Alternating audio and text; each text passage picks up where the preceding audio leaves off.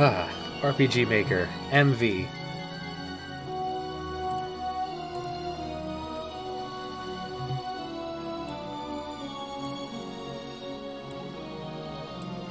It's the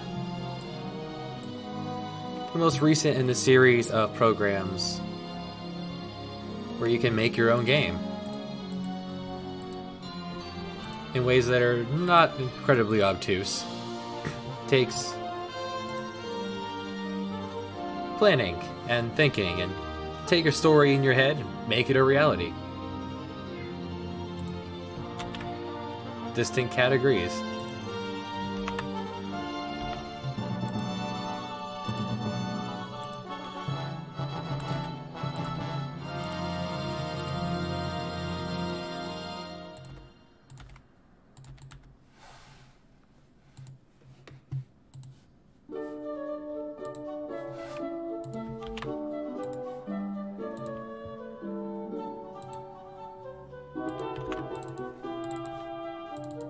We're jumping into the previous entries in the series included RPG Maker 2000, RPG Maker RK, there was one on the PlayStation 2 called RPG Maker 3. I had that, made a short game on there. That was a good time. Nowadays we had RPG Maker XP, RPG Maker VX, many of these based off of the operating system they were made on. And we have RPG Maker MV, which is now going to be my main platform unless they come out with something way more interesting. We're jumping into a game that I've begun making and have done in it's a few minutes in, but I have quite an idea of how I would like the game to go.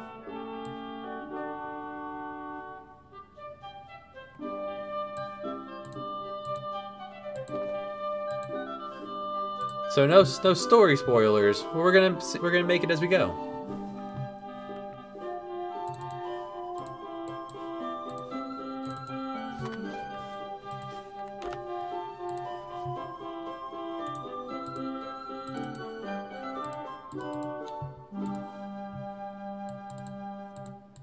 Figure this is something I do with a lot of my spare time, so I may as well do it with you, the viewers. In case any of you were ever interested in how something like this got done.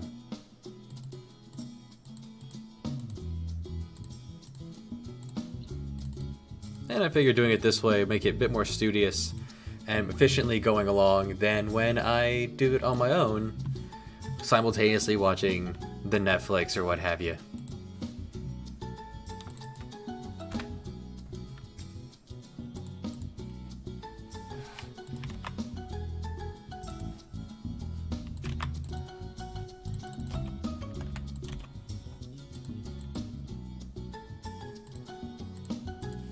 Make sure it's not snowing inside.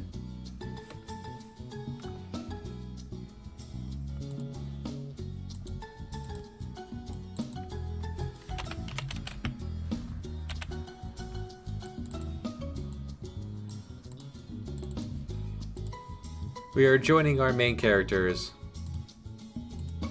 William and Jeffrey, brothers and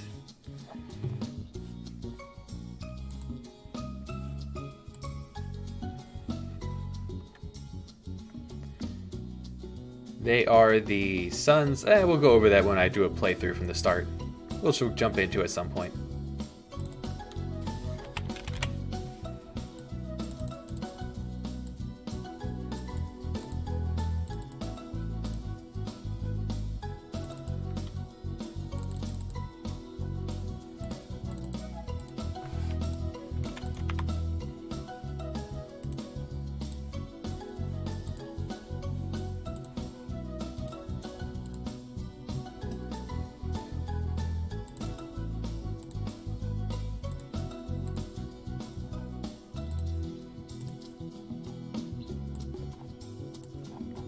Go ahead and change up some of these buckets.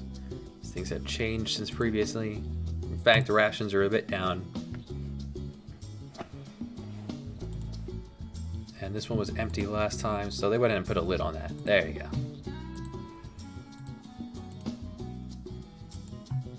In fact, this time you could also pick up a...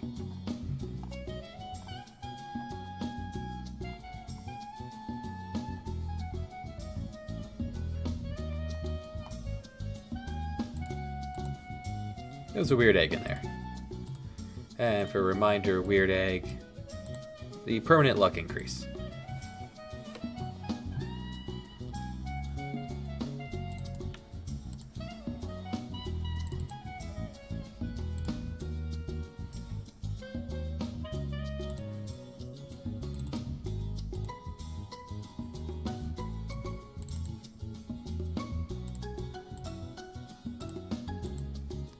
And when this is all done, I will be releasing this for as many platforms that will accept it, including the Google Play Store, it'll be played on mobile, as well as Steam, and what's the Apple equivalent? The iStore or something or another? I'm not an Apple guy. Android and PC all the way.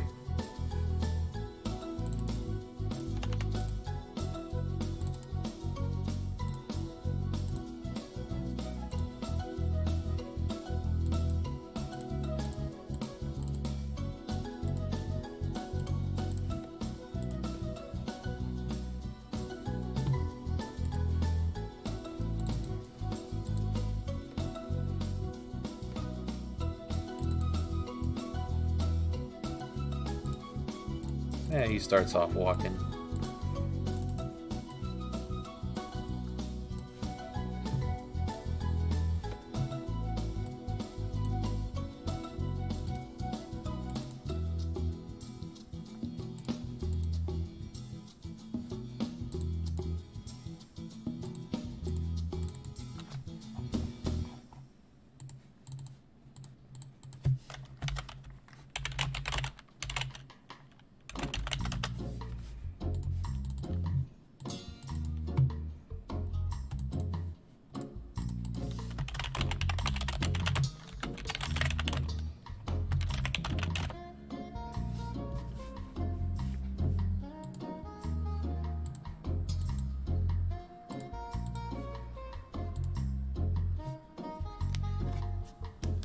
An excellent question, Robin.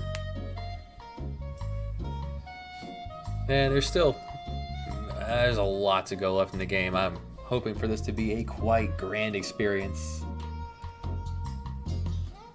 And we are 15-20 minutes in before reaching a major block of needing to actually create the world as it is. Just the groundwork's being laid, just to get a feel for the way I want to balance everything.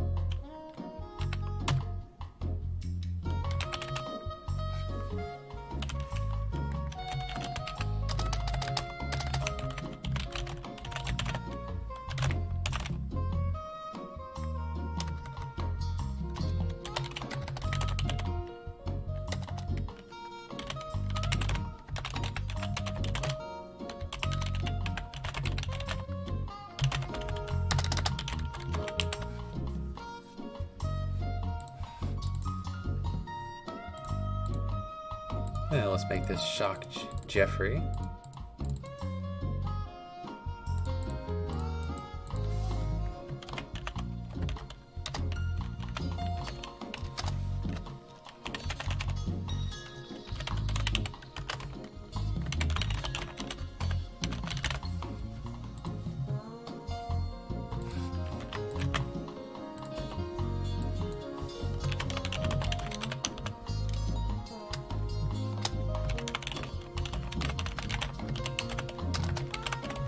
Even summer, he supposes.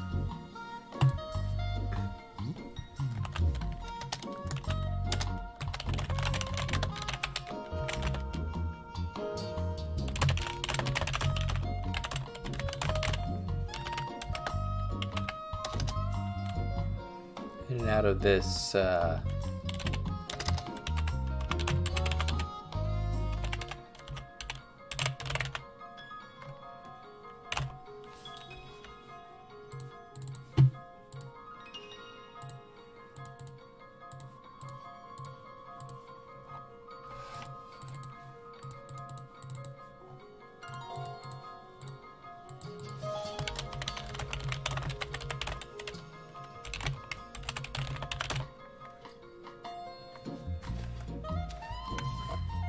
no.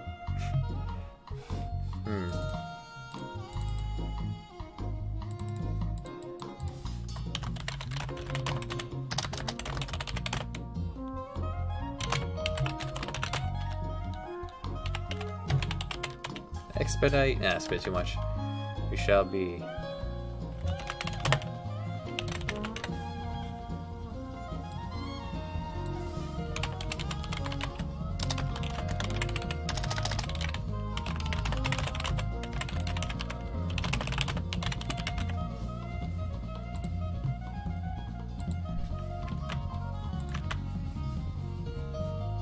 And on the track here is the special edition version of Uncharted Waters, the soundtrack. And this is especially useful because we are playing my fan-made rendition of the Super Nintendo's Uncharted Waters New Horizons, the RPG.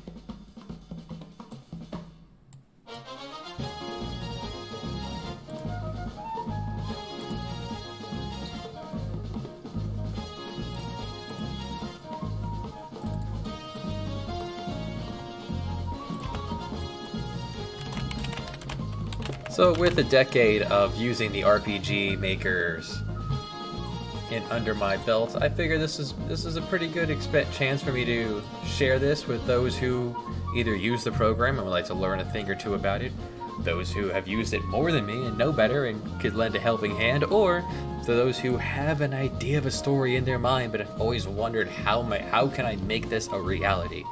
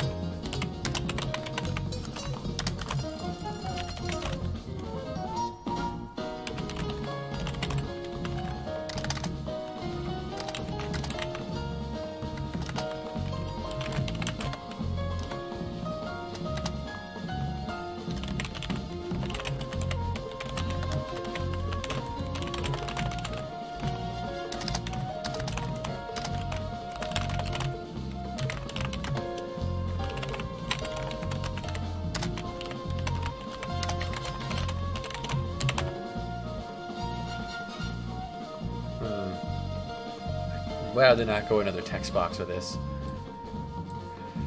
Lead the way. I have it on the highest authority that our time here is, I want to say, worth it. Have it on.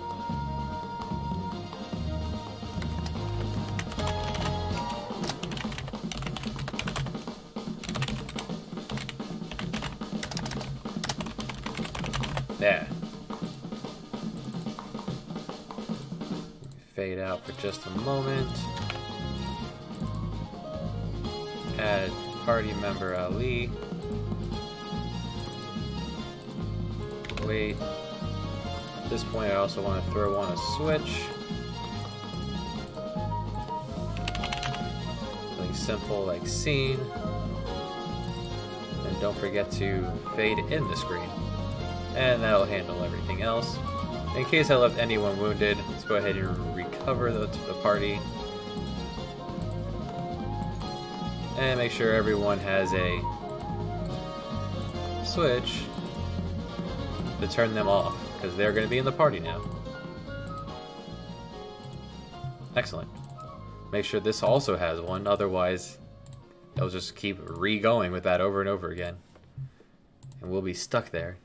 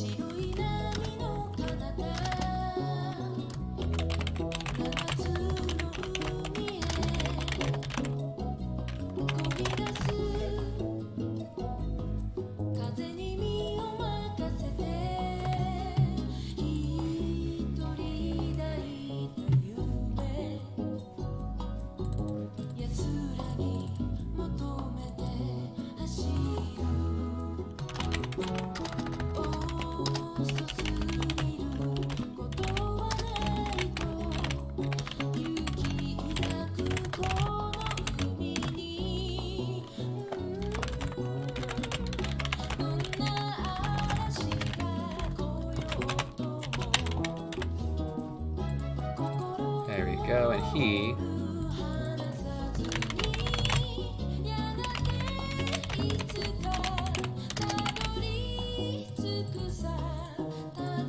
and some battle items, so we have yet to reach the meat of the game. In fact, you get 3 of them. And usually good if you have less than 20 and 15. I've seen some places say 10. If a like for number-wise, quantity number of things when writing, it looks best to have it just write it out. That's what I'm trying to say.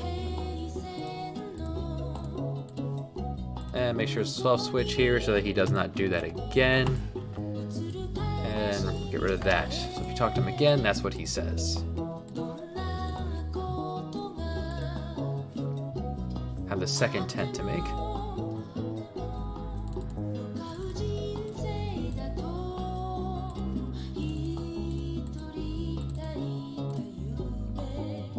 Did I make enemies here be able to use status effects? Actually, I have not created the enemies for this area yet. I'd imagine Slippery Snake will be able to... yeah, poison. Poison, stun. That looks good.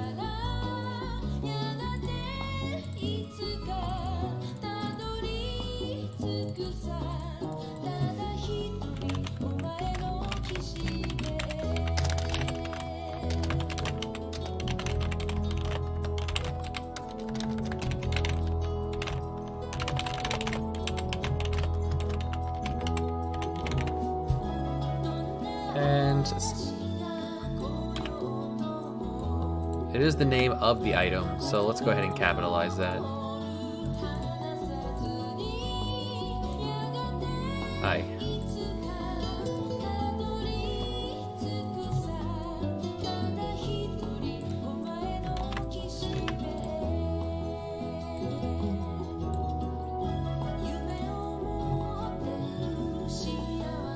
And I want to put something here to block the entrance.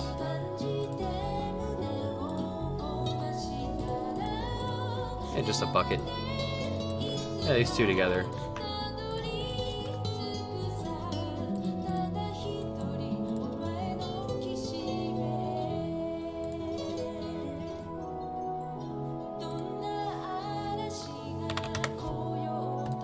Every a little over 2 seconds, he's gonna turn around.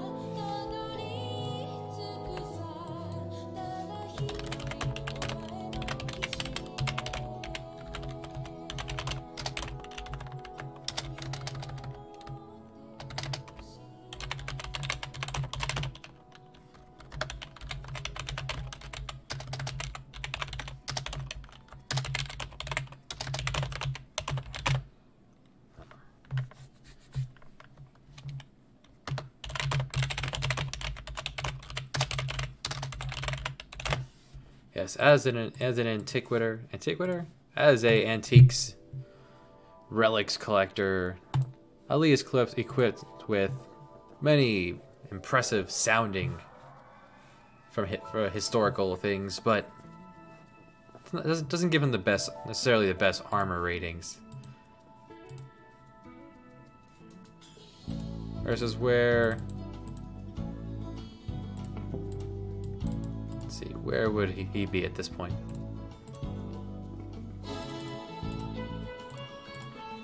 Whereas William could be sitting at 26, 25 at this point.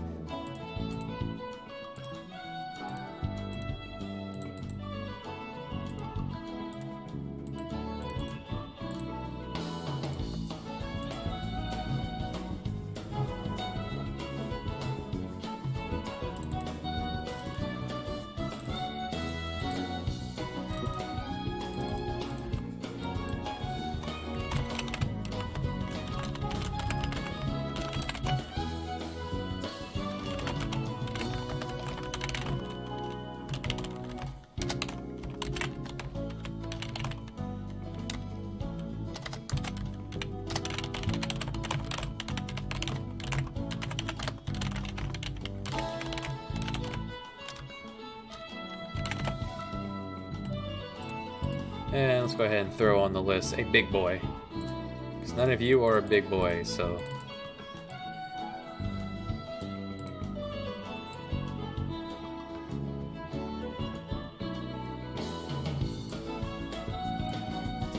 Which one of you look frosty?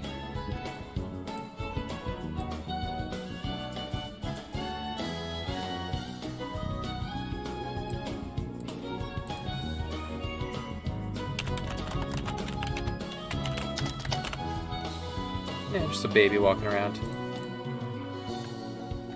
And I did my own custom formula, so you're not gonna... I won't be using that for the enemies. The custom formula is involving levels, and percentages, division.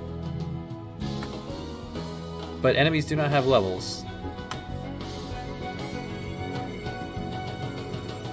So enemies have their own version of attack and what have you.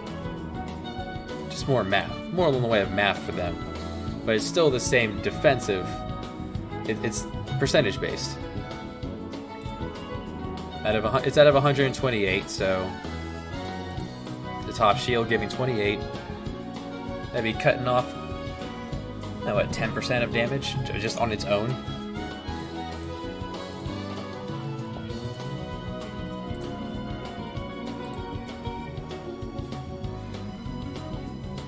Alright, and the second tent.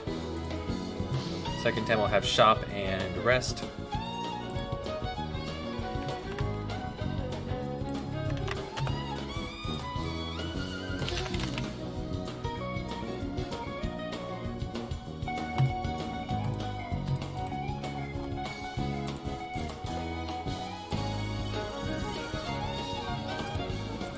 There's no music out here, but it is windy.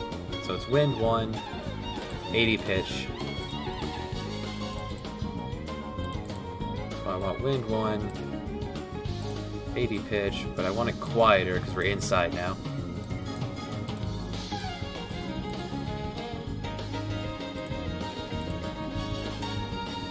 And you won't hear the wind in the big tent compared to the small one. Yeah, that looks good. Let's see.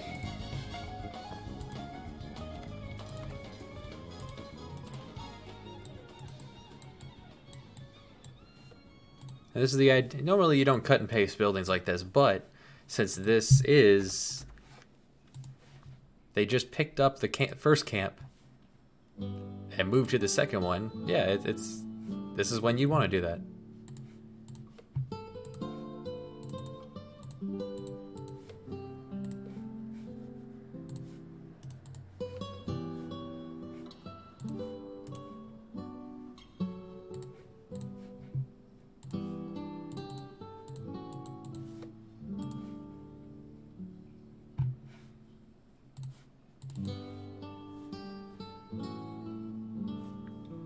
Alright, we have free in man here.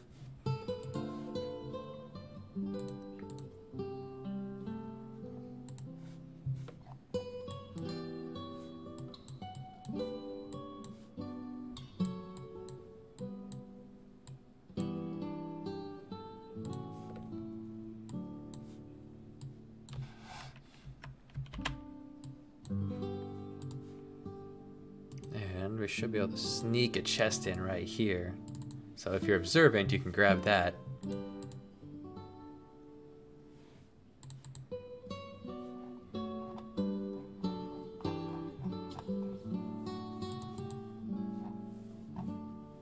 We're not going items. Just keep it on the good items.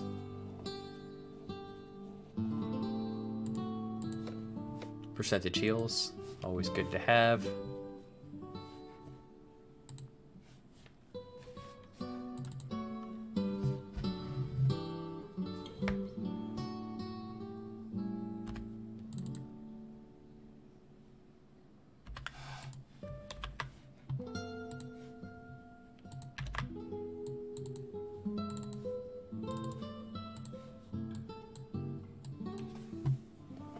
And you know what? It's the same guys.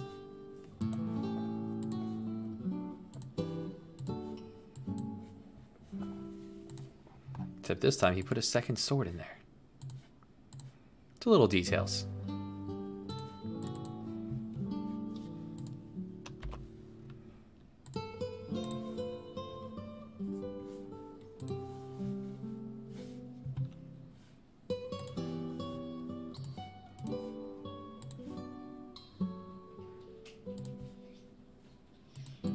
Did not copy that properly. That's fine. I'll do it on my own.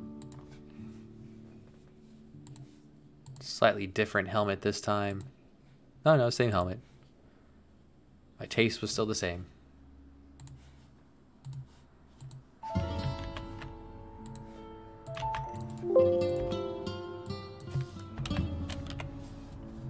This time Ali's here.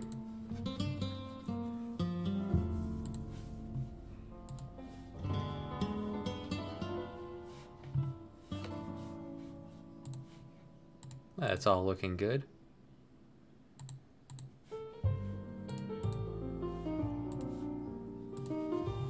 Alright, let's go ahead and make the enemies then. I've given them stats, like temporary stats.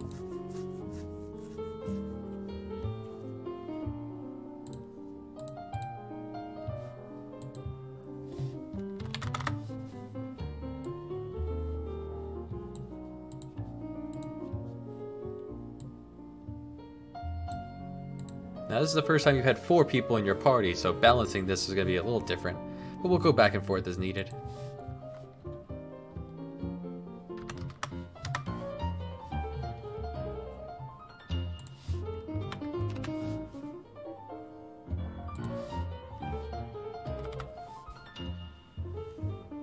Then he's going to be a little beefy.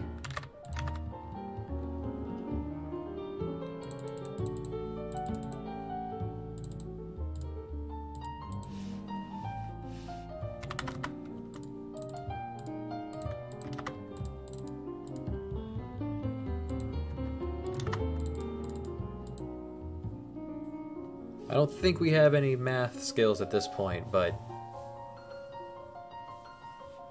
absorb is fine. Is a large beast, although we don't have any beast attacks yet.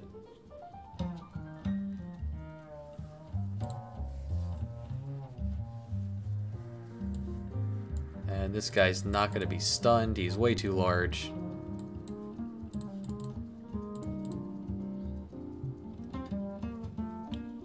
Poison would be too easy. No poison. However, you can blind him. Yeah, you can use Berserk on him if that's a good idea, you think? You know what, instead of resisting, Confusion is just a lower chance of it working. And no putting Big Boy to sleep.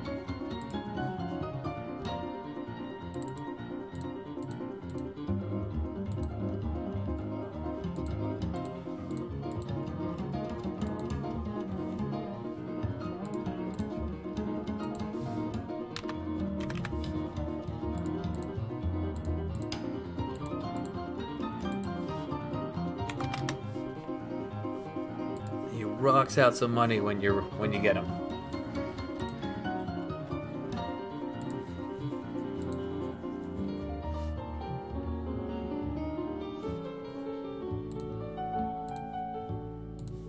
All right, let's make a loot for him. A loot drop under items.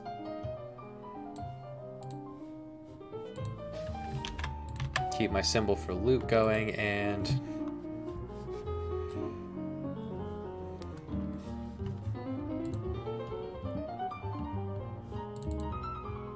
He has horns. Yeah, make it the husk.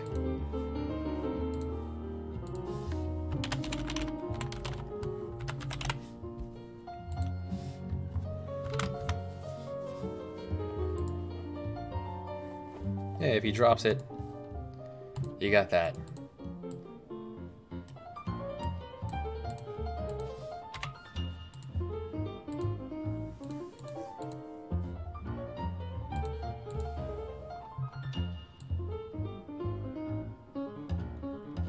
There's a heavy armor. And he's a chance of dropping.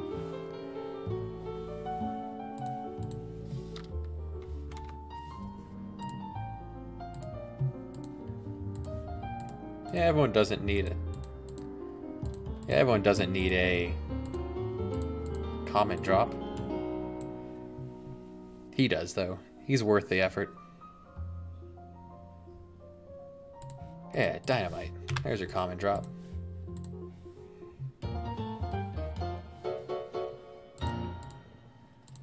So you can fight him if you want. If not, you can just run away. Very slow though. He goes last. You can get your skills in first.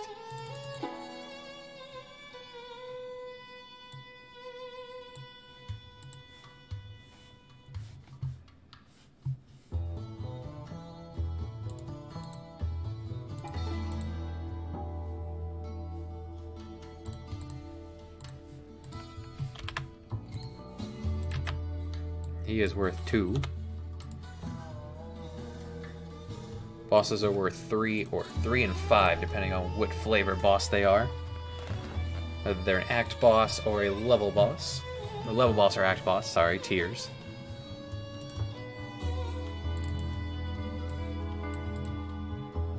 Alright, Frosty Boy is going to be able to use...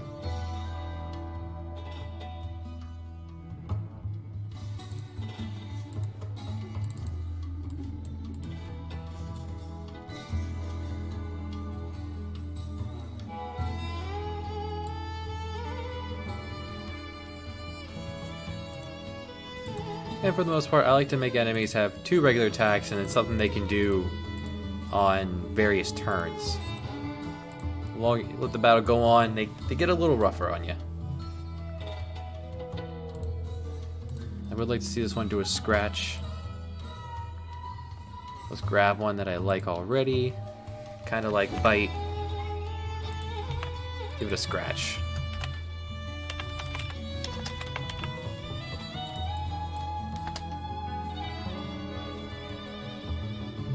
And I can tweak these as need be. One enemy, physical attack.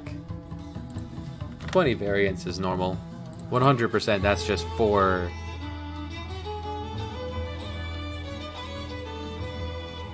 That was for that one attack, bite. Large rate, large attack chance. It could do 100 damage, it could do 20 damage.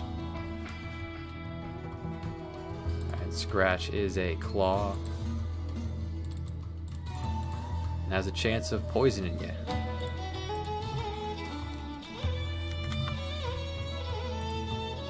Lower chance though, because it's gonna be what he does on his regular turns.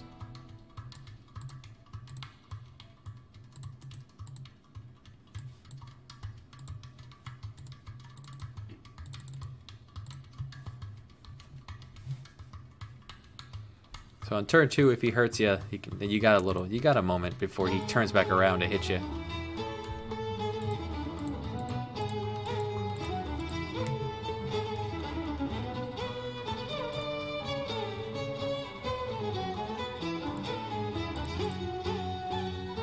Meanwhile, the Free Spirit is gonna use actual magic. I have Ice Bolt here.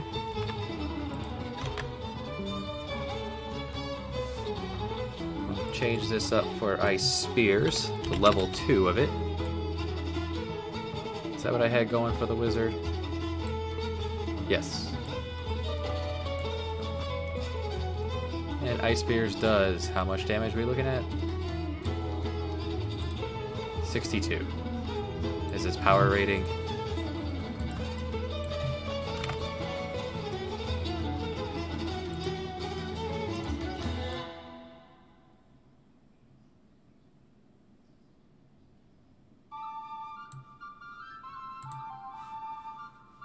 Ice 1, 2. Just want to make sure I'm consistent across the board.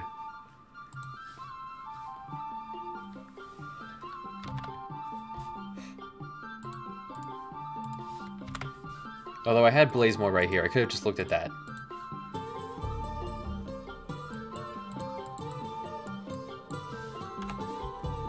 And that's not stuff for enemies, so it's not a big deal. Enemies don't have a chance to have it be one or all. So if I want them to use one or all, I need to make it be one or the other.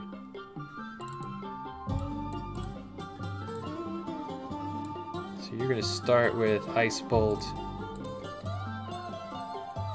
or make a brand new attack here, Freeze.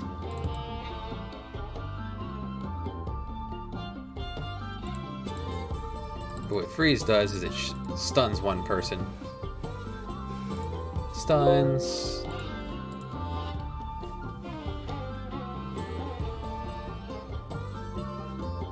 Stuns 2 people.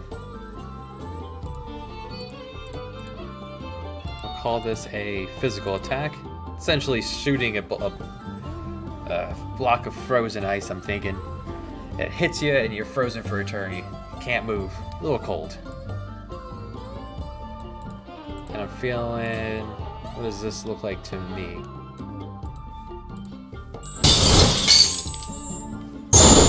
There's Ice Spears now for here. No.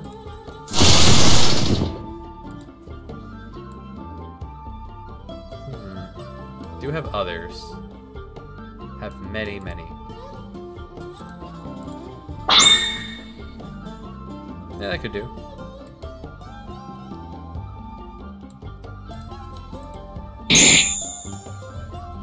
One of these might be good. Yeah. Pierce Ice.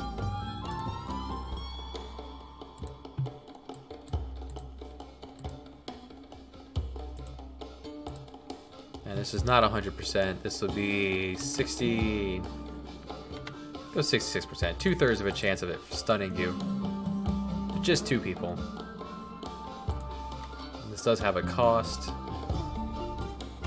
Say 12.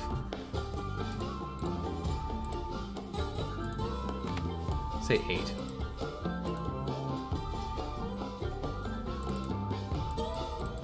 So it's either going to use Freeze or Ice Bolt. Now it also has a chance of using Ice Spears.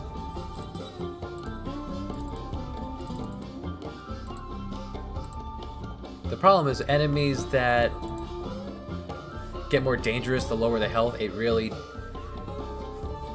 It goes against a lot of... You wouldn't want to work down a whole party then. And this is a little early on for that, so we'll stick with turns.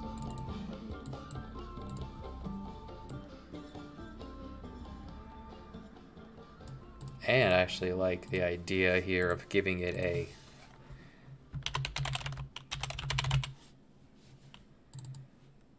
Let's give it a buff.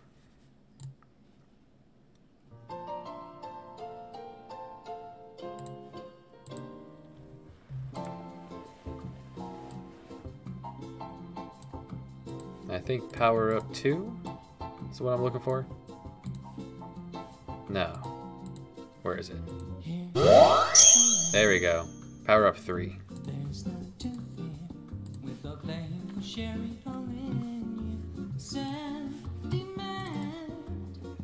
Good music.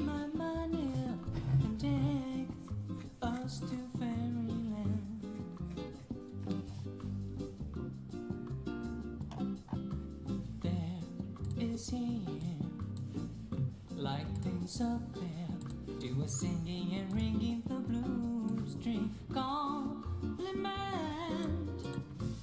open to all, make our fantasy under orderly. Got a barrier and a barrier to half.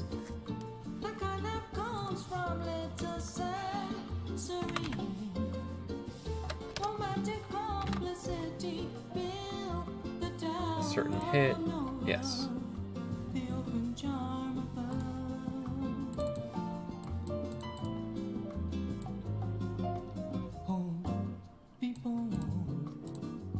If one is told, make the greeting consulting on never remnant. Who you say to and take you to embassy.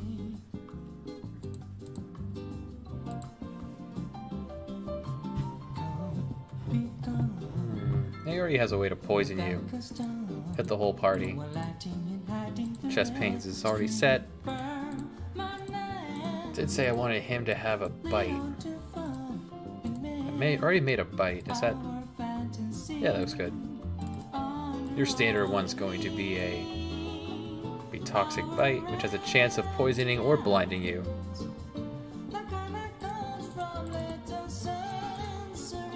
Or he goes for the arm. No regular bite, and then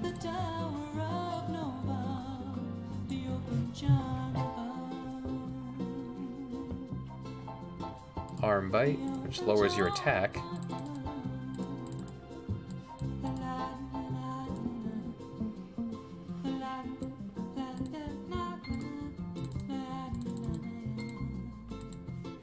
There we go. Watch out, he's a biter. We'll get to you, big boy.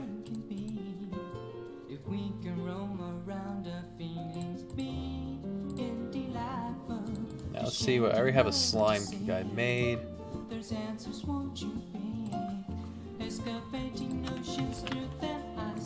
drag that down. I did have 6 and 4 to have a... Haven't brought that over. How about instead of 6 and 4, it's 6 and 5? No, I mean, the later the game gets... Yeah, this is fine.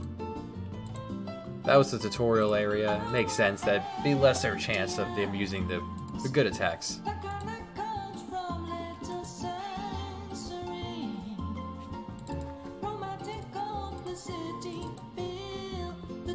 I'm okay with corrosive acid being a little low.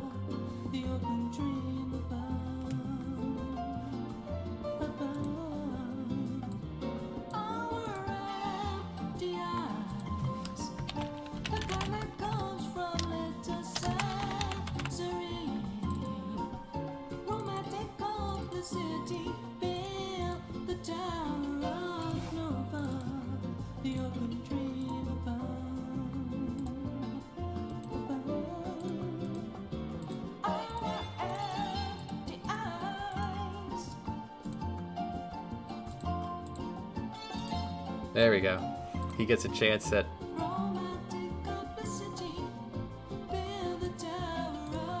And which one did I pick for that? How do you look?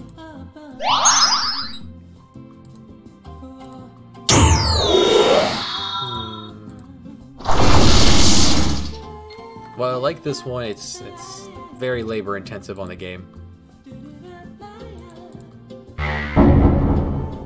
Yeah. Powered down too. You can use them for other things than they're listed for. Yeah, it's your game. Do what you want.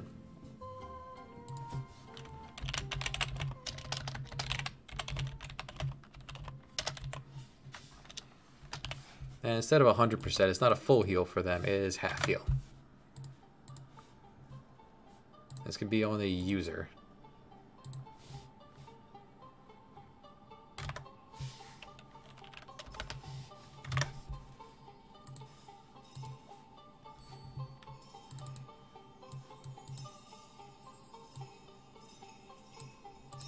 This will be an HP move. Get them below half and you'll whip out growth. It's very expensive though, so let's go ahead and give him more mana. Yeah, nice.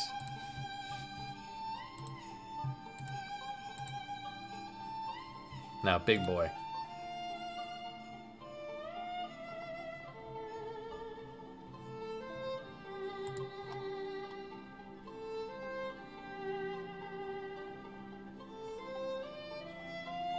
I don't see anything I already want for him.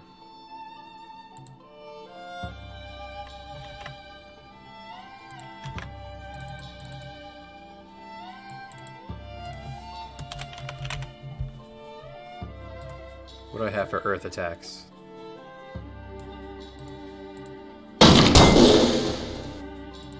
Yeah, now we're talking. Earth 1, 2.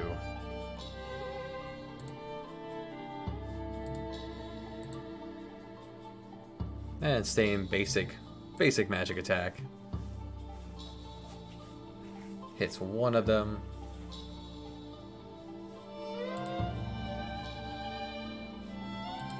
For this to be threatening, I'm going to need to ramp this up.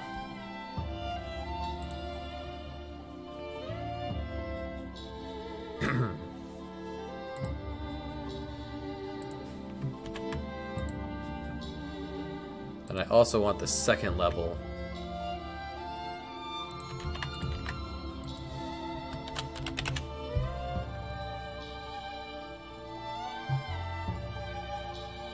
And the second level will be Tremor. The third level will be Quake.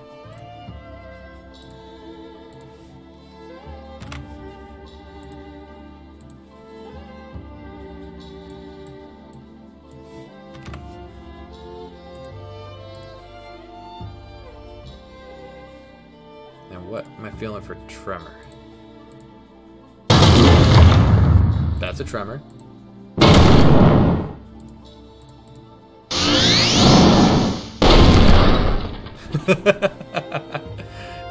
Okay, that's a good one too. Alright.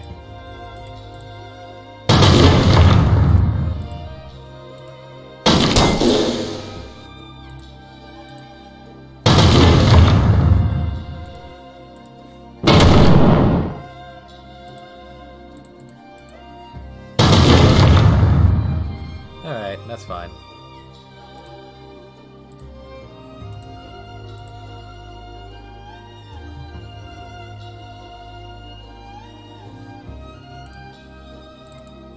Alright, big boy. Here's what you're doing. Now, which of these attacks that I like for him?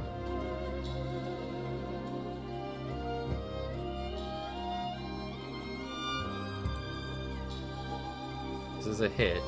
Okay. So 308.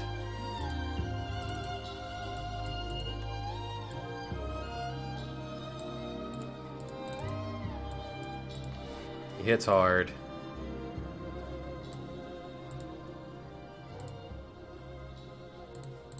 Also throw rocks at you.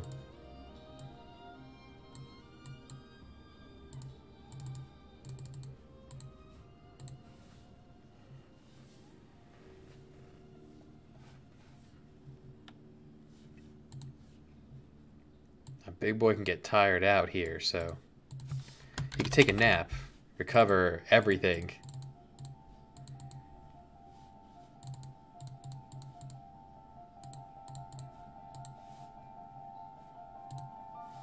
Which means I want to take off the resist to sleep. You can put him to sleep.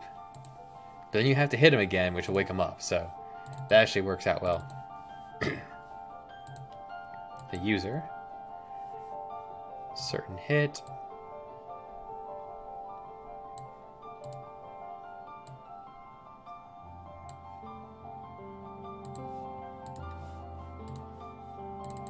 So when his magic power is low,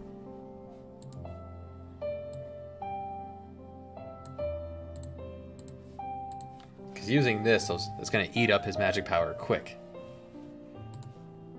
Troops.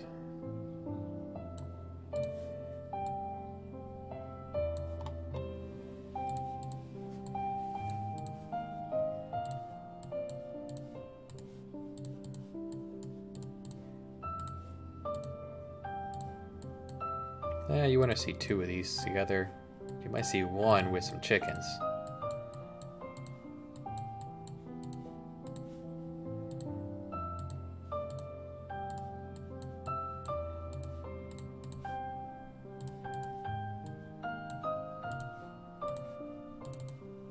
And for not a very long area, you still want the quality to be there.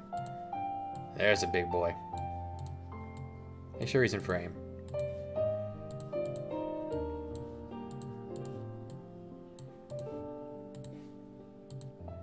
And why would a chicken hang out with a snake? It's chasing after it.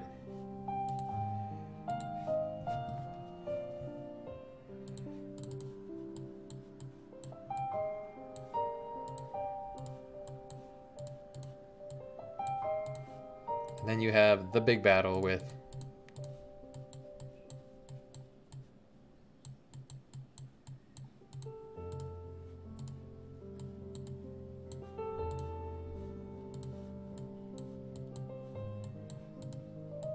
the 5 slime fight.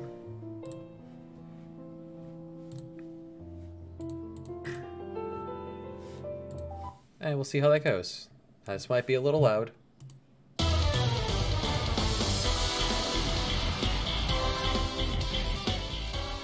There we go.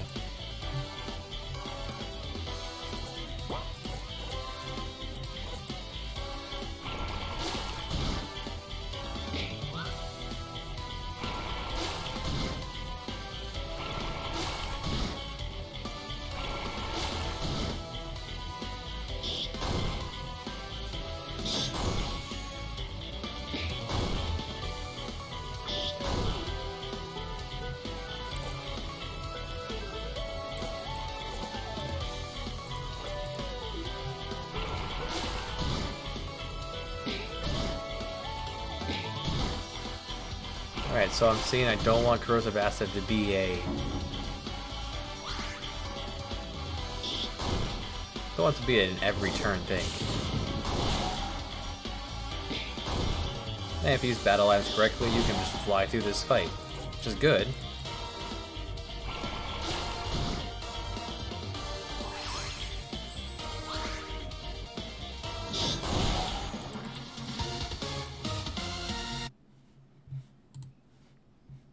For the slime, I either want to... is this the single target wave? Let's put that in the first row then. 326 is a single target, 326. So we'll make you the always. Make you the turn 2. Because if you do use it, they won't be using it again for quite a while. And overall, I'm okay with the way that went. Unless wave is incredibly powerful.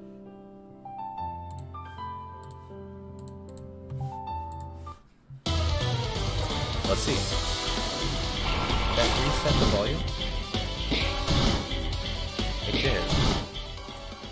Interesting.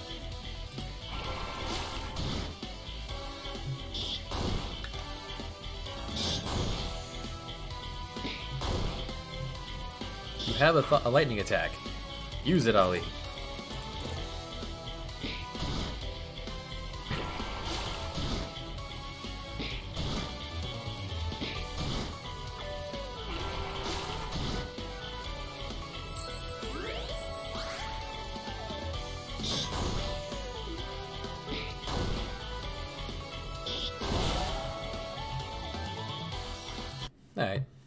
That's fine. Ali, I did give you that attack, right? Yeah, you have shock. It is a magic attack.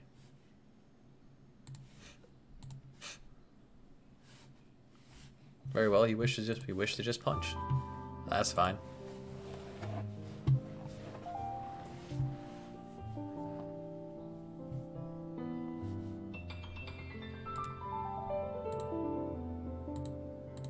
In fact, let's see how this looks in motion so far.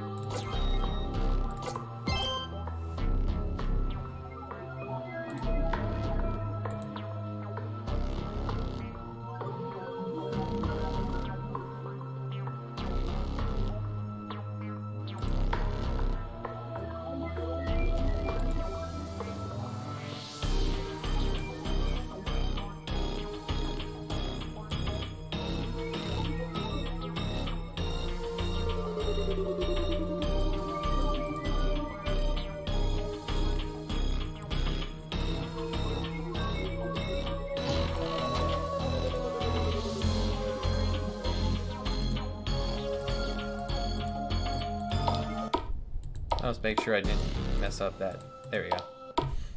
Yeah, that was good. And we have some number of fireworks. We want to use the egg. Enjoy.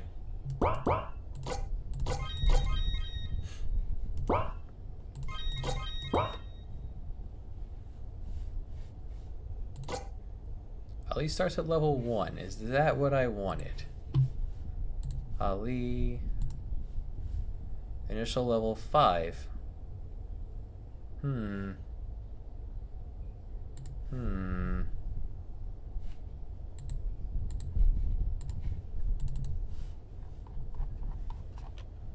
Add party initialize. 1 would be a bit too frail. He also has no equipment. Wait, what Ali did I add to this? Do I have a second Ali in my skit here? 8. Ali 8.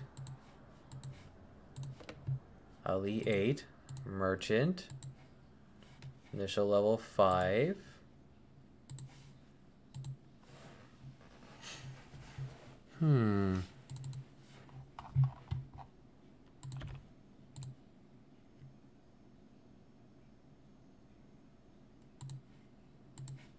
Let's see how it likes that.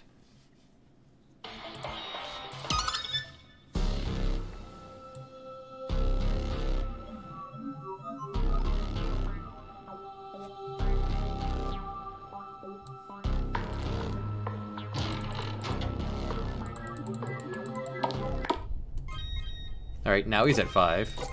And this time he's equipped. He has his skills. He has 2 limits. Did I give his class 2 limits? Magic, limit, sword, small shield, magic armor, accessory, add skill, just soul saber. Oh, because he started off as a lord because when I started the game, I guess that's where he was. So when I start from scratch, he'll be better.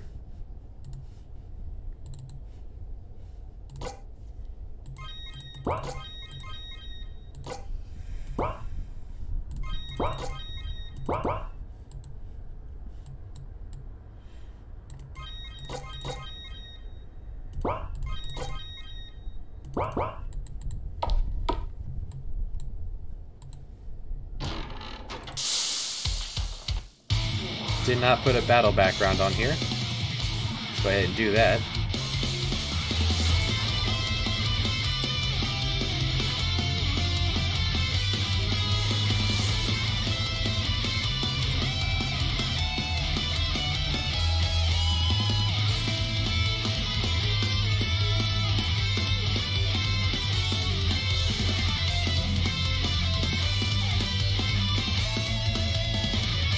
pretty close to what we're looking at.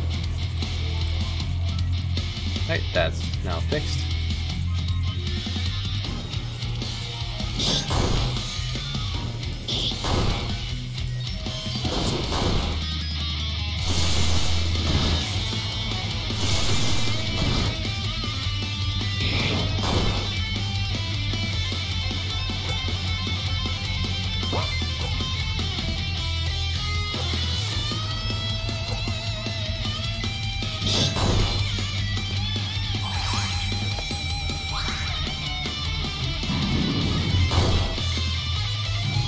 Ali's auto battle wants to prioritize defense, while Basil's wants to prioritize offense. Now there is a way to get even more in detail with the AI's auto battle. I kind of like it the way it is.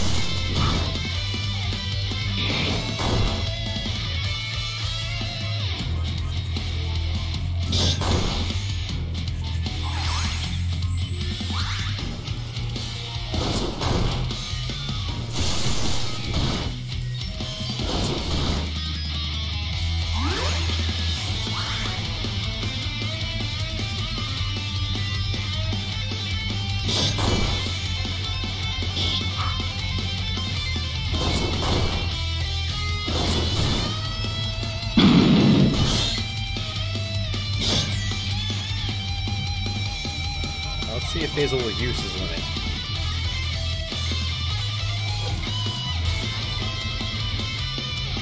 He will.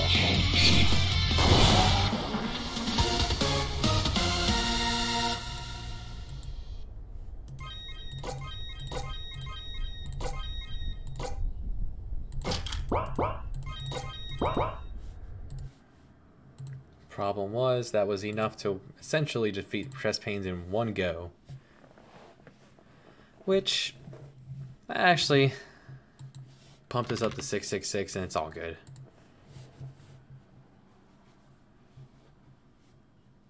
Yeah, that looks fine.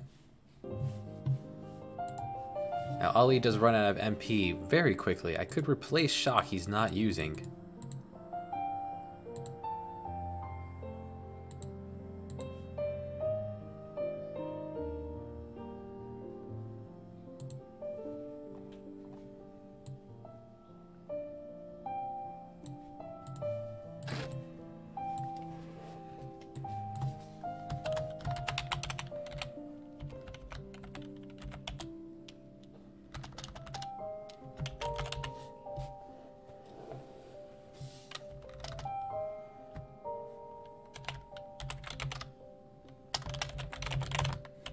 There we go, switch just that plate of Hades.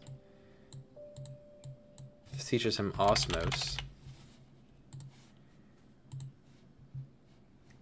I kinda want this to teach Soul Saber.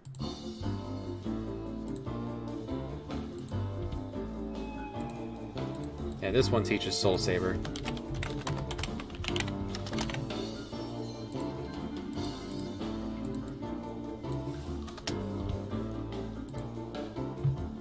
Soul Saber, you are now a...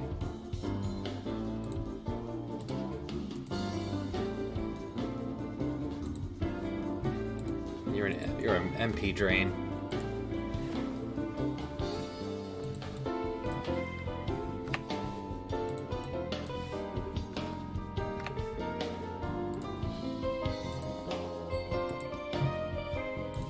Get rid of that. That is a physical attack /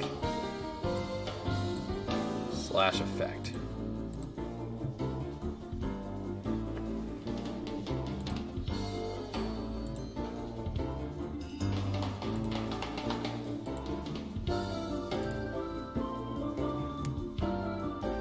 Alright, helmet blessed by the Pope teaches what limit for him?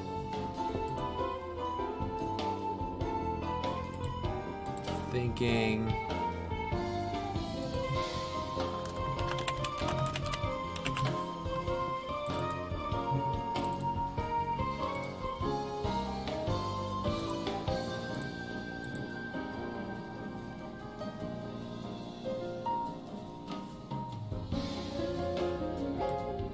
powerful was Mystic Blade? 18. The Holy Light's gotta be a... Make it like a 20. This is magic attack. Confirm that is the... Nope. MAT.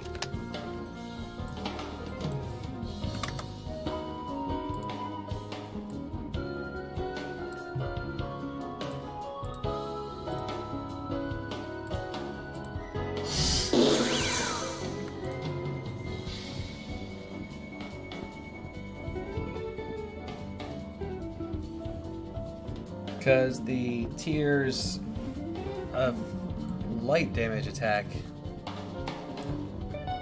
looking at light, starlight, and then holy. So I actually want starlight to be, so make this starlight. We'll just copy paste this to here, and then turn this into a limit. Just copy this part.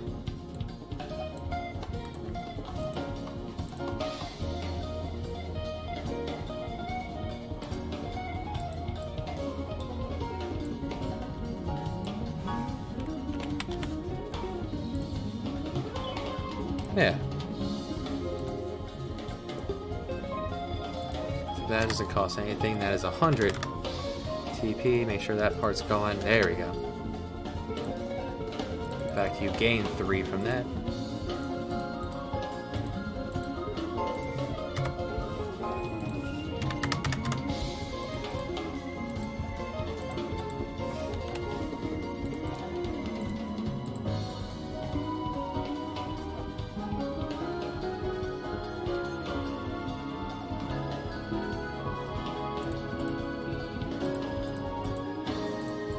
Maybe he'll use it.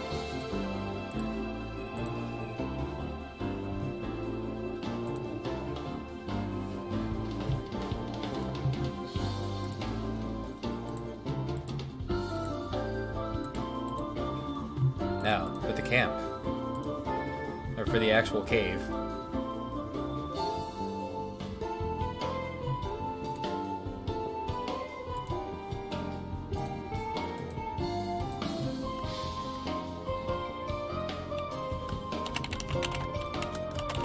Very unassuming caves at this point. That's on purpose.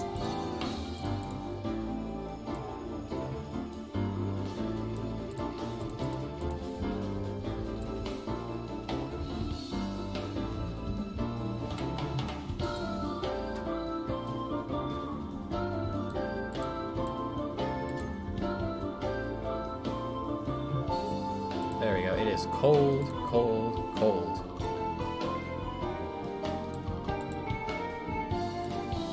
It's not made of ice. There's snow in there. It wouldn't be snow inside. It's just very cold. There we go. Let's add in all the enemies we've made.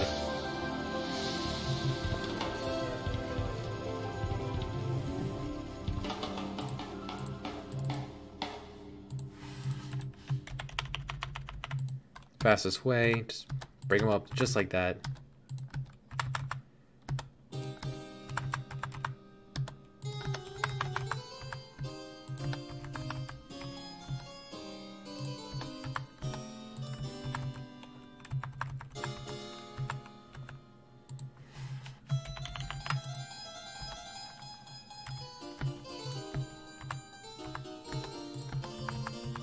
Now the slime times 5, that is there for a treasure chest battle.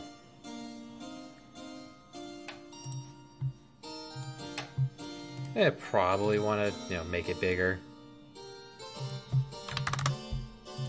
Plenty of room to work with, and let's give it an appropriate dungeon theme. Which one of these sounds cold?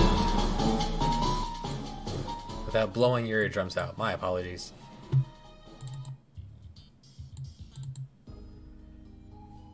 There we go.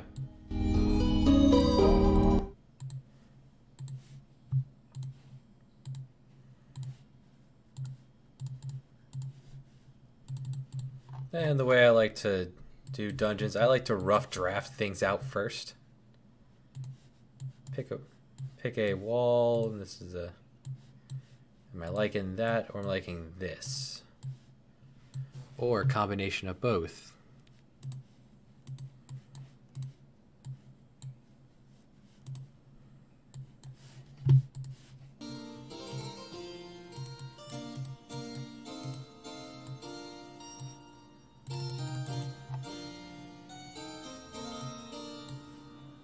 They're both a kind of frosty ice kind of cave.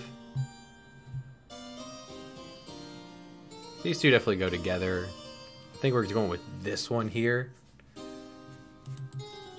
I have ideas for that other one.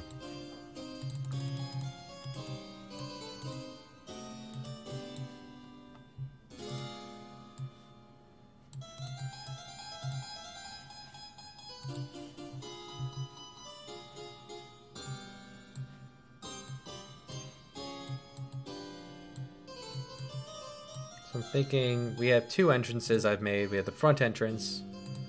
We have the right entrance, which I know I need to put a battle back on as well.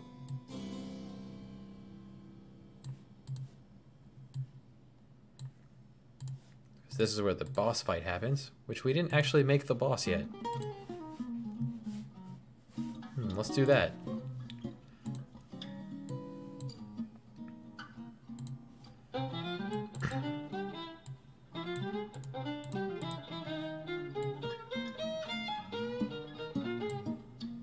Yeah, that's more of a Yeti. Or that handsome fella.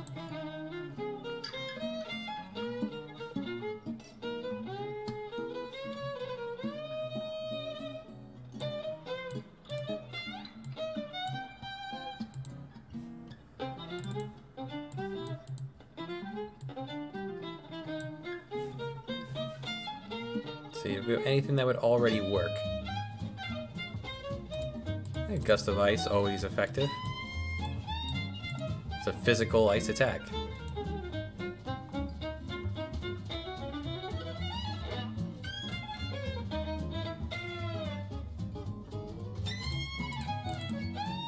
It can cast Ice Bolt.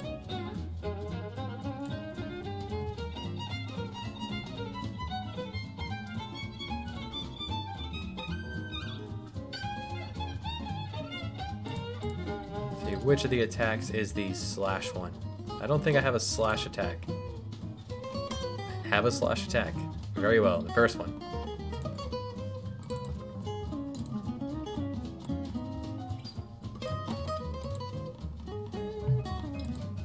Maybe more of a claw, but you know, let's go ahead and do that. Copy that.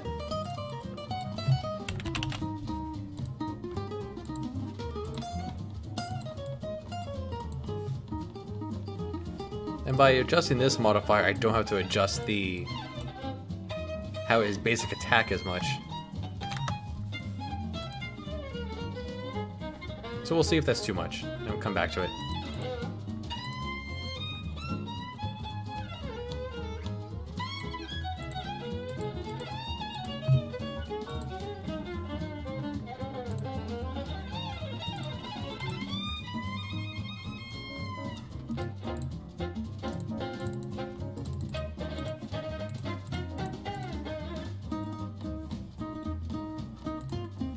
Something a little more dangerous.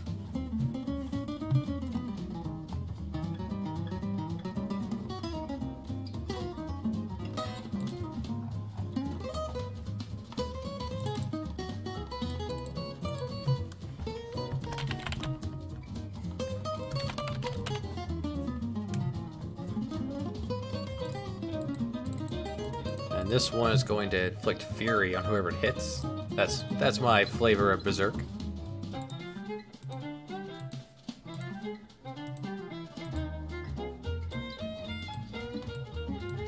A little less dangerous.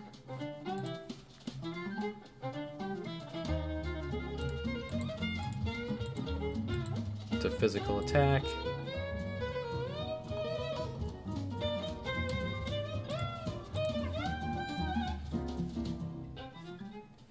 Yeah, that was good for an attack.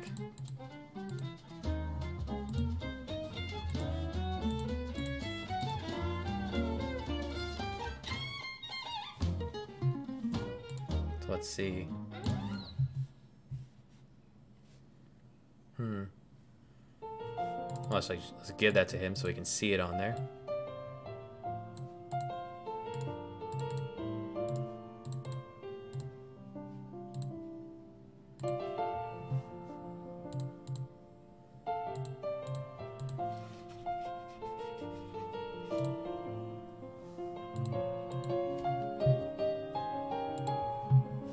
And then I give him, he's just another well-rounded attack, or I give him like his big thing,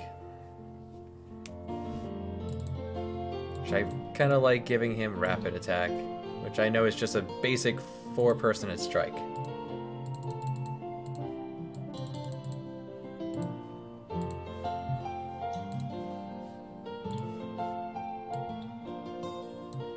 For now, I'm keeping them split up.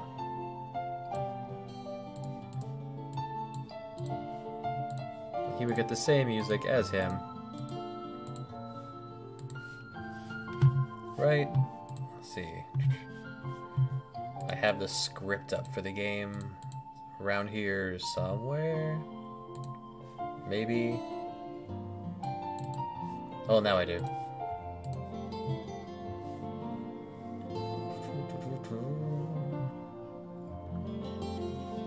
This is the culmination of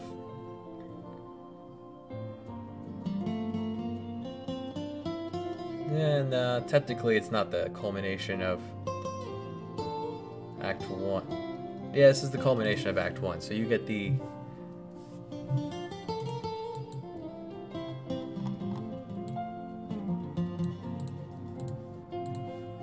slightly better music.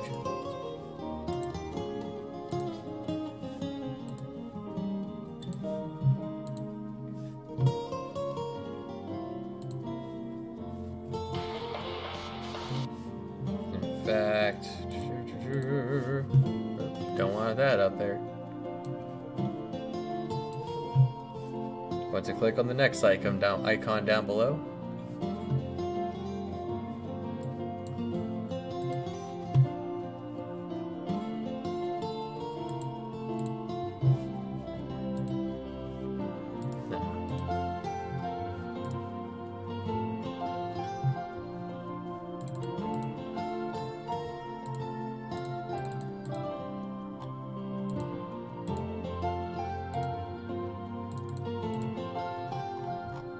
And approximate weapons.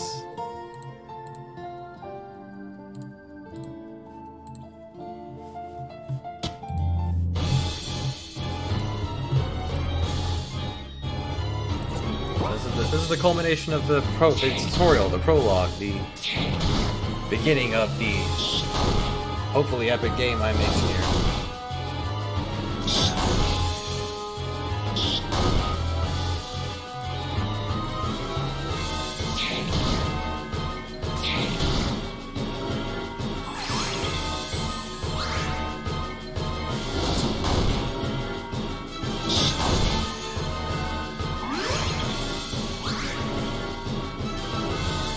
Lacus, it's Latin for Lady of the Lake. Originally that weapon that gave it to him was the Excalibur.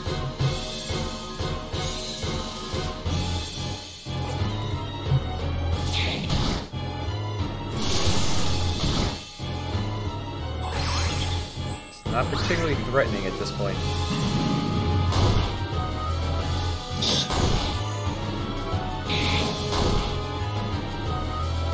Maybe because if you reach him at the end of by the end of the dungeon, it might be a little worse.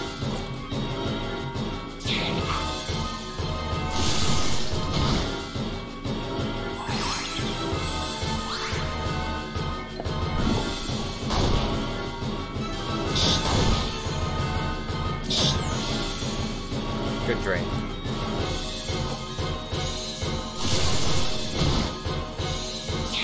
I like them being kind of derp. You're really the ones in charge here.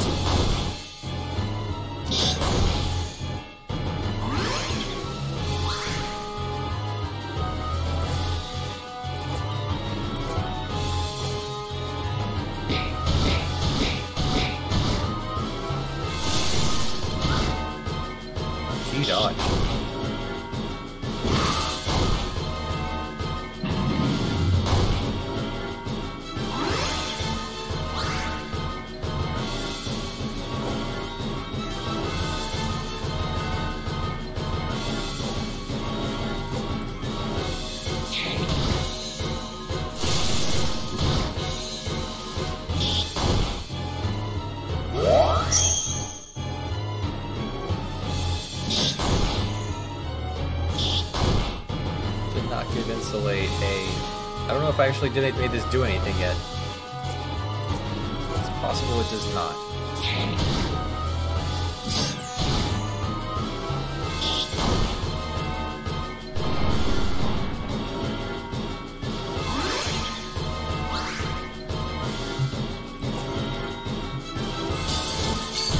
Maybe he won't use Osmos. Or Soul Saber.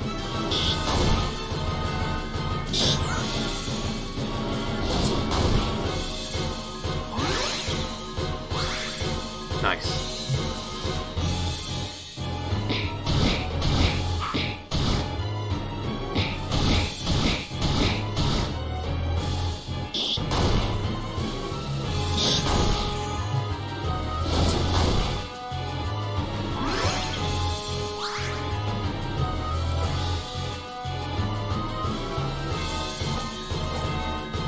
Now, if I gave him his limit, what would he do with it? Or would he use it?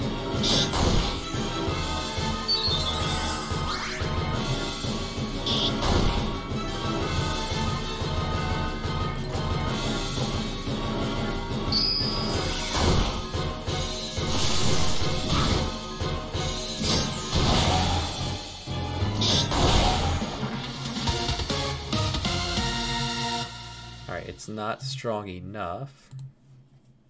In his hands, at least.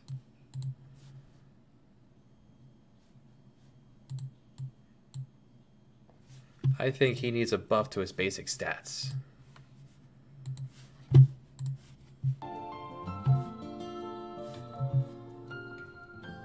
It's pretty buffed. He doesn't use Soul Saber. I haven't seen him use Contagion either.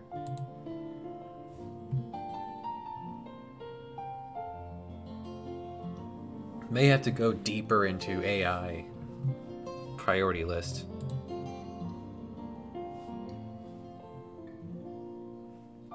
No, you guys are you're pretty.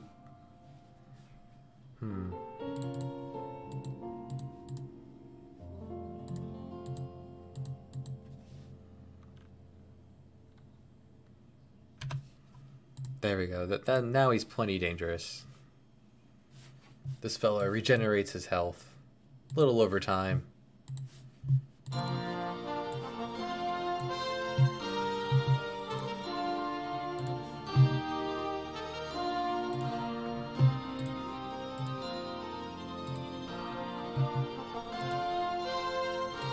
Well, that counts as a limit, right? I never fixed this, did it?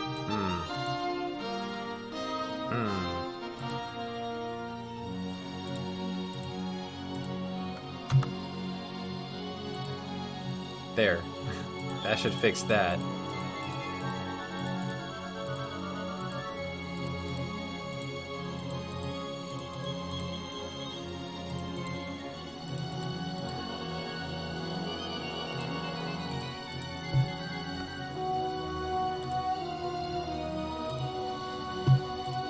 Let's go ahead and give that another go now that I've actually fixed that.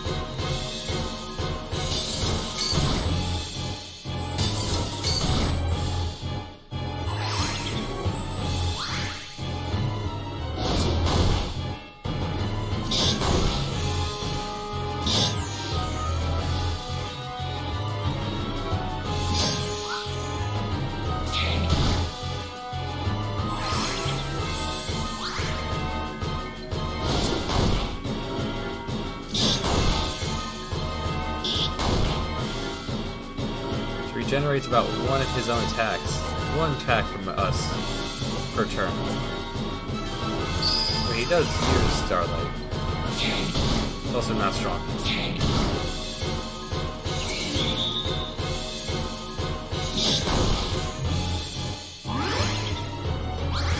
Now when he runs out of MP, will he use Soul Saber?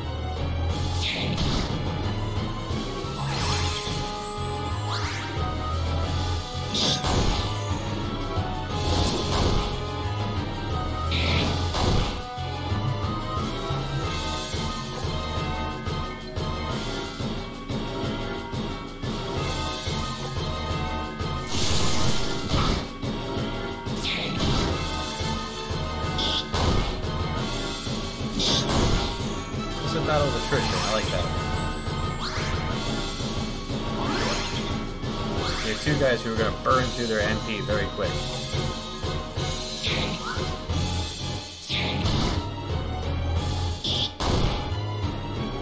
Just not using Soul Saber.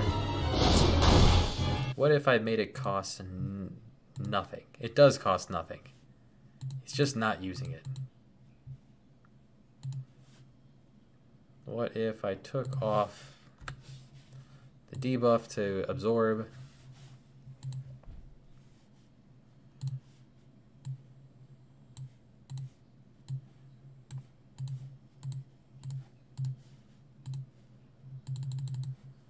Now what do you think?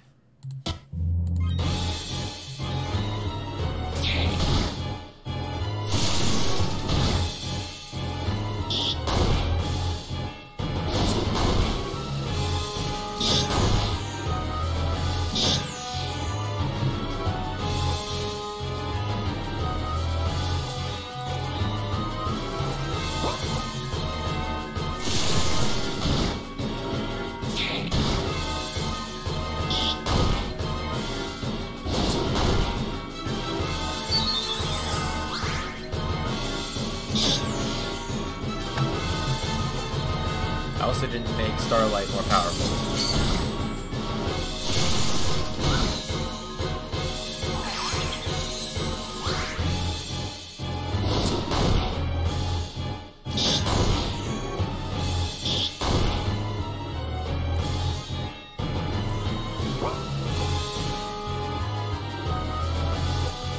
I don't think this does anything yet.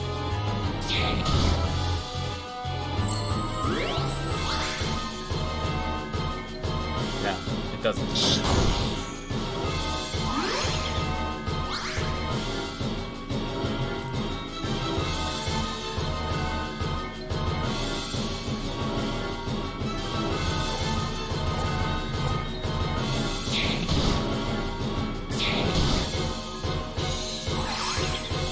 This is how you progress in making a game.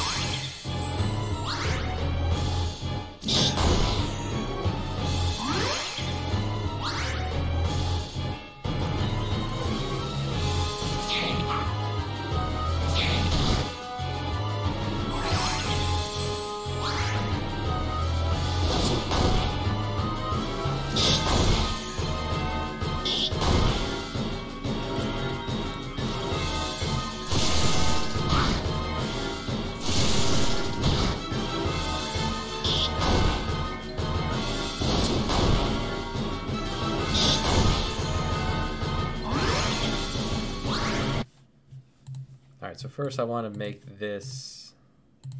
Which one was it that looked good? There we go. Light all 2. It's a certain hit. It is strong enough. This is a limit. There we go. There we go. What is it that's making these? Let's decrease the cost on this.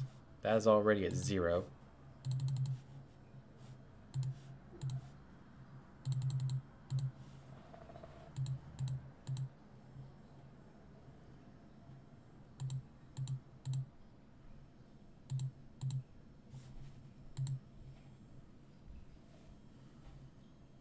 I can't make this drain.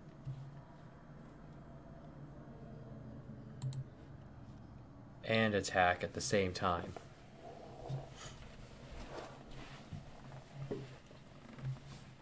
Unless HP damage. We'll go common event. 7. Switch over to here. 7. It'll be Soul Saber.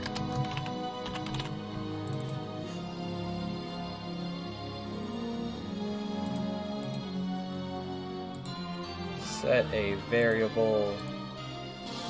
How would I want to do this?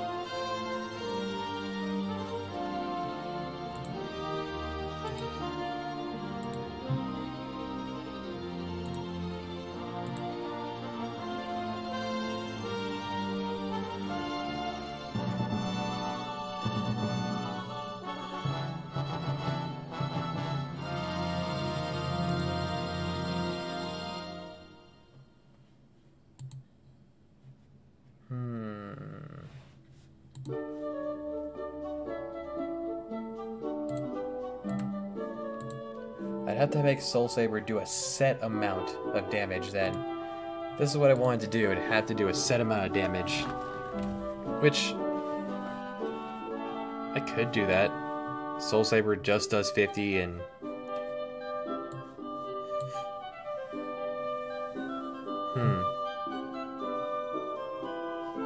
I feel like this could be done with...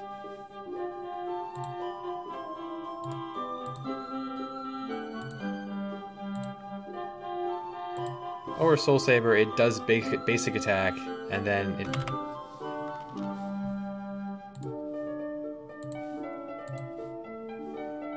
Yeah, I can increase the cost of these. He can offset that by using Soul Saber.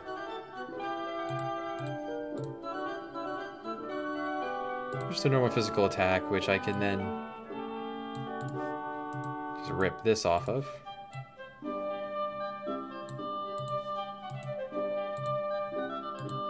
I use this beautiful hunk of code that I came up with here.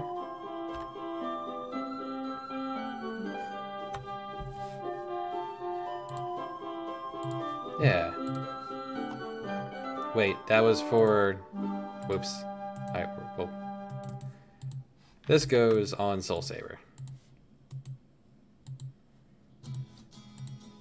This does not go on Starlight, but it does have the same... There we go. His... Make this a little more powerful, just because he's not as powerful, and I want this to... So this is set to set off common event, Soul Saber, which increases his MP by 25. There we go. Now, for this map. You come in on the right side. I would like to see it pop up over here.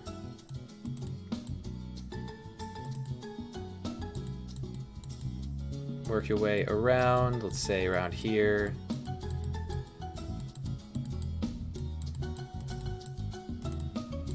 Come over this way and you find the main entrance. Yes.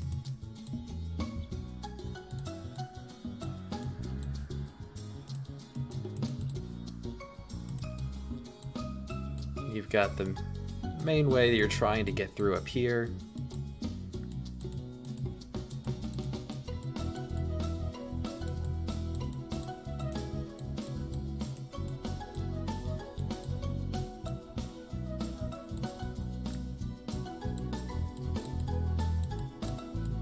It wants a way across, up and over.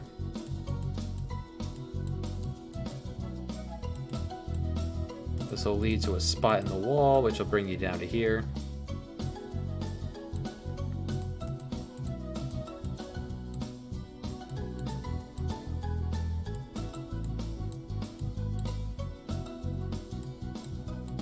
Where it's getting a little more dangerous. You probably see some skeletons scattered throughout. Just to let you know, something's coming up. And then you'll come out through here. Yeah, that looks right. And that'll spit you out over here. To head over here, fight the Yeti.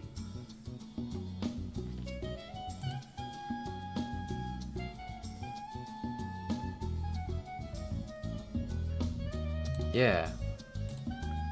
Which means I want to make a... So he's going to put his sword up on the statue. Which will make it glow fiercely. Which will unlock the inside. Then he'll pull out his other sword.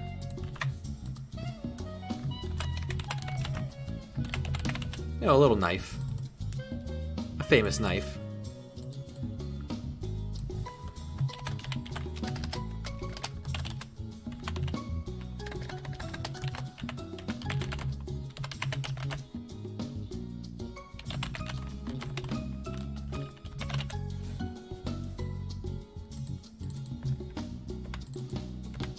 Instead of that, this one has a crit rate up by 33%. And it can blind the enemy. Yeah, that looks good.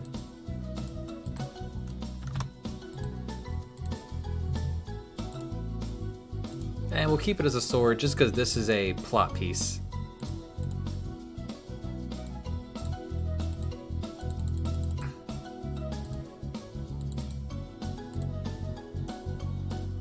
Yeah, there you go. Which means I would need a new skill to teach him. If I want to keep following this. I like Domina Lacus. You know what, we can make this happen.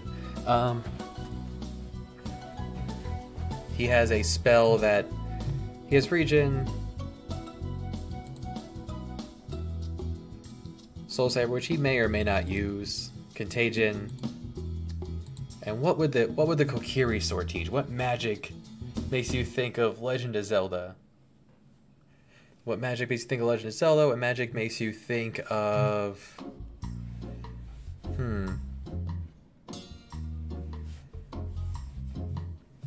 Link. What spells do Link use? Does Link use? Oh, what was the name of that? What were the name of those things that he used in Link from the past?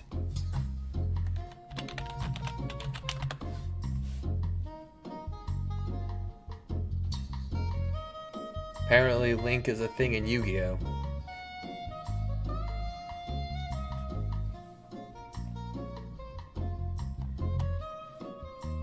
Well, he uses fire in Zelda 2.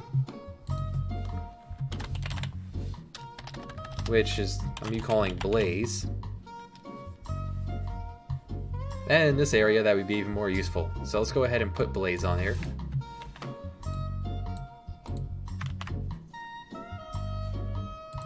Then his version of Blaze is going to be a bit more powerful than the others. At the cost of more MP. And he'll hit all enemies with that, no choices. Yeah, there you go.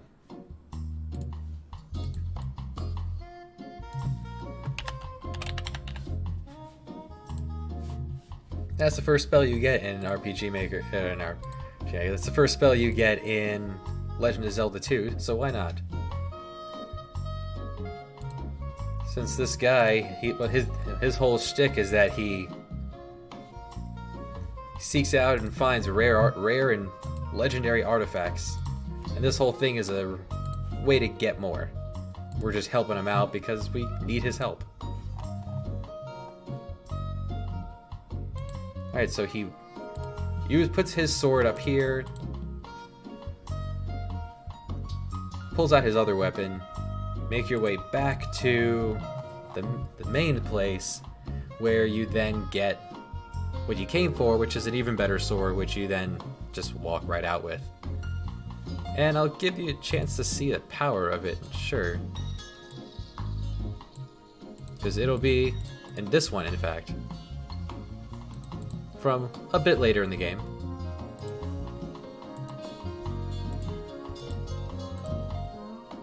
So let's go ahead and pretty this up a bit. Too zoomed in. I may as well start up here. And because I'm reaching the top, I want this to loop. Because I don't want the screen to end when we reach the top. I want it to look like it's scrolling over.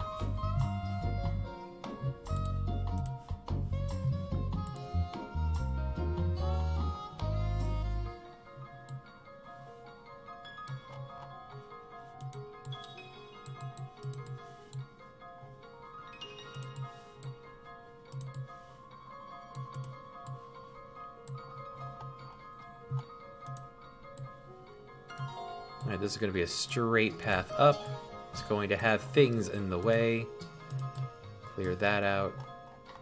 The barrier will be here-ish. And the treasure will be here.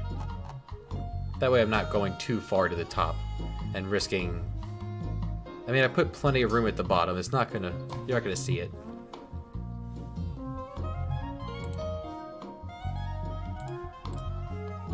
And we'll come back to pretty that up.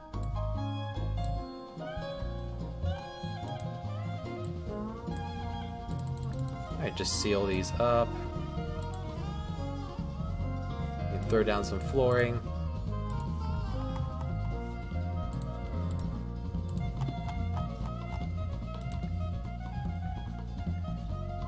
Yeah, we could do parallax as well. Welcome.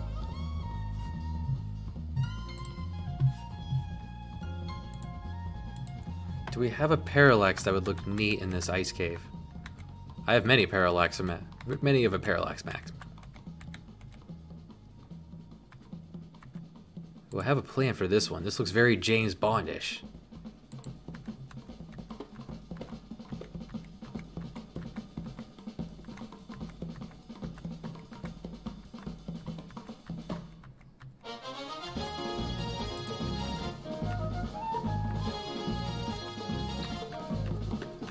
I'm not saying anything here will work, and besides, the parallax will only be visible in the backgrounds of it.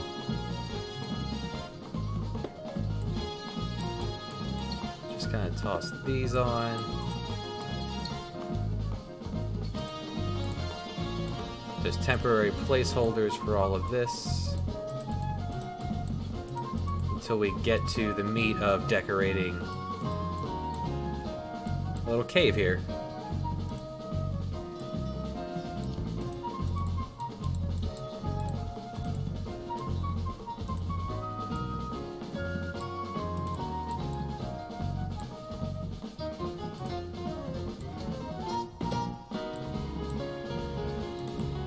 Let's make this a little bit more of a cutout here.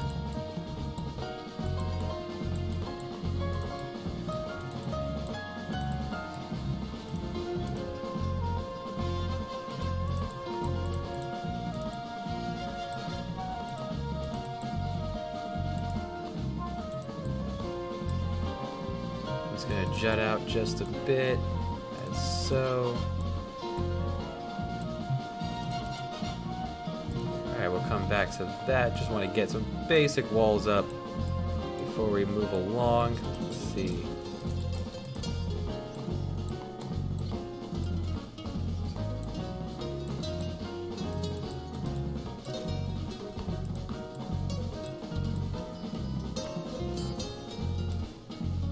And we want at least each area of the game to look similar to the other. So let's take a quick look at the previous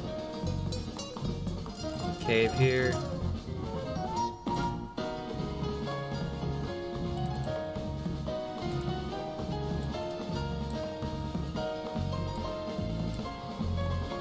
And we're still in the intro to the game. This is still like the prologue of the game. This is the setting up the story for the rest, so it doesn't need to be too elaborate.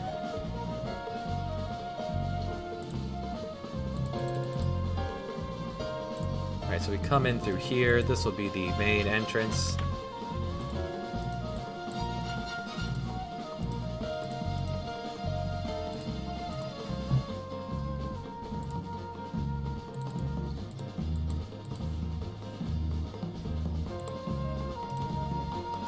One thing I don't want to forget to do like I did last time, do not forget to put the entrances to these places. Over here. Extend this out just a bit.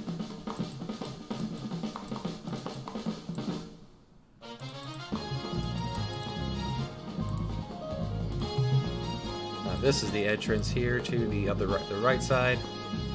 You can come at this from either way. Whole point of this right side is that you come out. If you do poke your head out this way, you'll be like, "Oh, I can go this way," which will then give the player, when they come back to when they circle back around, be like, "Oh, maybe I can go this way," so that they hopefully do and they get this treasure. You want to teach them that they can go pretty much wherever you have areas like this. The shortcut for getting a texture? You mean like, by textures, do you mean like parallaxing, or do you mean textures as in tile sets, or textures as in people?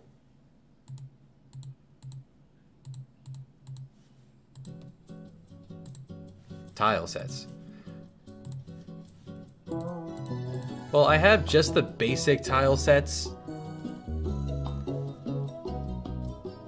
You mean for inserting new ones, or for picking them up here?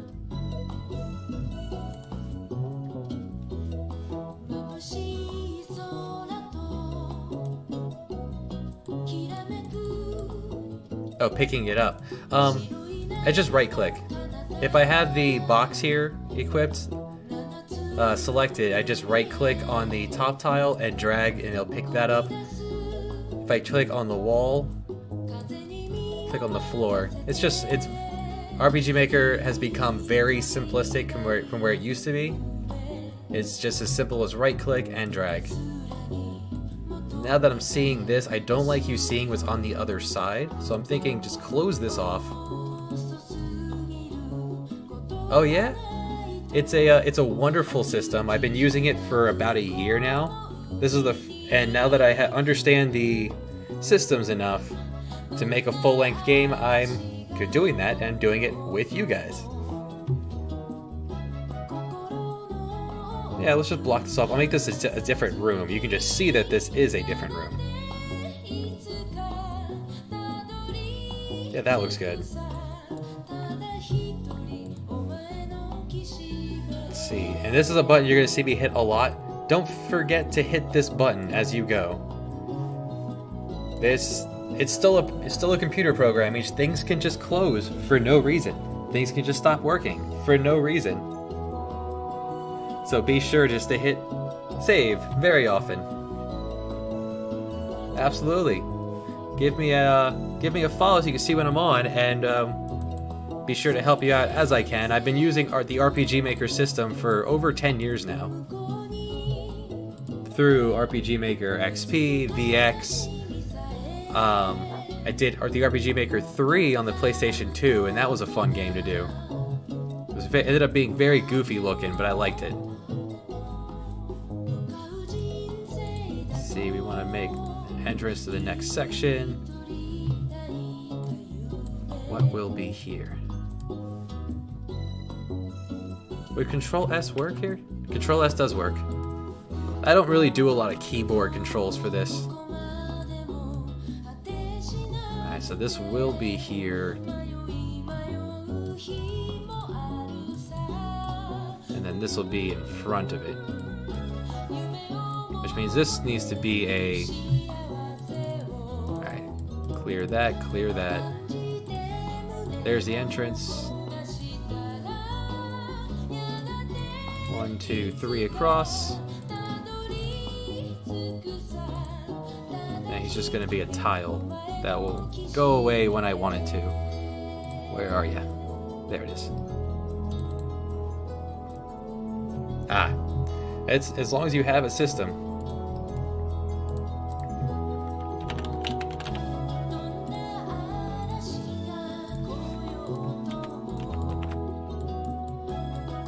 And it looks fine like this, right? Let's just double check. Yeah, absolutely. I do use Control Z a lot. Control C, V, Z. So yeah, I may as well start using S as well. Control Z is your ally. I said I don't use that, and then immediately start spamming it for C and V. So yeah, foot directly in mouth.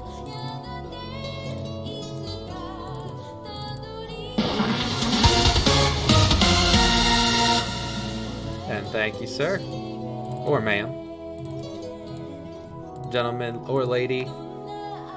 It's great to see you around. Let's see what else we got here.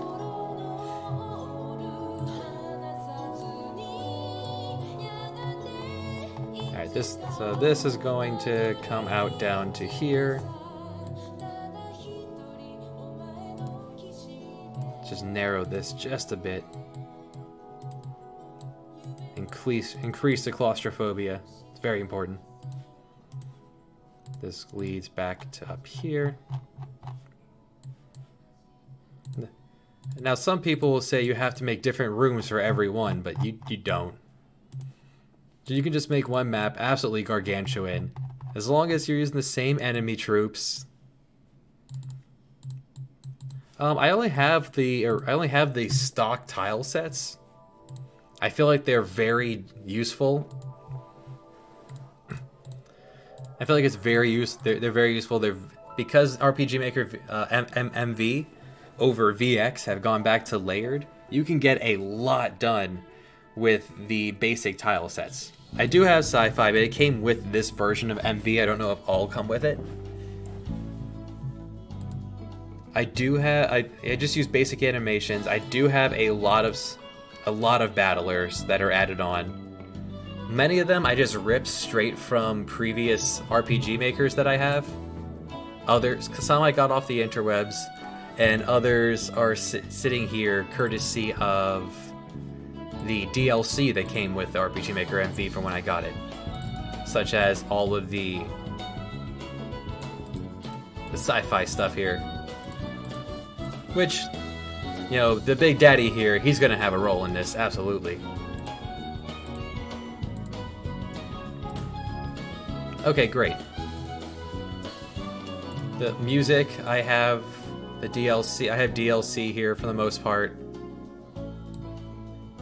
Because the OGG files that MV requires is for, yeah, it's pretty neat, the Big Daddy enemy type. I'm using a lot of plugins from Yanfly, and it's all, and one that I found useful from Ramza. I might have to pick up another one for AI Core, but I'm okay with it so far. If it really hits a block, then I'll need to. Let's see where those two interlink.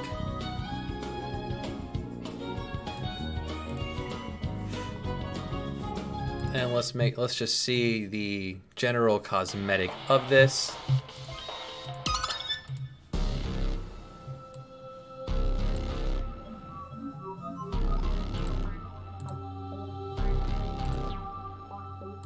Always good to fully read your text boxes, even every time you... Because nothing will make people more likely to not touch your game is if you have very simple grammatical errors or misspellings. You don't have to be an English whiz to use the interwebs and check on the spelling or ask a friend about the grammatical way of doing things. He has all his equipment. I did take this off, didn't I? What MV added too is that you can change things while the player's up. You don't have to back out for this. It was Domina Lacus. Did not want to change you. No, the sword did that, didn't it? Yeah, the sword did Domina Lacus. Soul Saber was the one that changes.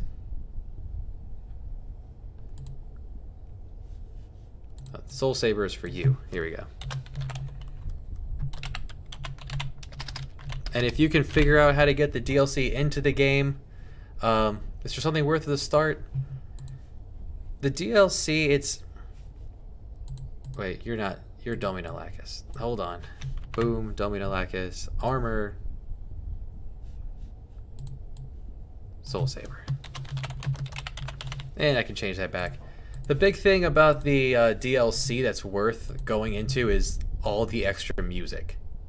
Everything, like all of this 03, this is all from the DLC. There is tons and tons and tons of it. The 2000 from RPG Maker 2000, for RPG Maker 03, it gives you a lot of the old music in OGG form. It gives you a lot of the base ones, 1 through 8, 1 through 7, scene 1 through... I know that your base one only has a few of the scenes, and not all the themes, not even all the town music. It really gimps you a bit to start with. But when you go ahead and grab all those, you get a really better way to go about this. It comes with a lot of extra free stuff that is definitely worth going into, even if you're just adding it into an already going project. It's worth it, especially because from my understanding, when you deploy, it kicks out anything you didn't use, so it doesn't hurt to just have everything on file so you can grab it as needed. Now, where were we here? Oh, yeah. So I fixed it. It should update. It'll update next time, but let's just walk around through. Excuse me, sir.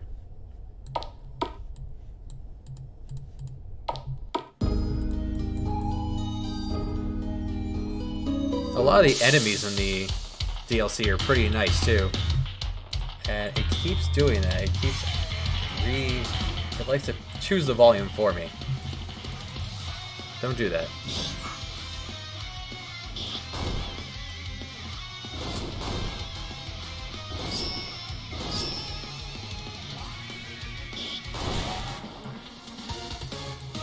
Alright, Faisal, why did you do so much damage? Good job, sir. And I don't want to run into battles at the moment, so I'm just going to hold control. Control also lets you go through walls, events, what have you. I just want to see the... First thing first, I did not turn off the weather effect for in here. So we can open this while it's going. Just where I can see it, I'll pop it down right there. Throw down a parallel to turn off the weather effect here. And I don't need to wait for that. Just one frame. It's real quick. Weather effect 2, none. Good. Remember, the biggest thing about programming, computers will never ever do what you want it to. Computers will only ever do what you tell it to. It's a very important thing to note. And then this will tell you what you need to do. Just confirm that this wall is in fact working. Or this transport, good. And then once you have the guts of a place, you can go ahead and fill it in. Make it look nice.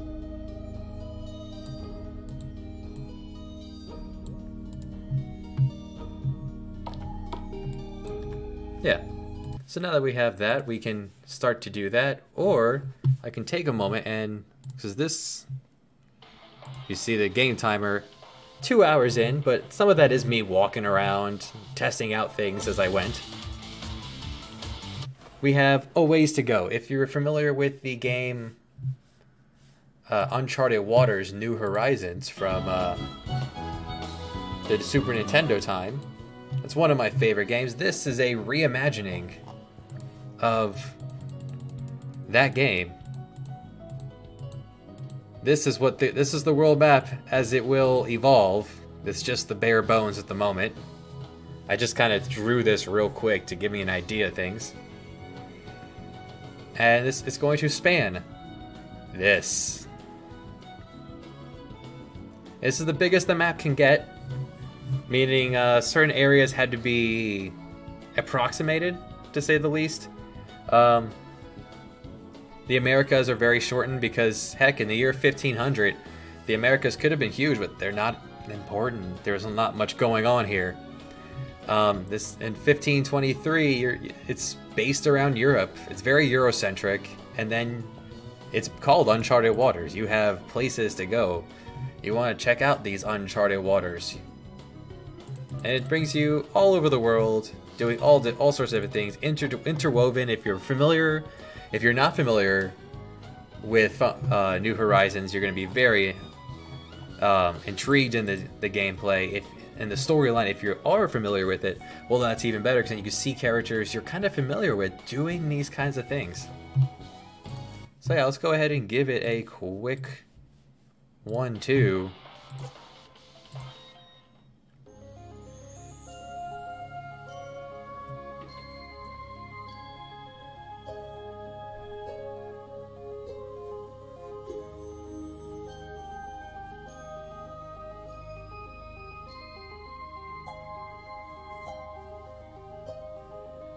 Just very short, very to the point.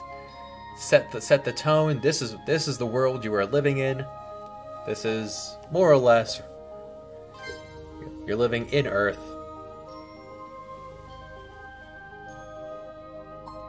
And this is you.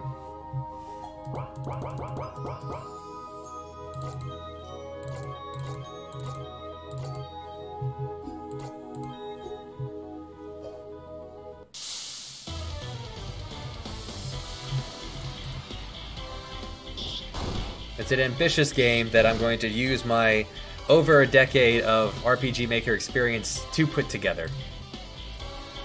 And if you're going to make a game, if you're going to do anything, you want to name them, every time you playtest, you want to name them anything other than their default name, because you want to make sure you coded it right so that when you put the name in, it uses that name that you punched in instead of the default, because you used the wrong backspace, you put too many spaces in, your parentheses are going the wrong way.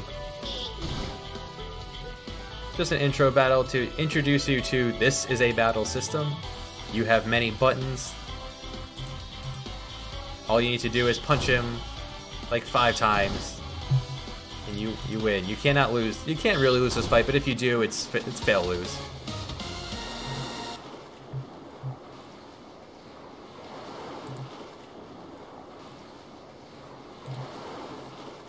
And what would you name your brother? Well, you currently look like a Max.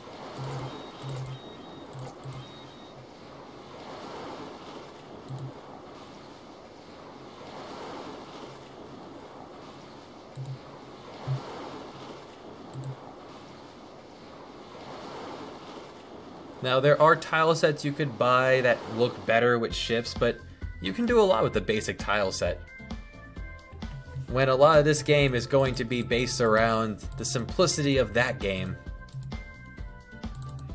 There's no reason to do that until we get to the meat of the game. This game is going to have an intricate class learning system. Aha. We have a question about that, so let's go ahead and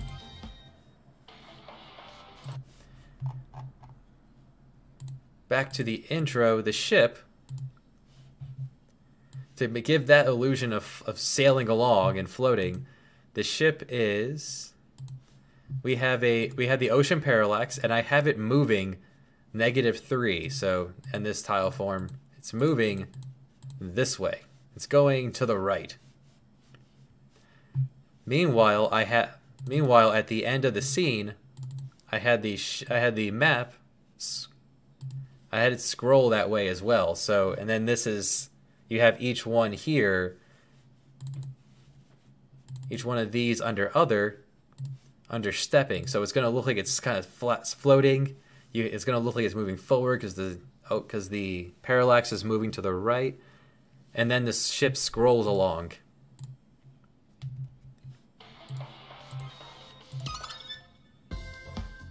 And it's interesting that as you get more and more accustomed to the RPG Maker system, and basically how they coded things back in the Game Boy and SNES eras, it gets really interesting that when you play these games and you see it happen, Absolutely. Then you get really excited too, because you're like, oh, I could do that with my game. I know how.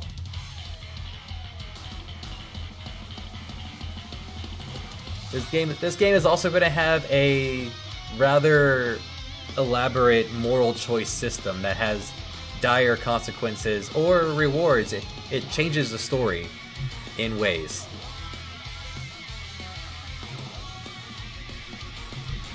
So whether you're as Brixie, the main character here, is a rude boy or is a friendly boy, are you gonna be nice or are you gonna be a mean boy?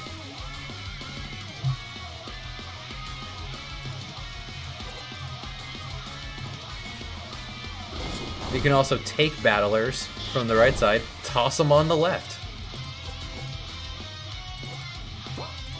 Yeah, being mean will have its positive effects, it also has its negative effects. I won't spoil the story, but it definitely changes the outcome of... The outcome of the game will stay the same, the way it goes about is different. You still save the world, obviously. What kind of game would it be if you didn't end up saving the world? After, the whole reason you were doing it in the first place is messed up. For example, a common example of that is Final Fantasy VII, a game which, if Cloud stayed home and never did anything, everything would have been better off. Sephiroth makes it to the top anyway. If you didn't give him the Black Materia, he would have never summoned Meteor. If he never summoned Meteor, you try to do everything to stop it. You don't stop it. Holy doesn't stop it. The planet saves itself when Meteor lands, meaning you had nothing to do with the story the entire time, and you're just along for the ride. People like the game because they ignore certain aspects of it, because nostalgia. Hopefully the remake does better things to fill in these plot holes. But it's the journey you're worried about, not the ending. To see Brixie turn from a nice young boy into either a cynical, angry man, or turn into a kind of paladin kind of fella, a very happy, save everyone kind of guy. Caroline. So this lady just came running by. She said she needed help. Whether you say yes or no, if you say no, Jeffrey wants to help. If you say yes, then you help. Turns out that was a traitor. She just stole a ship and you helped her escape. Womp womp.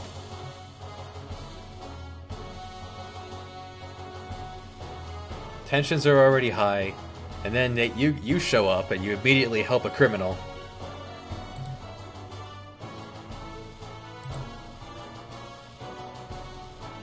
The king is very upset at this point.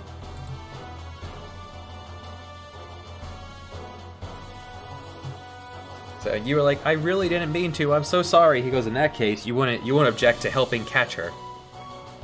Jeffrey's like, I don't know about that, but we're Englishmen, we shouldn't be here. He goes, and Will's a nice guy. He's like, we caused this mess, we'll go after her.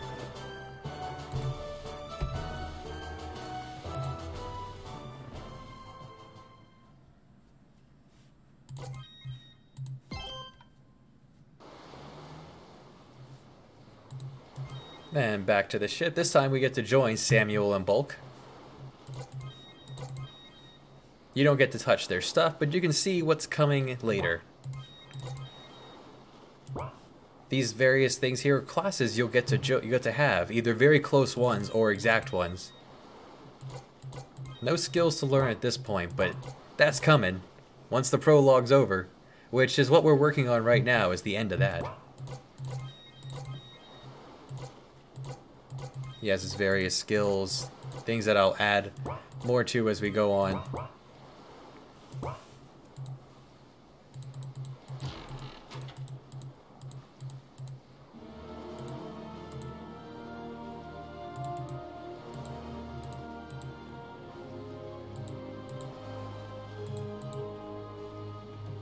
And he's right not to trust him. All he knows about him is that he walked in and immediately helped that criminal. And you're on his ship.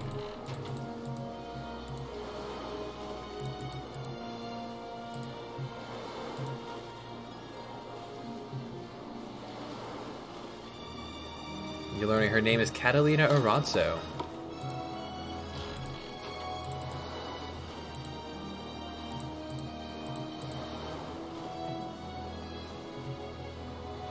So this is a whole thing of... Yeah, no problem. This is a whole thing of people that need to... They're setting up the story. Catalina of Spain, the Officer Aranzo, she believes that Duke Franco... That her ship, the ship containing her brother and her fiance, two different people. And because I can't, as far as I know, there's no way to actually do an accent mark. So I kind of don't like the word fiance for that, just because it looks weird. So who just said that? That was the captain. I'm going to say beloved. I feel like that's a better word for that. None of you said that, right?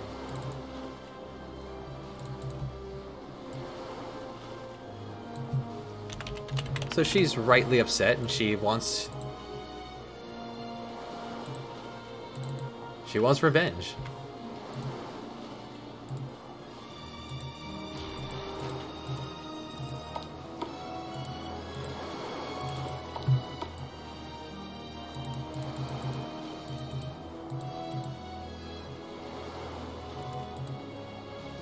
And you see there briefly that the changes you make in the database, they reflect the in-game for certain ones.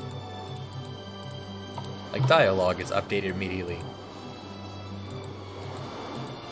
Now I had a problem where this guy would keep walking in the way and blocking your way, and then I went fix that by just jumping out here to the ship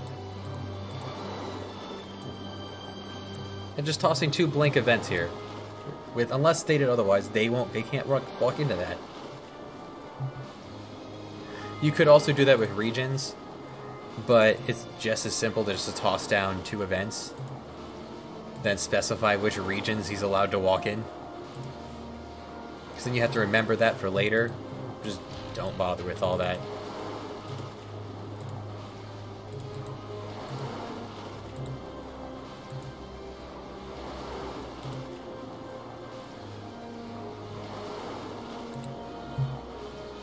Ah, he said it too. So let's go ahead and flip that over.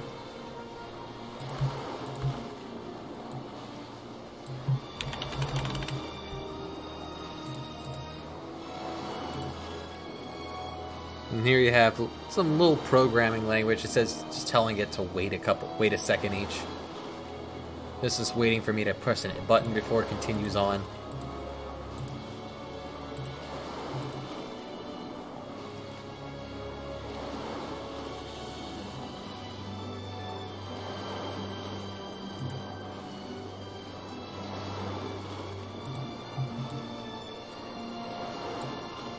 Now, you're not supposed to be able to walk through there. What did I do wrong? How did I mess that up? Ah, there we go. Priority same. Now he can't walk through it.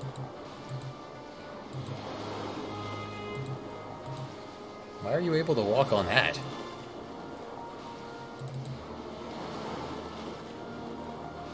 Other thing you could do, rather than just have it be random, make a custom walk. Just have him like walk up here. When he ends here, just repeat it. If he continues to be the magical Jesus here, walking over events.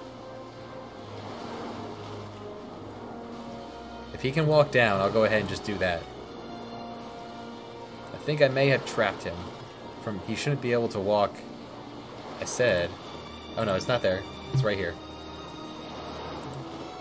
Yeah, it's over here.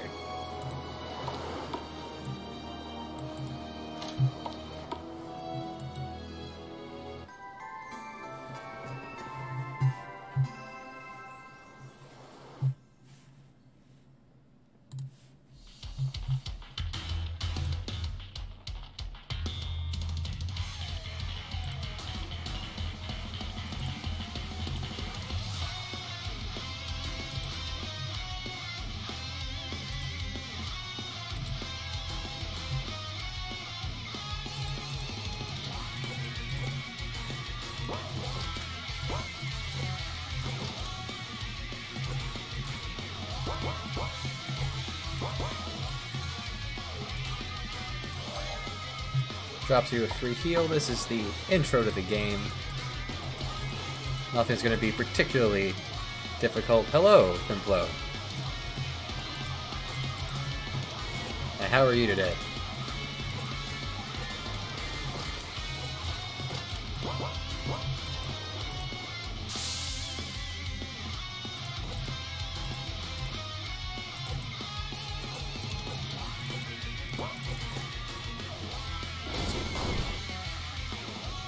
Here we have RPG Maker MV. This is just a quick play test of the game I'm making up to date. It's always good, no matter how far you get in the game, just to start over fresh. Give yourself some fresh eyes on something you've already seen. Glad to hear that.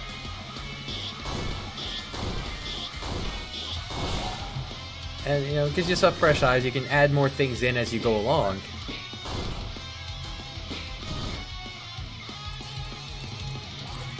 Vanilla as in... This is RPG Maker MV. This is a game I'm making. So... I'm not cheating through my own game, but there are things I'm making through it. If you mean like through the actual, like, making of the game. I have battlers that I've gotten off the interwebs, off the Feel Free to Take My Thing site. I have plugins, various plugins. I have DLCs for music and parallaxes. I have a ton of plugins, allowing many great things to happen.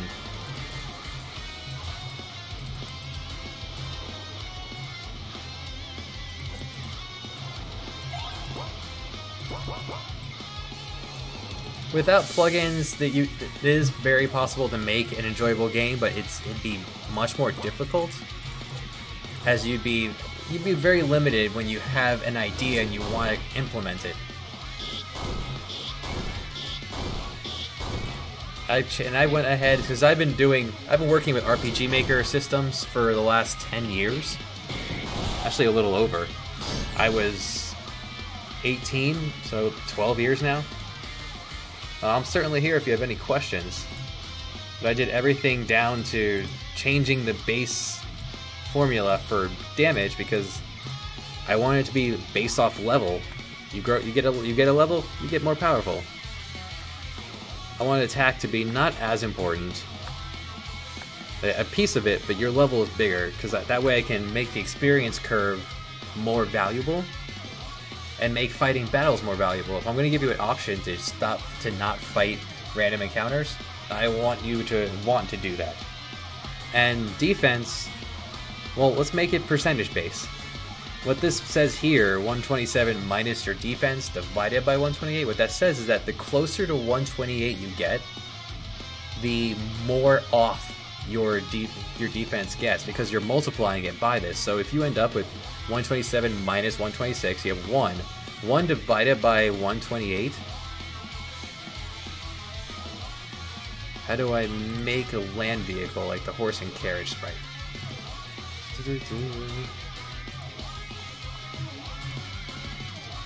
Well, that's actually a very difficult one because you get 3 vehicle images: boat, ship, airship. None of them are land travel. So what you would be kind of forced to do, let's just go ahead and drop that so I don't have to yell. I could just lower the volume, but what you could do, let's see, where do I have that? You mean like this fella here? The horse and buggy?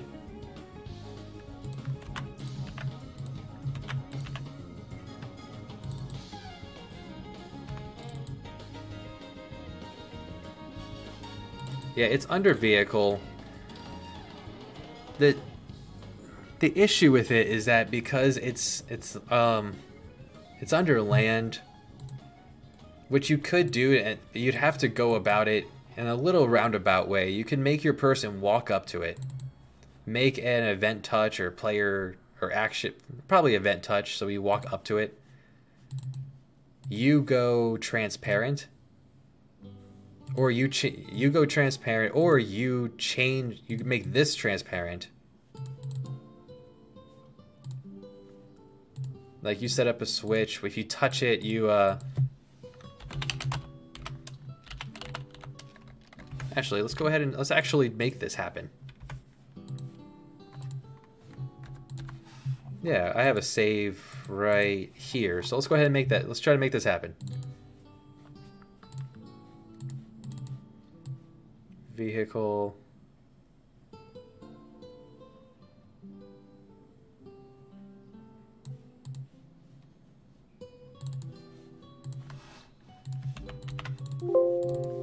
And horse. Sorry, so this horse is going to be, this will be us. Fingers crossed. So then we'll make it so that when we walk up to the horse, direction fixed for the wagon, direction fixed for the horse. If you can think of any ideas along the way, let me know. We hop on it, I'll ask, hop on? And we'll say yes or no. If we say yeah, then we'll do a switch that says horsey time. And what horsey time does is it's going to Now, this would only work if you only have one character that's always at the front of your party. Like right now, I have my main character, Will. I have him locked to the front. He doesn't move. He stays where he is at all times. He is stuck in the first position because I want to be able to do cutscenes around him. And in order to check who's in front and move things around, to base all that, that's a nightmare. Let's just lock the main character in place. And that gives the characters a sense of accomplishment because they know he's not going anywhere. You won't be wasting your time trying to get him to be, you know, you spend so much time on someone, give them all this stuff, and then they dip out, especially when you're doing a game with a class learning system like I am. So horsey time is on. So it's going to turn off the horse because we are going to become the horse. Now, hopefully, if this works, we make a common event for horsey time. The trigger is going to be horsey time. And what it's going to do is it's going to change our... It's going to change our image.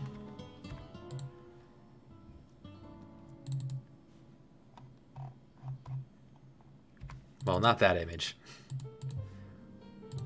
Yeah, we become the horse.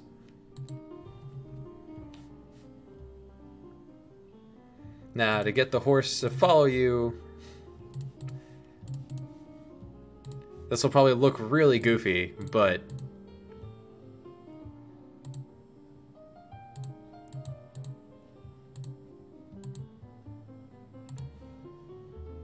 let's see, we want to move toward player.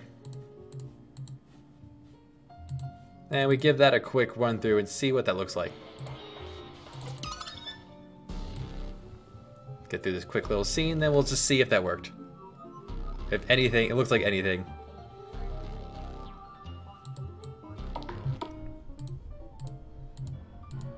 So we talk to the horse.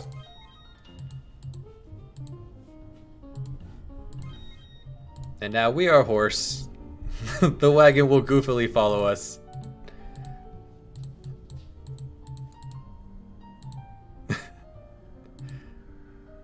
And you can make it so that if you talk to the carriage, you turn back.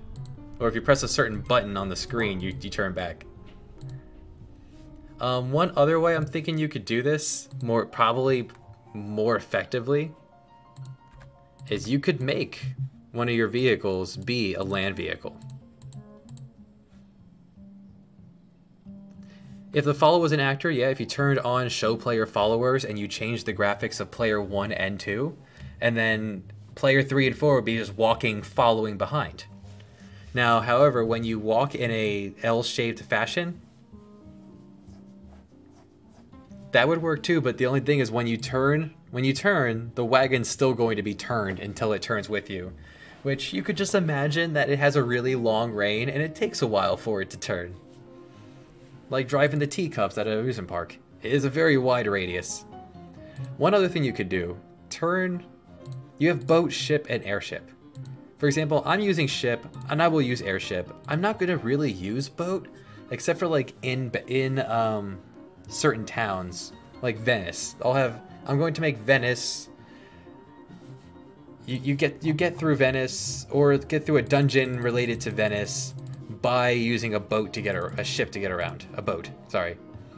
Or just make the boat your vehicle, like just the horse. Make your guy ride a horse. I don't see an easy way to make the wagon a full part of it. That's more there for show. But like the wagon thing could definitely be, the minecart thing would definitely work, and animals are under here somewhere, right? Under nature. If I turn it this way, and then all I had to do, if we had the plug-in for it, for vehicle restrictions, you could restrict a boat from going on any value. Like right now, I don't want my ships to be able to land anywhere in the world map. So if I do this, if I turn this guy into a horse. Let's pretend he's a horse right now. He's going to be able to go only on the small waterways, right? Because that's what the little boat does. It goes on small waterways. Well, for example, my big boat, it can currently land only on areas that I regioned 69, because I'm going to remember that. As long as you have the plug-in for vehicle restrictions, you could restrict the boat to go anywhere that isn't. You could make regions and restrict the boat to go restrict your boat, which would be quote-unquote boat, into a quote-unquote horse. Allow it to go on places that you have deemed allowable. So we'll say we're restricted to horse can now go on 1. Horse cannot go on 40. So now your boat is allowed to go on 1. Your boat horse can now go on 1, and it cannot go on 40. Does that make sense? You'd have regions all over the place if you were going to do it that way, but there's nothing wrong with that, because I'm going to have regions all over the place here anyway, because troop encounters can be regioned by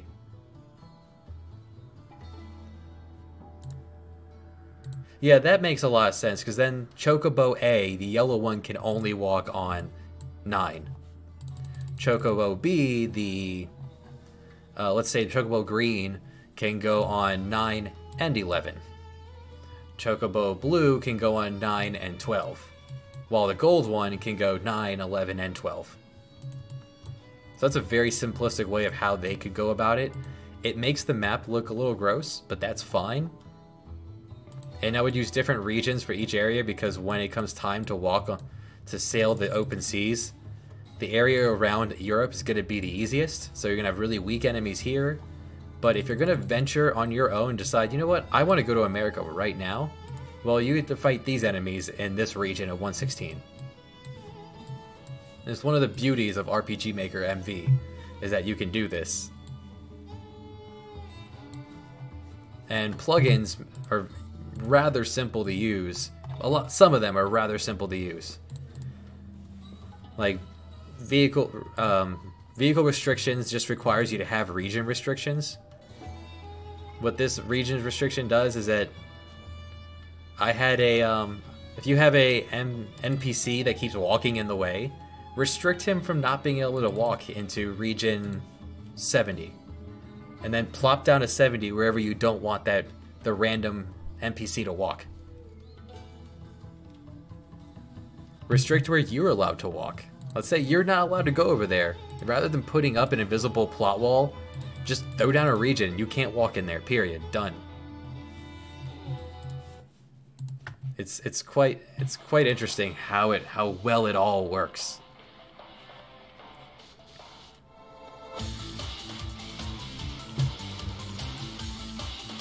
Which one is they?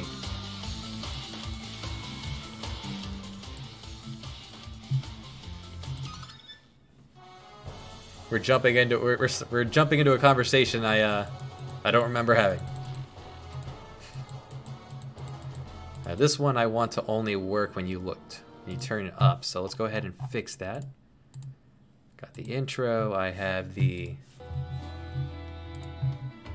interior, the room on the left, and I want you. Yeah, I only want this to work if you look up. So, yeah, thank you for the follow. Yeah, plugins from your DLC. To insert a plugin, you need to do two things. One, you need to put the plugins in the right folder. Now, when you click on a blank one and hit the drop down, is it showing up here? Because I have a lot more plugins than I'm actually using.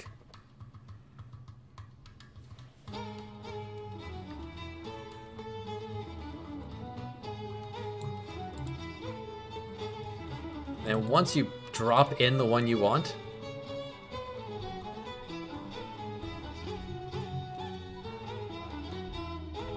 like, not all of them are great.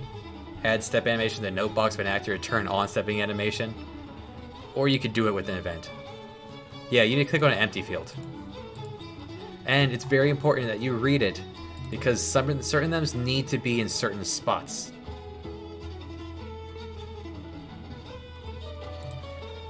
Well, the reason tile sets are so expensive is because someone sat there and someone drew these very detailed things. And the thing about RPG Maker MV, as opposed to the previous installation, VX and VX Ace, is that these all layer on top of each other. Yeah, no problem. I'm here with the answers. Just pay attention when you're doing the plugins that they're in the right order. Like, Core Engine has to be at the top if you're using Yanflies. Certain ones have to be below certain ones. And most of them will say that. Most of them will say if it needs to be below something, but like Yanfly needs to be higher than anything else. Well, the Ramza's dual wield, to actually make it work, make the dual wielding work so it hits with both weapons, this could be anywhere. It's just currently at the bottom because this is the last one I tacked on when I realized that the normal dual wielding didn't show both weapons. And I wanted to. It looks nice that way. The thing about DLCs, or for the tile sets, I've never gotten one, but I'm interested in them at some point. But all of these are so intricate, and you have the ability to layer everything. And that's a big thing, is because they have to also be able to mesh well with each other. Now, we wanted to fix this. I want this to only open if you're looking at it. So let's go characters facing up. So if the character is facing up, when you press a button, then you open it and get the cotton robe. So when it makes sense to get the robe out of this, in fact, since you're getting a robe out of this, let's make it a closet. There you go. Now you're getting a robe out of this if you're facing up. If you're not facing up, now it could be a little tricky because I am planning on releasing this for mobile as well, so it's gonna be touch screen, so you have to make sure you're looking in the right direction, then push the tile. That's fine. But now it won't awkwardly have you. I was facing to the left and I still managed to get the cotton robe from the closet. So I just want to keep it. I want to keep it level. I want to keep it consistent is the big thing.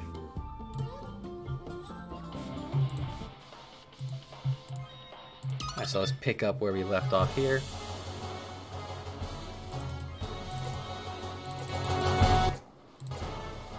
That is the lowest it goes, because it keeps raising it back up on me. Okay.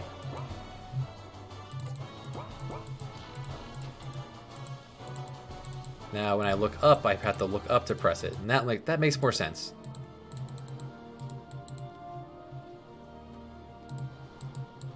The default tile sets to make it... I mean, I use the default tile sets.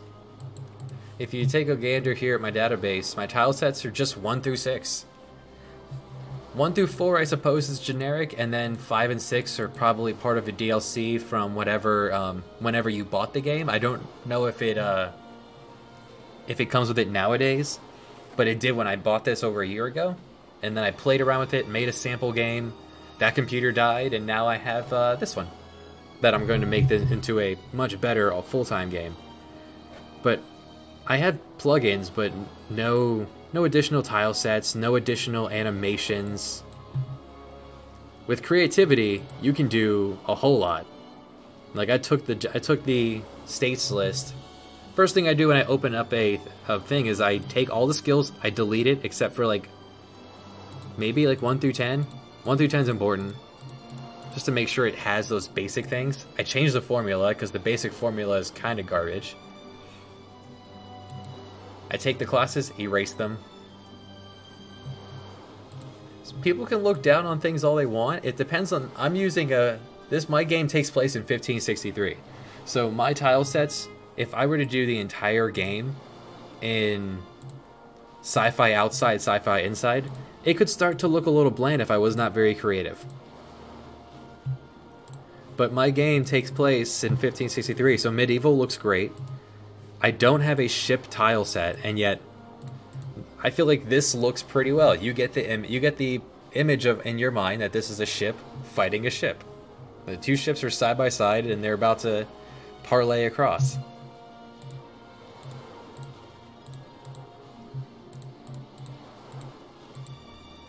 And when it's, you know, it depends on what you're making out of it. Like, default tile sets or no, it's what you do with it.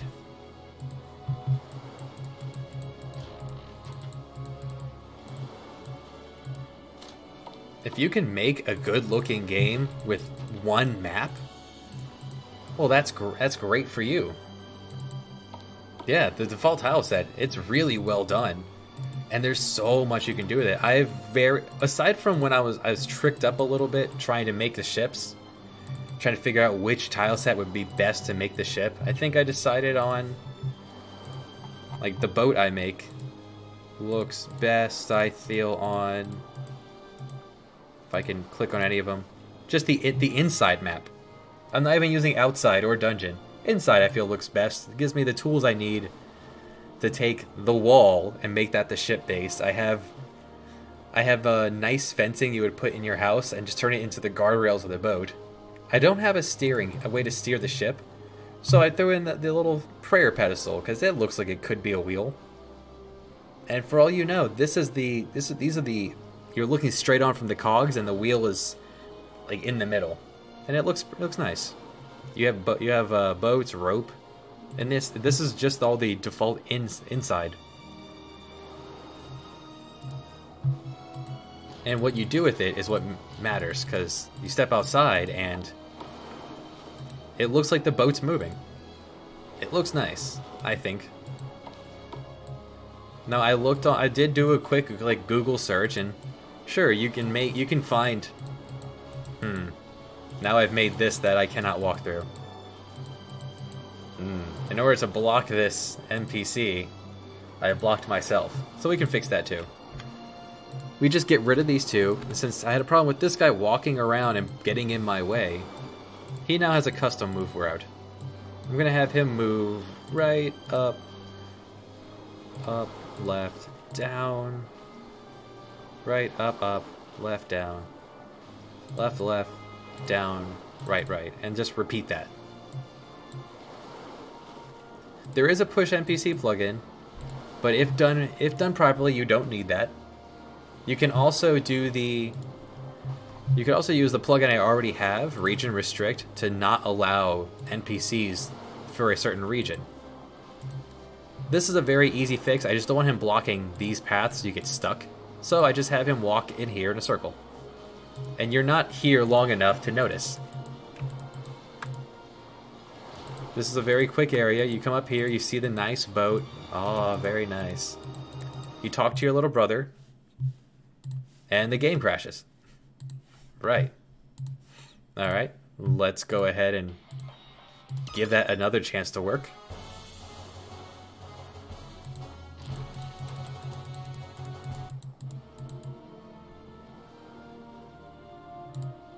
Remember, computers will never do what you want them to do. They will only ever do what you tell them to do.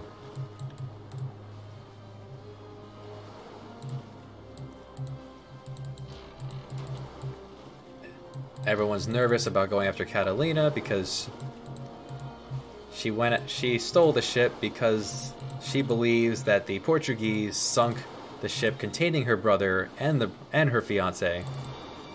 Let's save again in case it crashes, and we're good.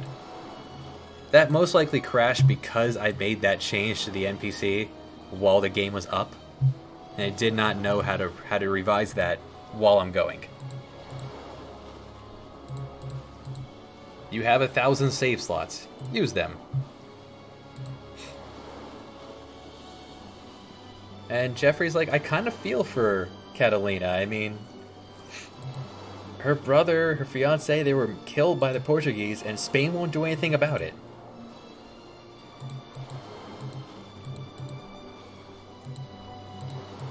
He's like, I kind of feel for her, but, you know, we're kind of stuck in this situation. Alright, let's take a nap. And originally, you do have to go into the tile sets, change some things, because I know I had a problem where the beds here, you can't walk onto the beds to start with.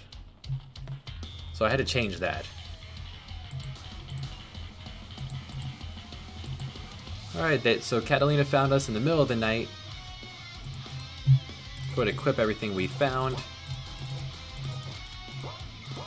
I did not pick up the captain's hat. That's fine. We'll be fine without a hat. You have a free healer. You get to the treasures.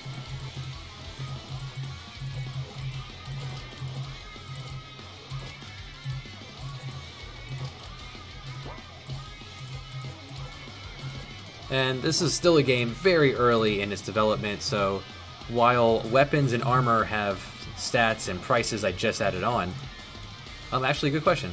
If you flip open the tile set option, head over to inside, and down below you have ABC. Beds are under B.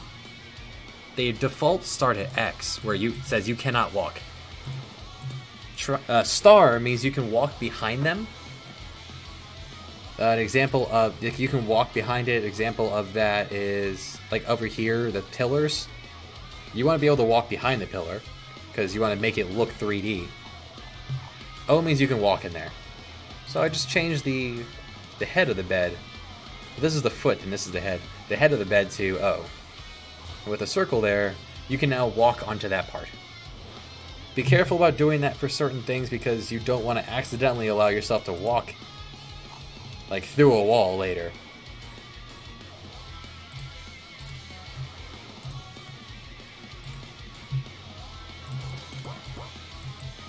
At our first battle, real battle. Except you have a party of 4 and a free healing right behind you, so just go all out. Now I do not have all my descriptions in place. Still early on in the development. That's a sit down with you guys and chat about things while I punch those in, but we're not there yet.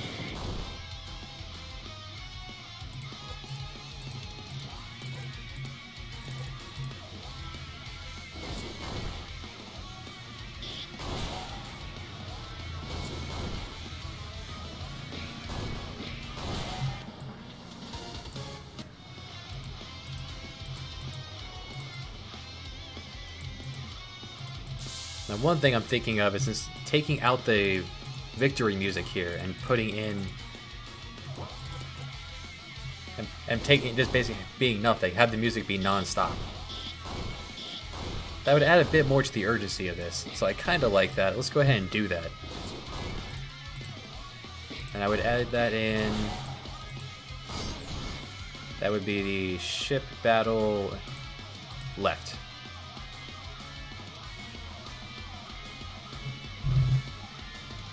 And we get there from here. Okay. Let's go ahead, change battle music melee. Change victory music to, I think it's none. And now it won't play the victory music when I win. How do we get a fire torch to animate on the map? It's a good question. If you just, let's go ahead and put a torch up on the wall right here in the bedroom. I'm going to just click here, open up an event. I want to image down to, I think, what's it called? Flame? Flame. And pick any one of them and tell it to walk. Like, step in place. Once it's stepping in place, you can pop open the... We can pop this open. Let everyone talk. He cares a lot about his brother. It's very important.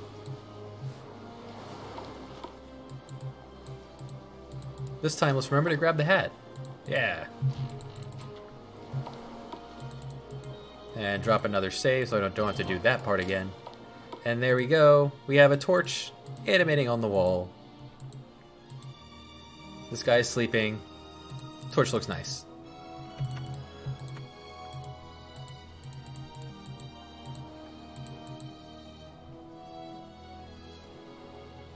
Pretty simple to do that. Just keep in mind when you don't want too many of them. Because you don't want the game to start dragging. The torch is just walking in place. This walking animation, that's for things that are moving. Stepping is for things that are standing in place. So if I were to flame this, it's going to cycle between left and right. Left and right is the motion that, if you flip to a person, if you go to Catalina, left and right, that's her walking in place motion. Arm up, arm down. But if we go down to flame, it's the same concept because it's just sprites. So if we wanted to do this fire, it flames like that. It'll go flame, flame, flame, 3 frames.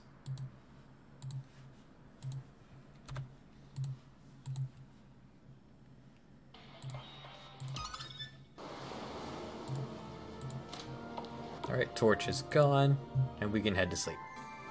Now the change I made, that should get rid of the victory battle music so that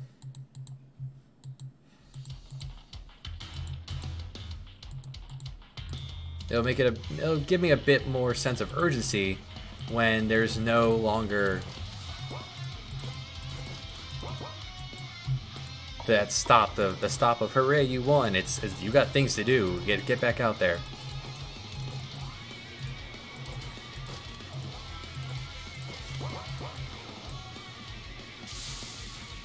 So let's see if that worked.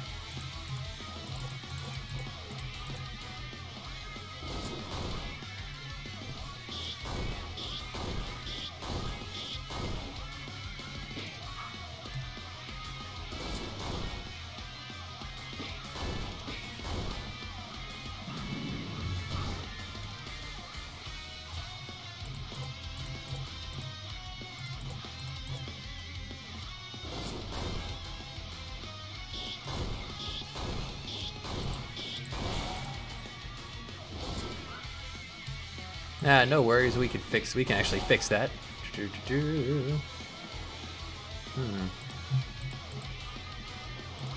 Let's see. Let's just whip open the Twitch dashboard, which involves opening the Twitch dashboard. Go ahead and do that. Twitch dashboard. Moderator comments.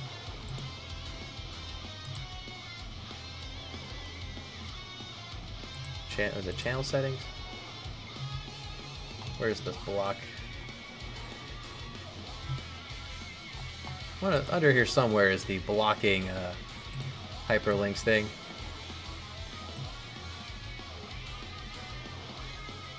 You can. Let's just I will get to that question in just a moment, as soon as I find...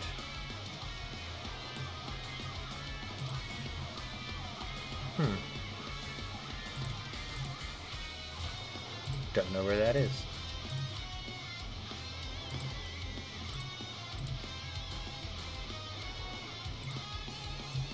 I will find it. Alright, to specify a location where an NPC would go, like, you mean like after a certain time, or as a background NPC?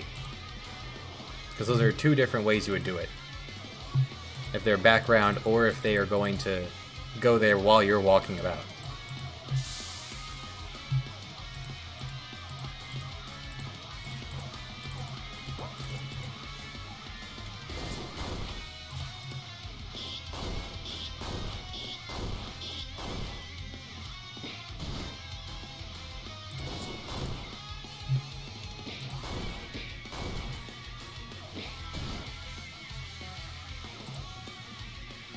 At some point I'll figure out how to turn off don't allow hyperlinks. I haven't had a problem with that.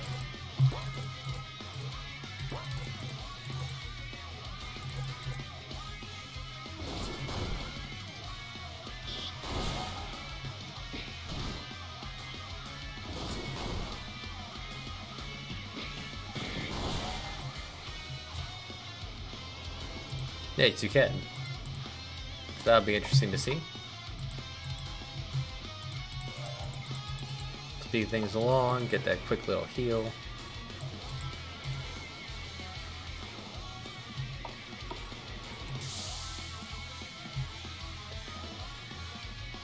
Specify a tile that the NPC will go to regardless of their location. Like, do you want them, when do you want them to go there? Like, you're walking around in town, do you want the NPC, as soon as you get on the map, do you want the NPC to stop at the well and then walk over to the port and start dancing? Or do you want it to, or are you trying to make it so that when you talk to John, then Mary will walk over to the well and start working on her clothes?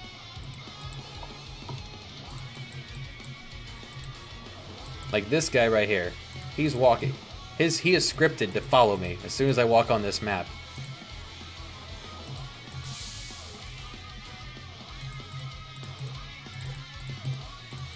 Because either one of those situations, it's very doable.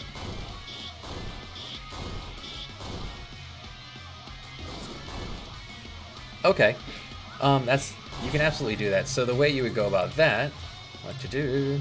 Let's go ahead and whip open. Yeah, we have this test map. Let's go ahead and use it for a moment. So Catalina here. We'll just make sure you name the event. This is the script I use for Catalina. As she's set to random, so she's gonna walk along this. But I want it so that when I walk onto this tile, in particular, player touch. So as soon as I touch it, it's going. This will start. I want to set movement route of Catalina. I want her to go sit on the throne. So right, 1, 2, 3, 4, 5, 6, 7. 1, 2, 3, 4, 5, 6, 7, and then turn around. And I don't want it to wait. I want this to happen. Like I don't want if I say wait, then as soon as I step here, she's going to do it and I can't move until then. But if I don't say wait, she's gonna move at her pace until she gets up there. And then she'll turn around. And to prevent the person from being able to walk through there, like you would want to do things like put on a switch. We'll call it horsey time. A new event page and give that horsey time so that it doesn't happen again. Otherwise, every time you step on this, this will happen.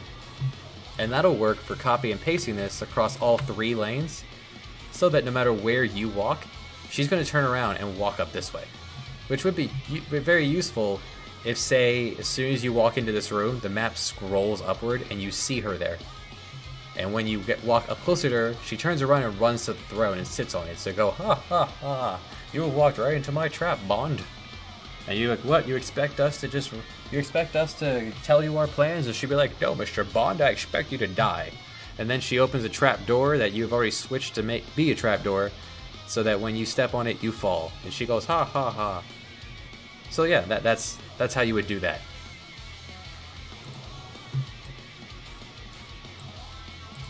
And they took care of that guy. Good job, sailors. Save again so we don't have to go through that again. Looking pretty good. Let's board the enemy ship. Catalina should be here somewhere.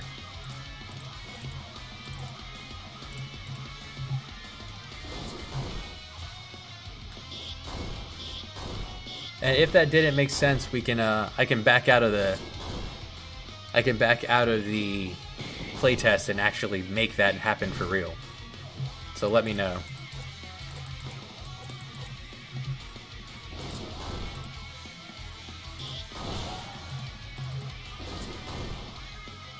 Let back open Twitch.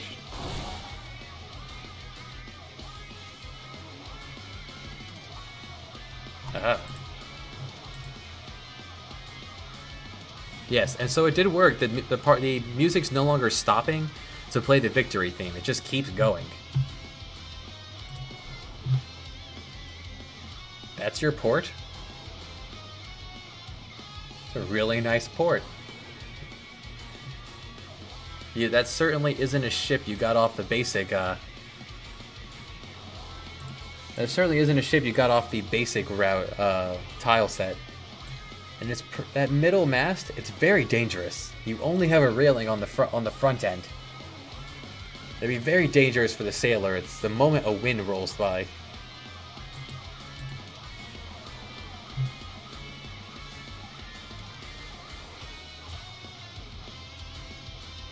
I'm liking the inclusion of street lamps as part of the fence line. Oh, it's really nice. The only thing about the ship is that it wouldn't be practical to use for what I'm doing, because the scale of the ship doesn't fit the scale of the models. For the sprites to fit on that ship, it would have to be... Actually, with your permission, I can bring this on stream. I can slide this over to the stream if that's okay with you. Okay, so yeah, so we can see what we're looking at here. So yeah, it's a really nice touch with things going on. I like the... Oh, okay. So what we're looking at here is I like the there's nothing wrong with the default tile set. So look how nicely this barrel layers on top of the crate. You put a lot here in one spot. It's a very nice little area. You got I don't know if that's lettuce or tomatillos growing. Port's in a bit of disarray. I'm sure the story will explain that. And then in this little dangerous spot here, maybe this can be, mirrored on the other side, or very dangerous. Makes me nervous. And it must be a little bigger because you have this long port here, but if I was just walking by and this was a set piece, I would be very happy with what I saw.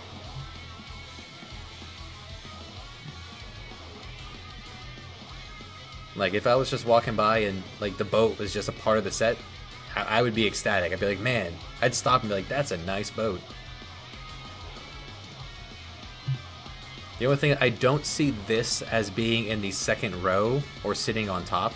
I see this as being in the water. That's how I'm viewing this particular row of boxes. But I really like the fence line being broken up by the lampposts here.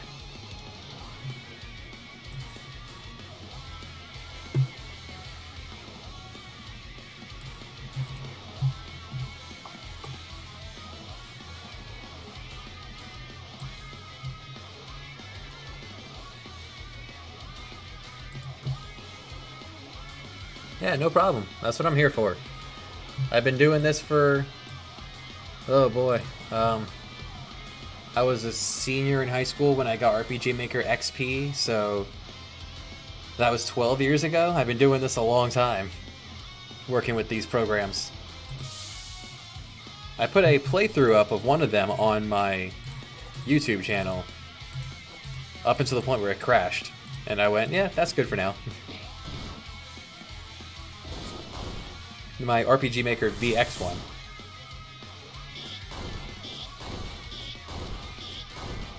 So here we have a very useful plugin in use of taking your characters and making them enemies. Like putting them on this side and having them be functional.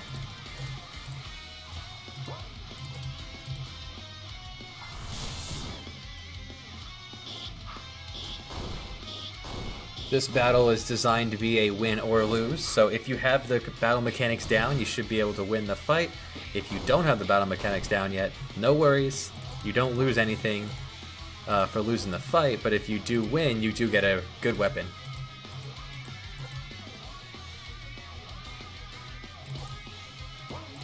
I don't understand the question.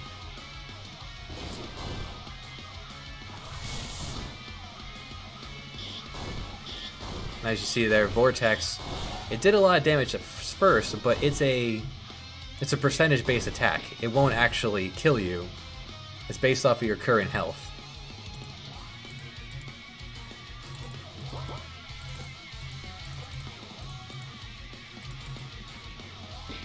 I'm not familiar with plotter or a pantser. I'm not familiar with that terminology.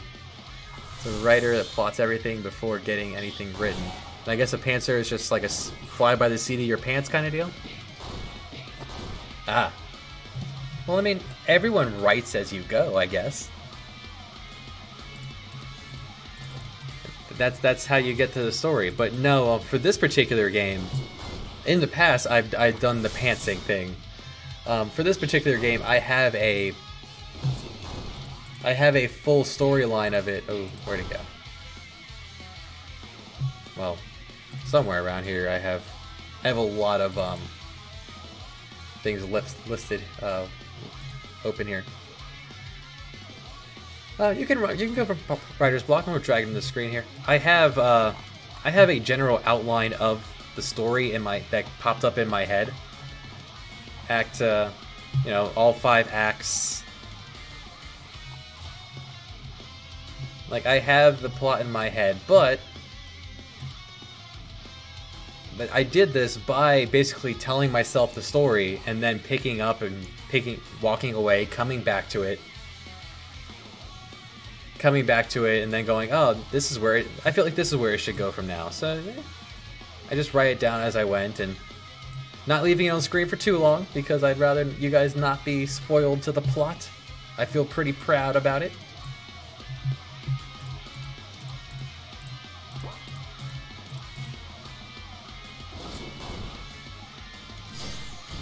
But spoiler alert for this is no matter whether you beat Catalina or not, you don't get to bring her into custody. She worms her way out of it and gets away.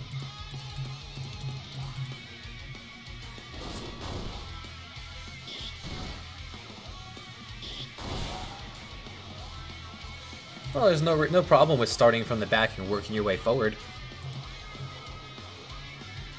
You're like, oh, this is where I want to go. Like, I knew that this is the storyline of Uncharted Waters: New Horizons for the Super Nintendo, and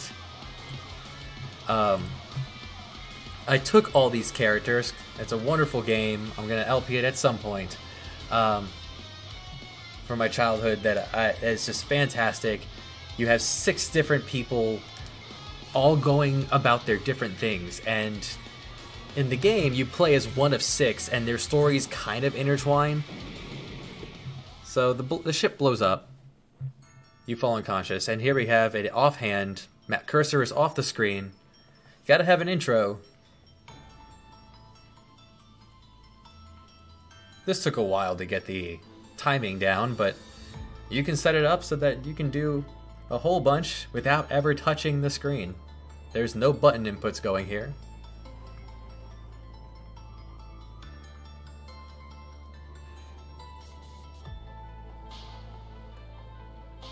So what I've done here is I've taken a game that I love and I took it and I'm making a fan-based imagining of it, where you are William traveling with your brother Jeffrey, intertwined in these 6 different plots going.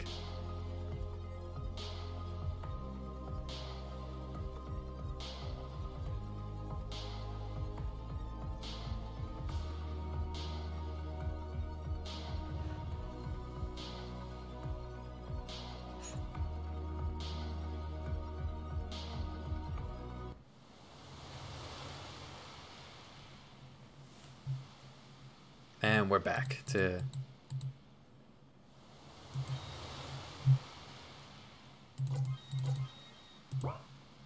We're back to having input. The ship is blown up. We are in dire straits. Speaking of dire straits, my cat is meowing at me very viciously from the other room. I'm going to take a 2-minute or so intermission. I'm going to feed the cat and the dog. I will be right back.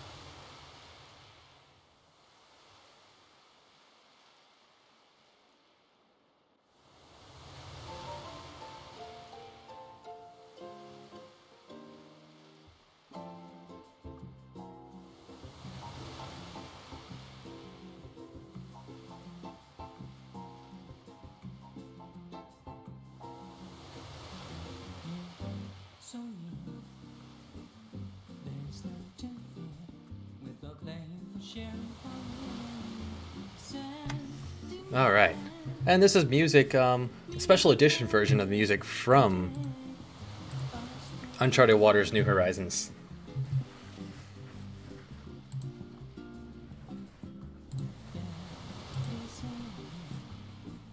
Like things up there, do a singing and ringing the blues string. Gone in my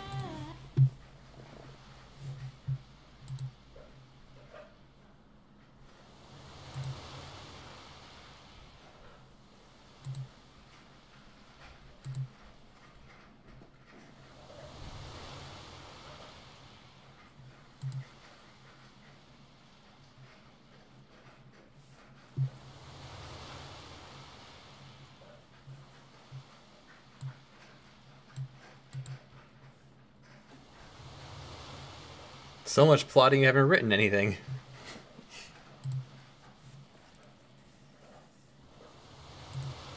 Well, when you write a story, just remember to answer the questions, the number one question. Why?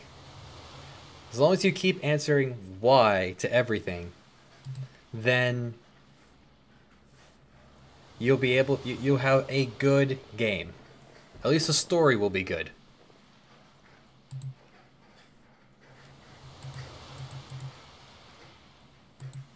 Like, why is this in the game? It needs to have a reason to be in the game. Whether it's for laughs, whether it's for fun, whether it's for story development. Right now, we're shipwrecked. It's not just plot holes. It needs to be like a, oh sure, yeah, it's the... like, think about a good... of any kind of game. The hero does something. Why does a hero do something? Because it's his job, because it's his duty. If because he wants to die, but he kind of wants to die because he's depressed, but he throws himself into his work. It's important to establish people. And as long as you keep asking why, you won't get writer's block, because then you're pushing yourself. You know these things.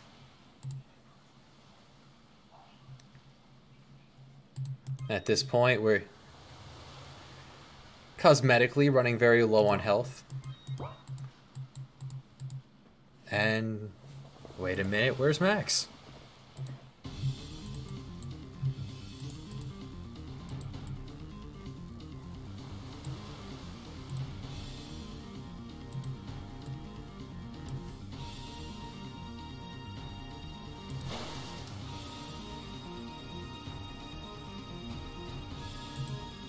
At some point I'll tighten up the timing on that, but I feel like it looks pretty good already.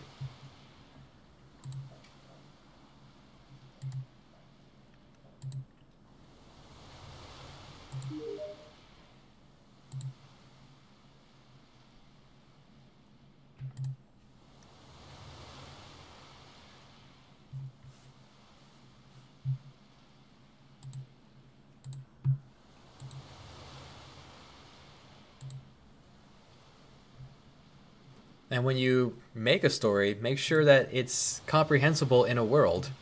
Doesn't have to be our world. Issue I'm going to have is that I'm making this game for English speakers. So a lot of them will be... Oh, thank you. A lot of them will be Americans who don't know anything about geography of the world.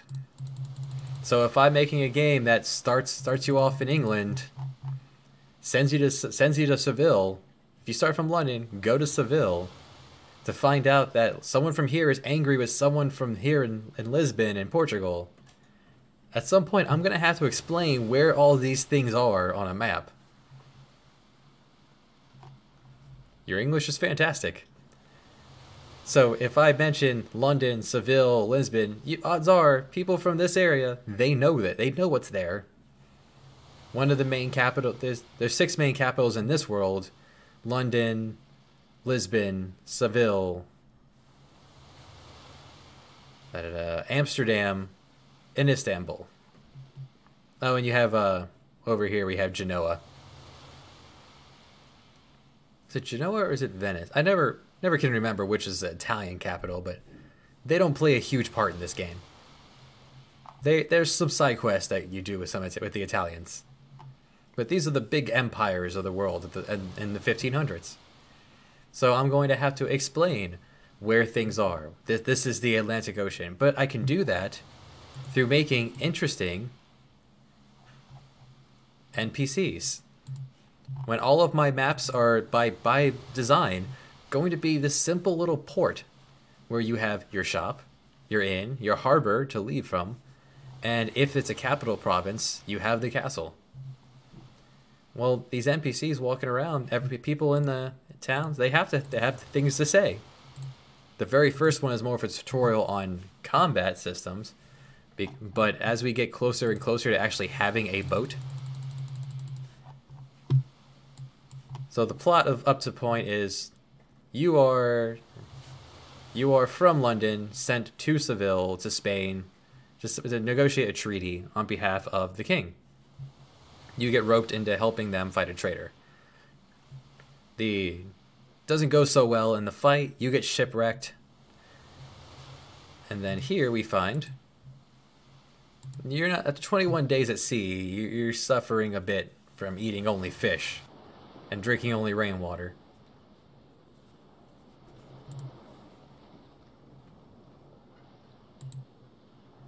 Now, if you made your own fantasy world, it's a lot easier to explain things because you can just say, Castle Farandel is north of where you start in town of Lyndhurst, and then to the east is Alexland, and to the south of that, it's if you have a fantasy world, it's a lot simpler when you're not trying to this. Like this, I would not recommend for the magnitude of what I'm going for someone who does not have a grand scheme and a lot of patience and probably some mental problems. I probably have some somewhere. Now, we saw this guy before, but we didn't make a big deal out of himself, so you have just a little option. So yeah, if you may have guessed that, yeah, you may have guessed that it was scurvy he had. You know, you don't eat anything but fish and water for, 3 or 4 weeks. You start to, lack of vitamin C really starts to get you.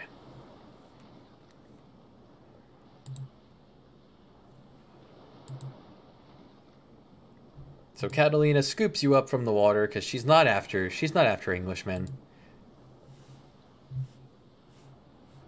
And here we have a throwback to another RPG you may have played. We saw him in the harbor at Seville. So he was planning this whole time. He started the fire. First mate Andreas. So this kind of doesn't help our story that we didn't help Catalina when we're the reason that she just got, like, she gets away, the ship sinks.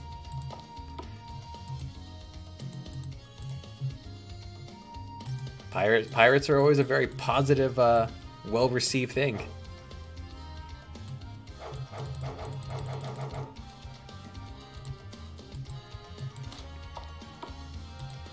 I decided to throw in a side quest of a guild system, just to offer some extra things to do, side quests.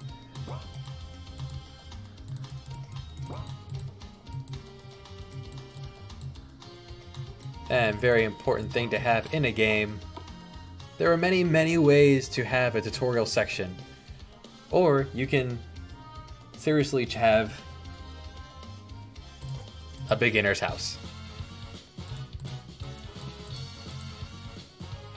That literally just explains things, because the upside of this is that you take a few minutes doing this, or you can goofily, in a goofy way, just explain the mechanics. For people who understand it, for people who already understand mechanics of RPGs, they can ignore this system. If they don't understand it, there it is. I'm not a big fan of games that force tutorials at you. Like, I'm already kind of forcing a tutorial at the player by making them play the prologue.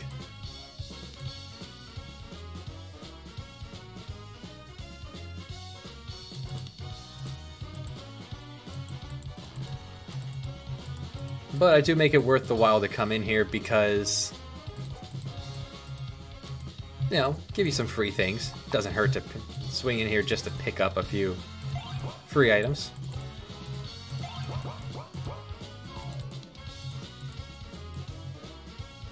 And there's ways to go about it. You have the scrolling text. You can be rude to the clowns. No reason not to. And by starting a game that's going to be mostly about... It's going to have a big class change system in it. No reason to make you... You're already being forced to not have the classes for the first hour or so of the game. But you have the next, 39, 40, 50 hours of the game, hopefully, to have the classes, so it's not a big deal to go without the first. But if there's a concept that comes up, like, I'm going to have almost a mandatory tutorial system on the class change learning system, but that's for later. People can do it at their own pace. Or skip it, it's up to them.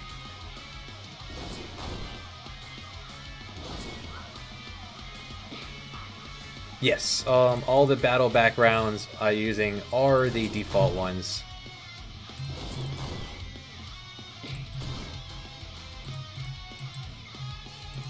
The battle backs. Some of them might be... I know some of them are DLC. There are DLC ones here, but I haven't downloaded any battle backs. Battle backs are a newer thing for me because RPG Maker VX and VX Ace, the last two I actually used. they did not do battle backs. They just made the background kind of blurry, and that was the battle back. And it took a while to get used to, but it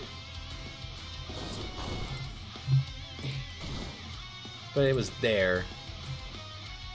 I'm feeling that this guy has too much health. It's just, you're hitting for 5, so let's have it be no more than 55. How do I turn off random encounters? Well, the first thing you could do, is just don't have there be one. For example, let's swing over to it.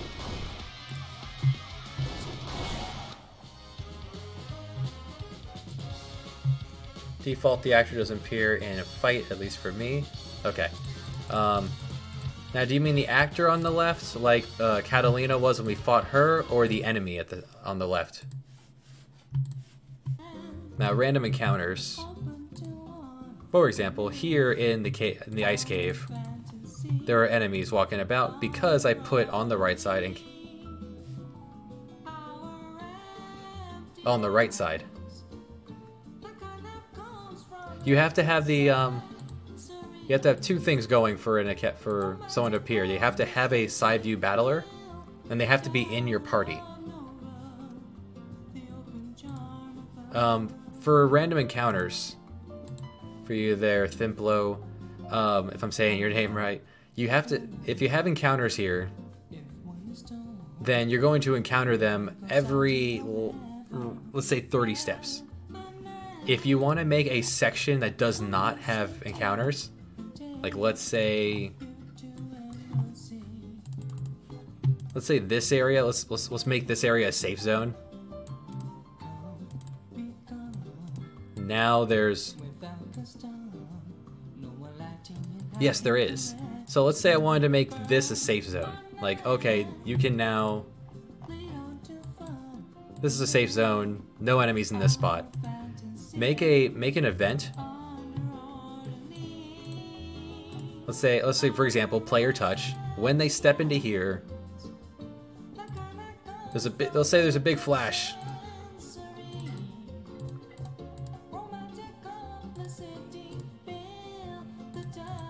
And we'll say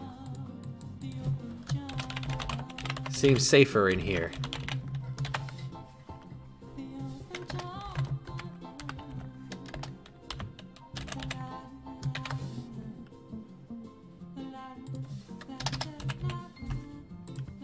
And then you just go to, on the third section, the third tab, change encounters. You want to disable encounters. Now this will indefinitely disable counters.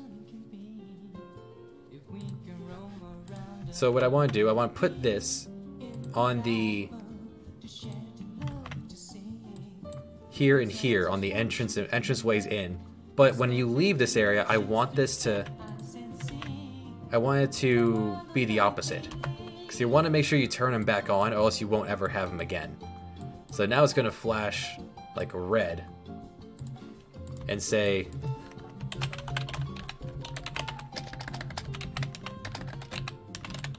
danger approaches.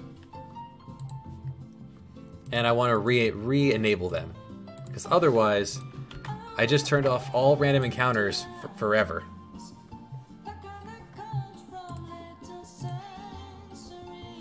Okay, let's go. Where did I put? There it is. Love Imgur. There's no one there. Alright, Blackjack.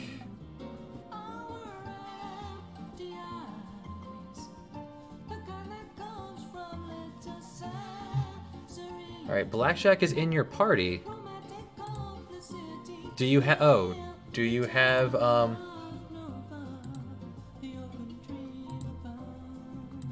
under systems. Okay, so I'm assuming when you hit conf, then another menu appears below, like the fight command. You're probably not using side view battle. If you hit system and go to side view battle, make sure this is ticked. Because if this is not ticked, then it's not going to go sideways. It won't actually put you on the right. Otherwise, you'll be using a front-on battle system like Dragon Warrior. There you go. Now for a Thimplo, does this make sense for the battle encounters? What we can also do is I can go ahead and demo that.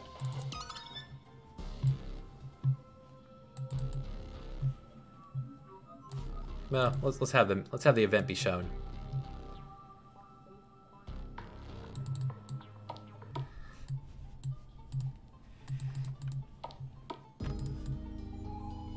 So for Thim there, just to prove, first I want to prove that battles are on. Just gonna walk around a bit, get into an encounter. If you, by the way, when you're playtesting, if you press Control, if you hold Control, you won't run into any encounters, and you can walk through walls and do all sorts of wizardy things. There we go. Soul Saber is now working. That's good to know. We were working on that earlier.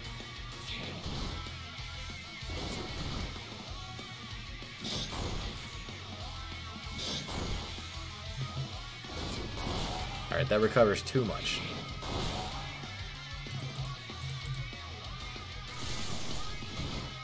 So actually, while it's on my mind, let's go ahead and pop open the database. While that's going, go to Common Events.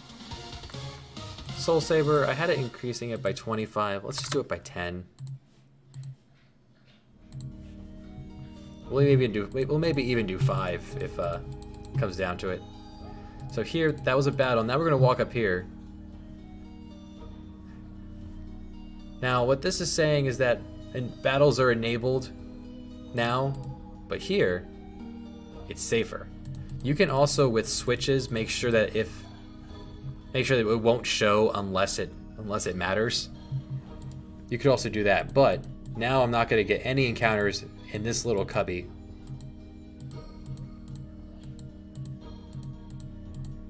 Until I go through there again.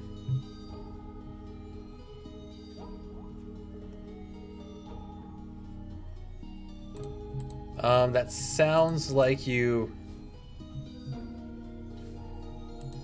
made the bed sheets a star instead of an X. So let's just wipe out all this.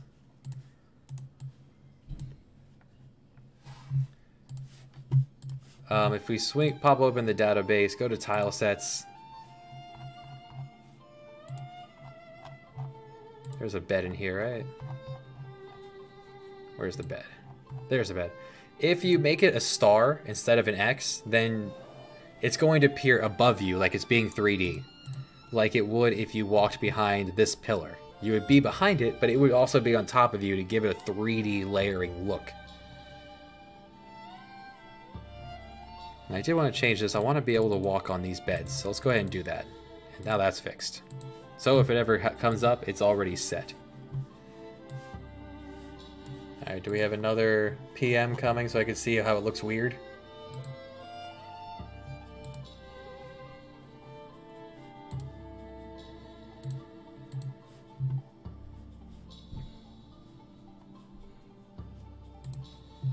Let's see. He is way to the left. Sir, get back where you belong, on the right. I take it he's not supposed to be that far over. That sounds like the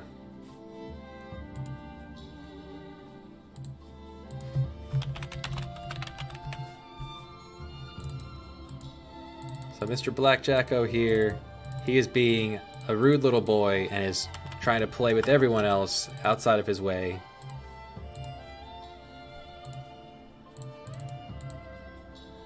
Let's give him a whip. Now he's way off to the side here. Let's see, let me put this on the screen. He's way over here. He's supposed to be over here. Your screen's very wide here, but that's fine. The only way I can think to actually do that on purpose, if I swing into plugins to the core engine, I can change where we stand.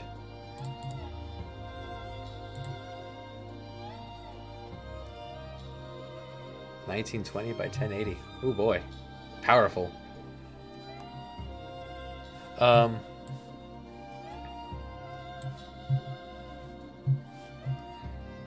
Now, do you have any plugins? Do you have the Core Engine plugin?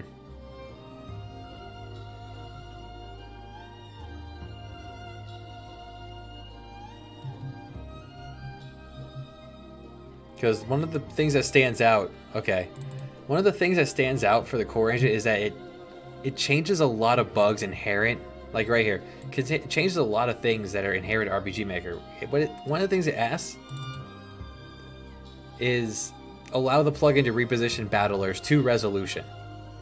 And this says yes, because if I change the resolution on my computer or when I play it, then it's going to appear in different spots depending on the resolution. So what I'm thinking is going on is that it's repositioning you based on your powerful resolution.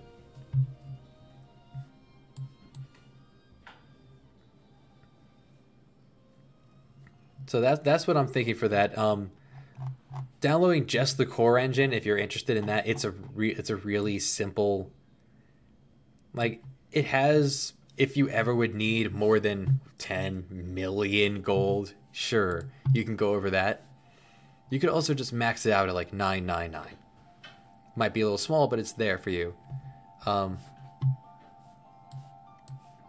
I want to say that might be a problem. That might be the problem, because on here also is scaling the battle back, and your battle back is, for how big the screen is, it's not really filling up the background either.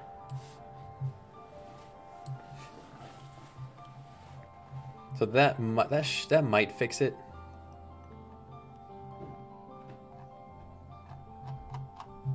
I love Yanfly's, and he or she,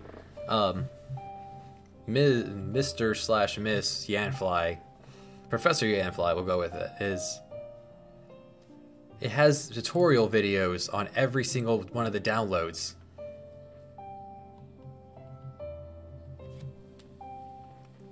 Can you momentarily change the resolution of your desktop background and see if that fixes it? Because that would be an easier way to do it without actually downloading a plugin. Just whip open, what is it, display settings? And change your resolution that way. If Yanflay was only one person, I would be amazed at this god of programming. If Yanflay is a group, then I am more or less. You can change the resolution of the game itself. Well, there you go.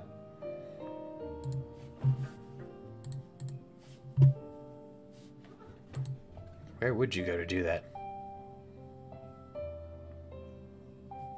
I've never touched this tutorial button. I wonder what this actually does. We don't need you. That's what I'm here for.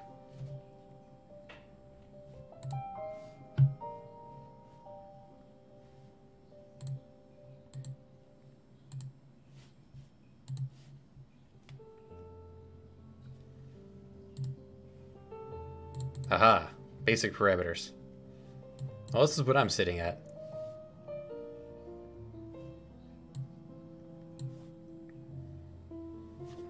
This dark UI is much better on the eyes. To think, I've had this for over a year and I've never touched the options button here.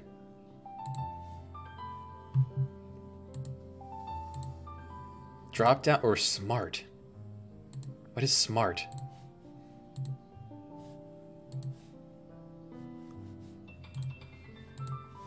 Give me something that has a drop down.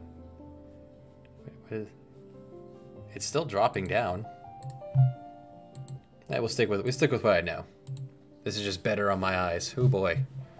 I'd switch that on I switched that on Switch as soon as I could find that button.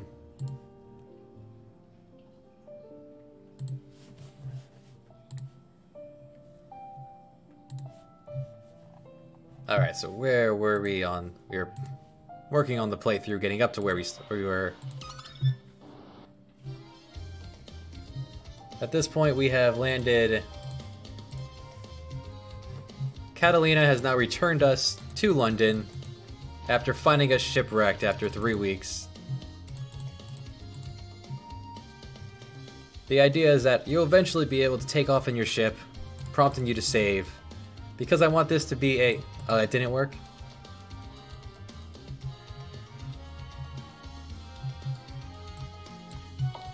Customization is always good. Now, changing the resolution of the game versus changing the resolution of your monitor. Try giving that a shot. Because it might just be auto... It might be set... This is a game that's made to be played on both PC, Mac. You could also play this on mobile. So it's probably going to go off of whatever this operating system is.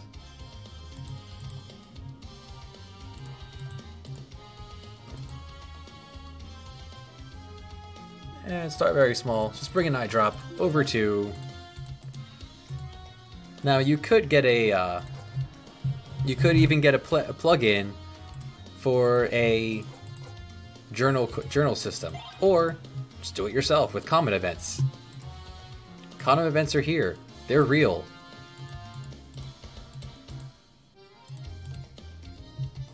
They are real. They're real.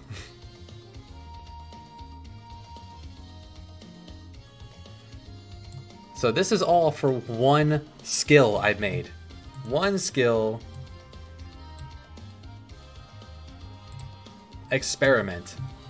What this does is that I wanted this so that when someone is a chemist and they used experiment, that then one of a few random things might happen.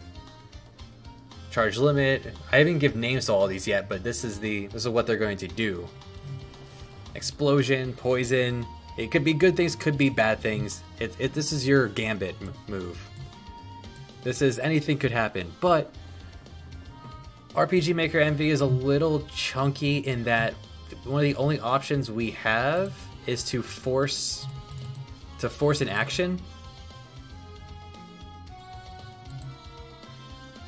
Is to pick the enemy or a particular actor to do something, not last person to do something.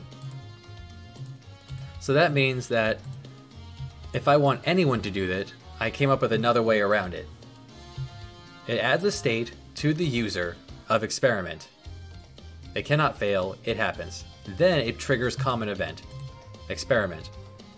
Well, this is now going to do a variable where if someone's affected, if anyone, this is all copy and pasted for everyone that could possibly ever use this class, you get quite a party in this. It's a ship full of people. You'll have more than a few persons. So randomly 1 through 6, if you're affected by it, this is going to hit everyone at once, and just hopefully the only person who has that status, that state, will be the person who's using this skill. Then random variable, and if it ends up at 1, do that, 2, 3, 4, blah blah blah. I don't have to worry about last target because these will already have who they can target right in front of, already attached to the skill. And then it removes experiment off everyone so that you could do it again. And then it's just copy and pasted for everyone to be able to do it.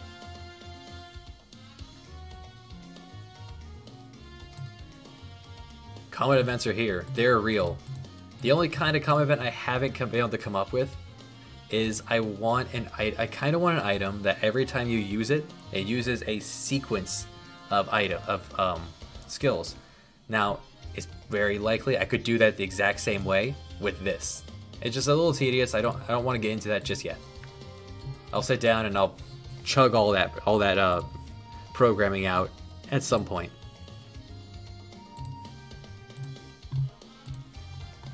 Now, where were we? We were playtesting. So they want the London. The innkeeper wants an eye drop.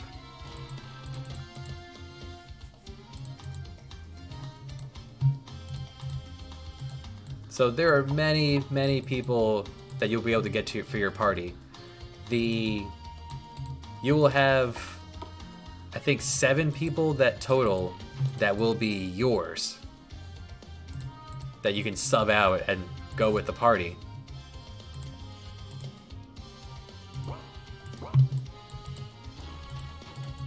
You'll also have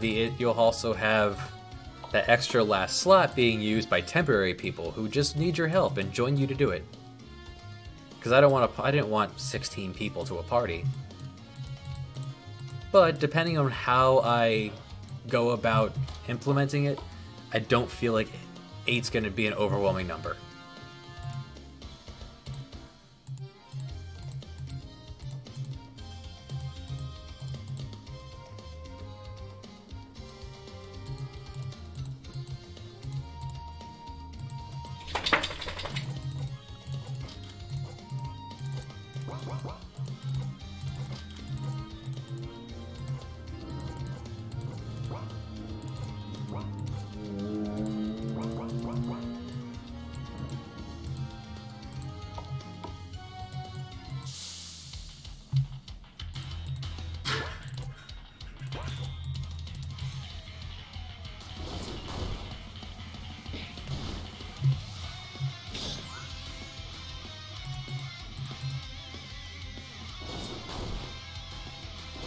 Alright, so if we're hitting for 5 at this point, these enemies should have, I would say, no more than 14, 15 health.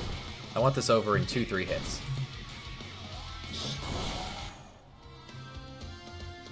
So, they're at 13. I want no more than, we're hitting for 5, 13, no more than 15.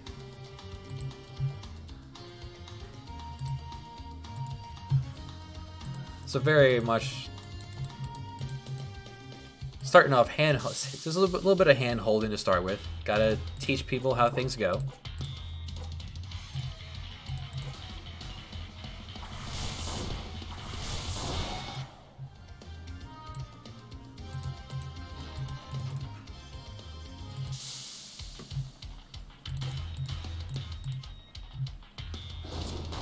Introducing attacks, skills, item usage to the game. It's very important to do that early. Let people segue into the good parts, into the meat of it.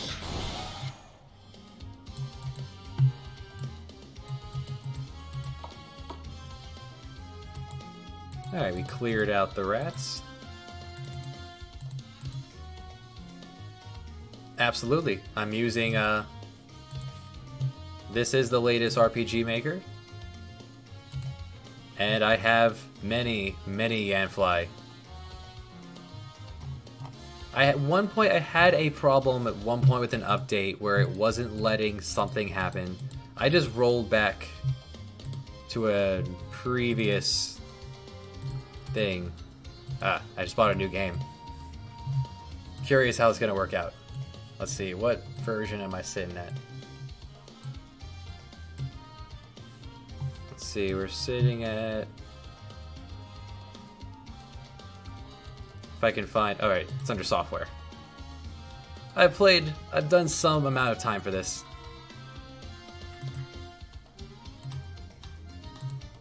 What was it?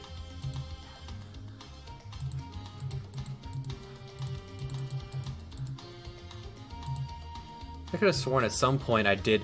No, then they launched another fix that fixed that. So... There was a... At one point there was a patch that kind of messed my game up real bad. So I had to roll back to a previous version, and then they released the fix for that.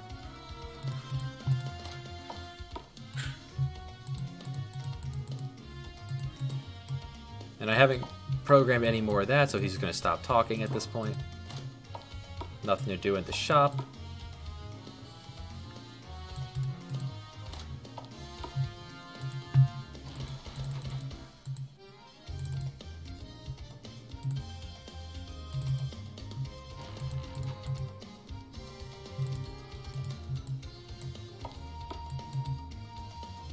And here in Tutorial Town, no one has anything to shop yet. Still doesn't work even with that. And you whipped open the... reposition battle is true.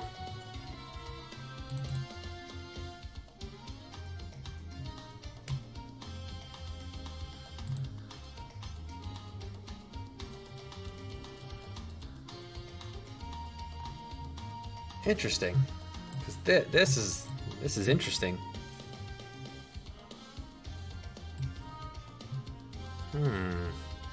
Why is he so close, sir?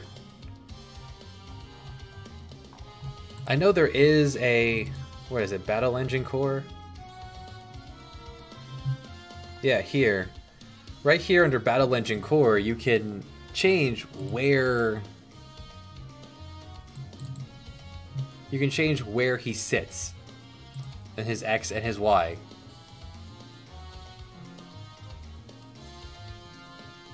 And how far he steps up, how far he bounces back. You can change all of that under Battle Engine Core. Why, without it, your fella is flying backwards. Here, try this. Open up a brand new project. Do a real quick, just throw an N actor together and make sure you have side view battle ticked. And start up something there. Make sure it wasn't anything that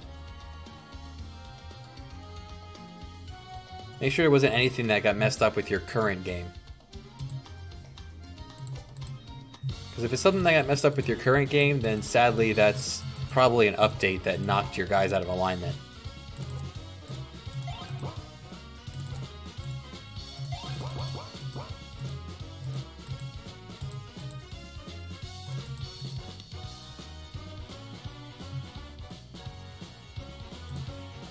Yes, that is true. But 256 by 256 is huge. Like, I'm using 256 by 159. And I have the world. I literally am doing the planet Earth in my game at 256 by 159. And I may even shrink that a bit more and condense Africa, just because I didn't like how far South Africa ended up from the Antarctic. Although I could always do things like this and, you know, realism. What I read a while ago when I was looking to increase this just a bit is that because this is going to, RPG Maker MV is going to allow you to release it for mobile devices, they're not going to increase this because they cannot. They could not let increase this any further while still allowing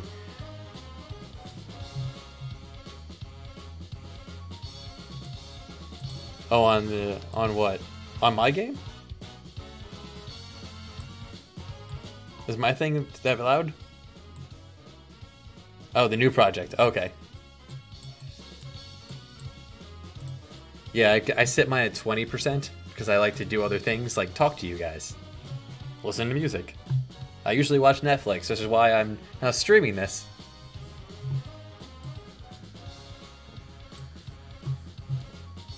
Oh yeah, Breath of Fire is a fantastic game. I once did a low-level run of that.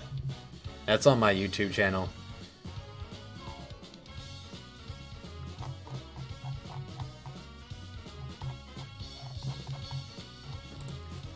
A lot of it is not knowing where to go. If you don't know where to go, it takes you longer. Think about replaying the old Pokemon games and thinking as a kid, going, man, this game is great. The world is so big and vast.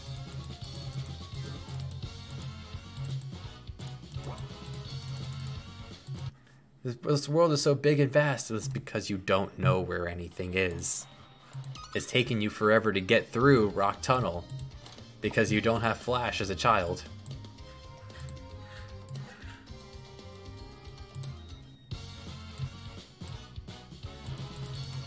So I'm gonna grab that, punch this beetle.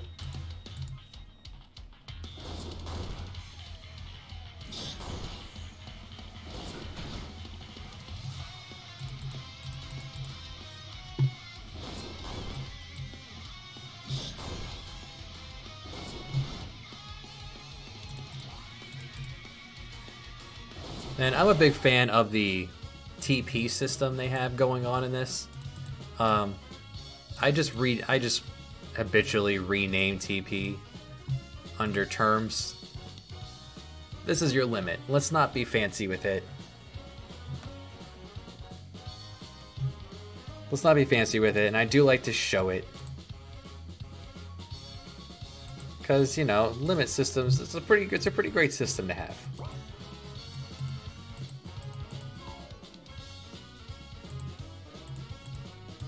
And then right off the bat, if you visit Tutorial House, I give you an accessory that you could equip to cut encounters in half. I feel like I make encounters pretty fair.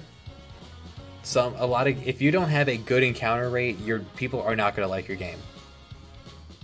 Yeah, like Limit Break. You take damage, this builds up, and then if by making your limit skill cost the entire bar, then what you're doing is you're building up an anger bar, a danger bar.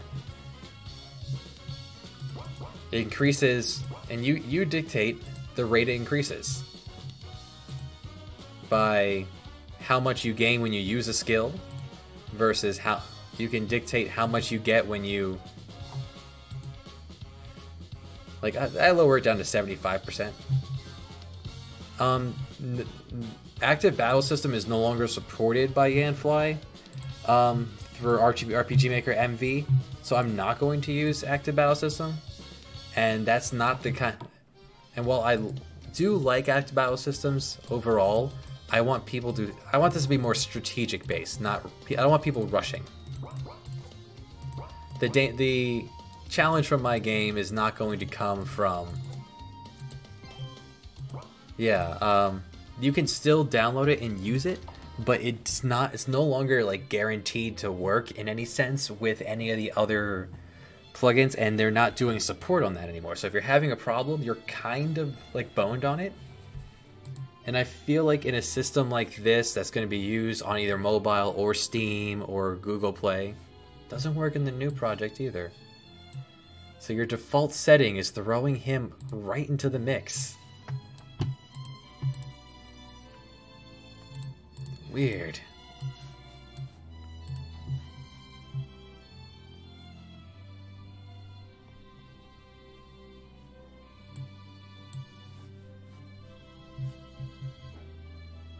Unless you know how to script plugins, and RPG Maker MV is the first one to not use Ruby, it uses JavaScript instead.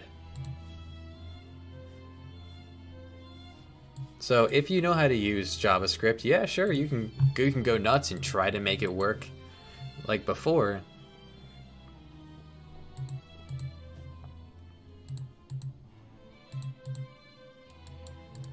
I also don't. Active Battle, it can be an interesting system, but I feel like that's too many cogs in the wheel when you could make the depth of my game is going to come from the just. That's impressive.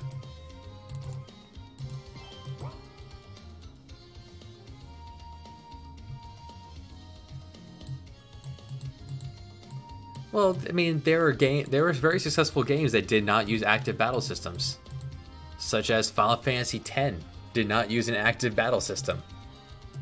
And the janky way they coded Final Fantasy VII, it may as well not be considered an active battle system, because it's very slow and very clunky. It's the first RPG they attempted on the PlayStation 1.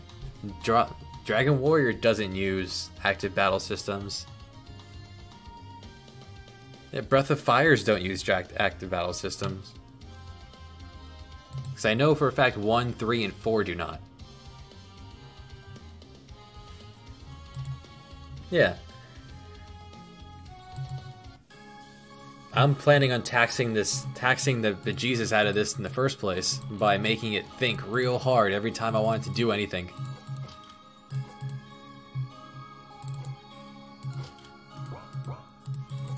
I'm not familiar with Octopath Traveler.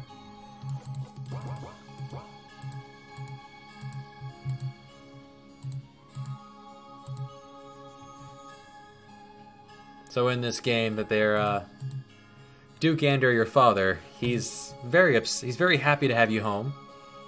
Octopath Traveler. I want to check that out. Let me write that down. Octopath Traveler. Written and circled. If it's on Steam, then I'll probably check that out.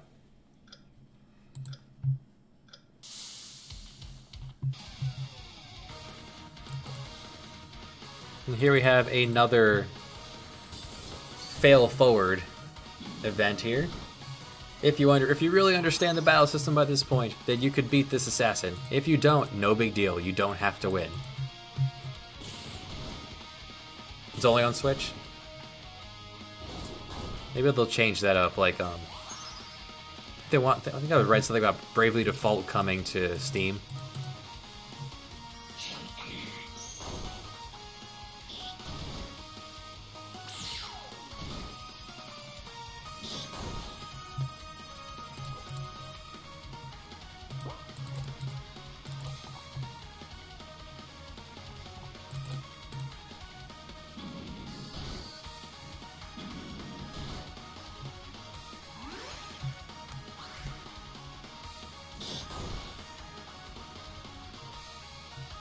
Yeah, I'll check it out. I haven't owned a handheld since the Game Boy. This is the Game Boy Color. But if I can find a way to emulate it, I will. Well, Legend of Zelda, they're not necessarily as top down as RPG Maker is. Like, the closest game I can think of that uses extremely RPG Maker events is Final Fantasy Mystic Quest on the Super Nintendo, and I only know that because I was commenting on that, how close that looks, while I just recently LP'd that. How is it?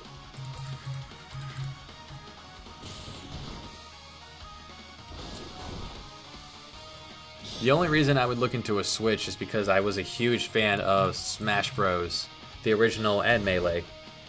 But that's as far as I got on console.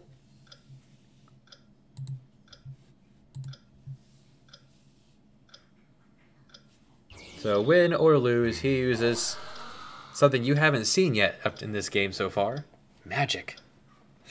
In this world, magic is not something that everyone has. Magic is something that is taught to you, that is learned.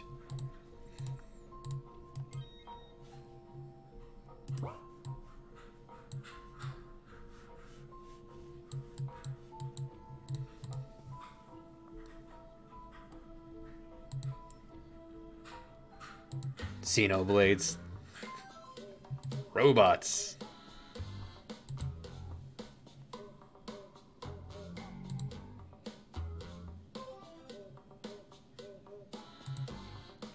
Yeah.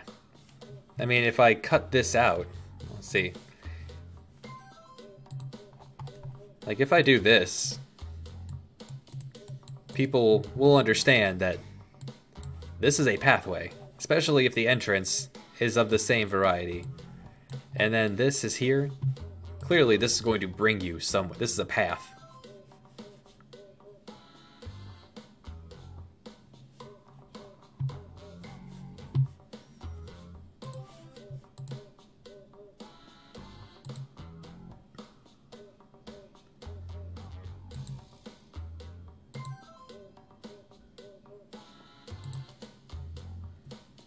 So what we found is that someone has just kidnapped us from England and brought us all the way to Istanbul, leaving proof that it was the Spaniards that kidnapped us.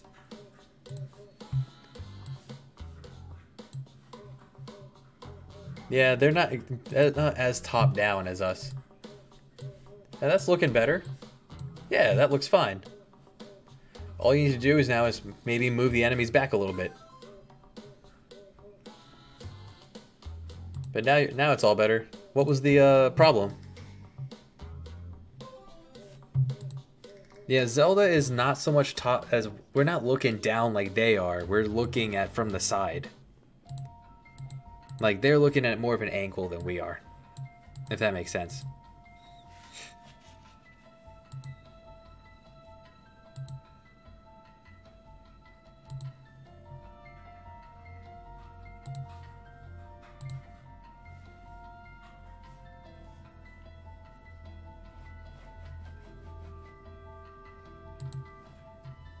Magic. You can be a wizard.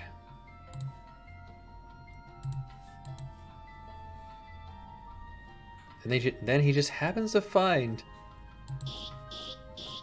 a hole in the ground.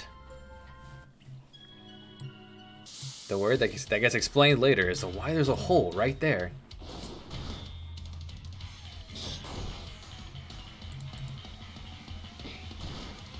Someone wants them free.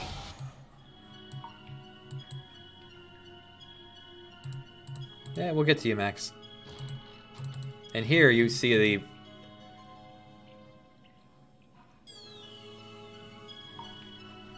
third-party plugins. 80 pounds. I'm assuming that's a pound sign, or is that euro? Euro, probably. Stuff like what's default. And here in the background you see the parallax going by. It would just be black, but I threw a parallax event in here just to get the smog a little bit. Euros, okay. I learn something new every day.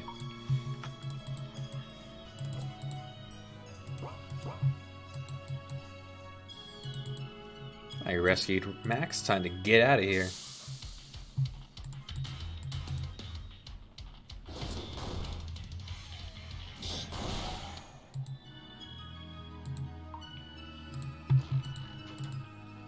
Saw a guy dress up as Brexit for Halloween. I didn't understand it. He had to explain it to me. He said, "Don't worry, I've had to explain this to everyone." He had like a picture of England on his shirt, and he was wearing an exit sign around his neck. Introduce the player to simple tasks such as flipping a switch. And then a great plugin I found is something that will let you choose individual enemies or split the damage to hit everyone. It's a really useful plugin. It adds up a lot of variety in your game, and you don't have to make two separate skills clogging up your inventory. One for one enemy, one for all enemies. Like in Dragon Warrior, how they have... In Dragon Warrior, they have Blaze for a single enemy, and they have Fireball for multiple enemies. Well, let's just make it one skill, like Fire in Final Fantasy.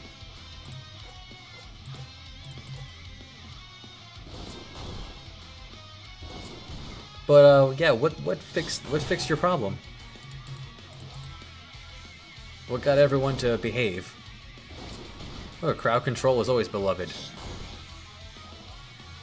Absolutely. Let's see. And do that as well. Which one of these had opera? There you go.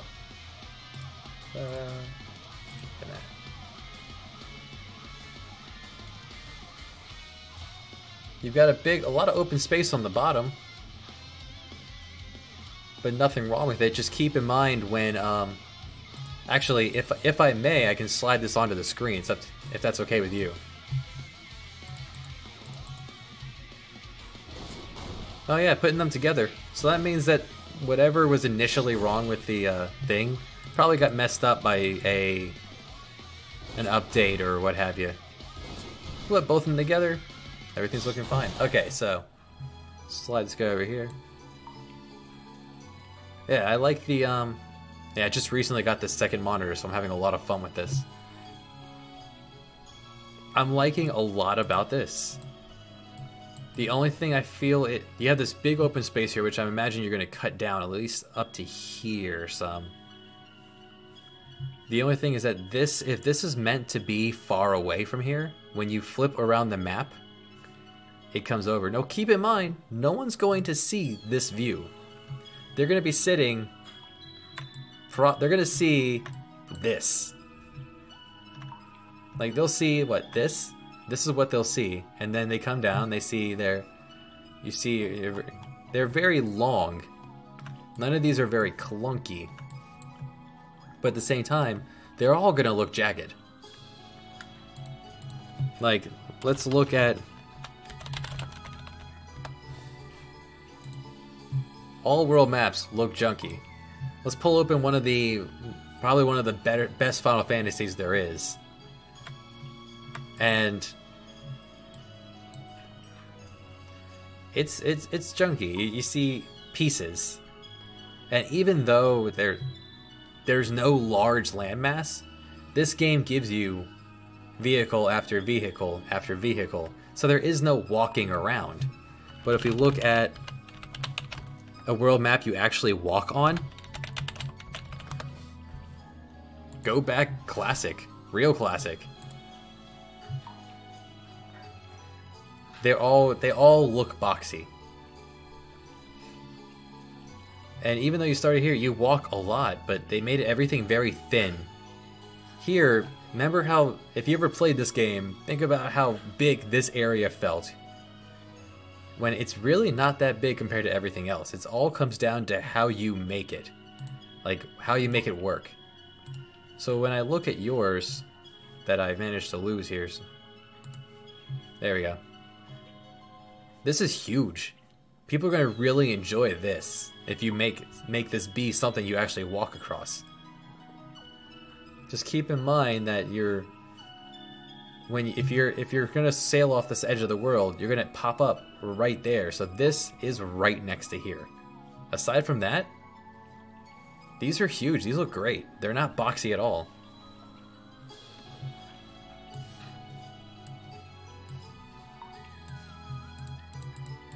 Oh, thank you.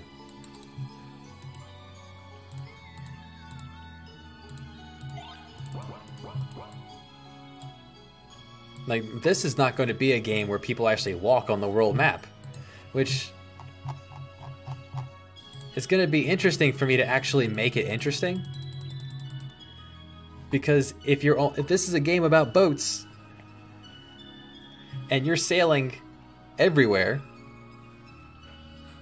using your geography you're learning from the townsfolk, like one of your first tasks once you end up in India here in getting a boat is to head to Japan to look for someone, because this is cut off. There's the Spanish zone down here at this point, so you have to go this way to find Japan. But you don't get to walk on land at any point until much later in the game when you get an airship. Then you can land and walk.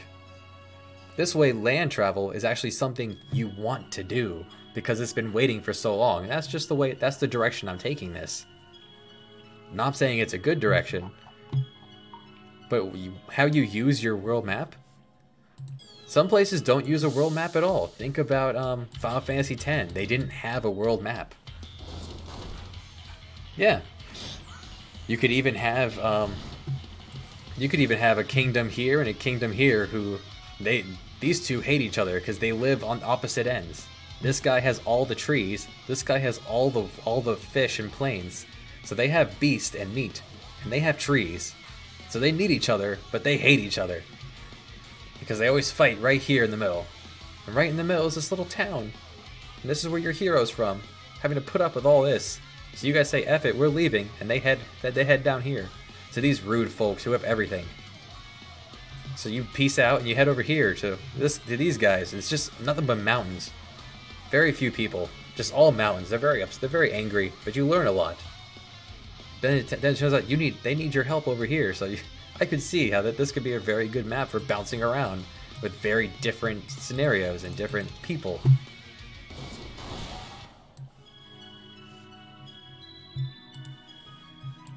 I feel like that's exactly how they were divided.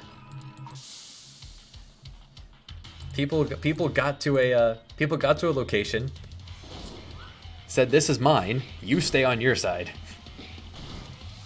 Rivers divided countries. If you look at a map of if you look at old maps of Europe, you'll see it's very much cut across by rivers and mountain ranges before they redid everything and just drew straight lines.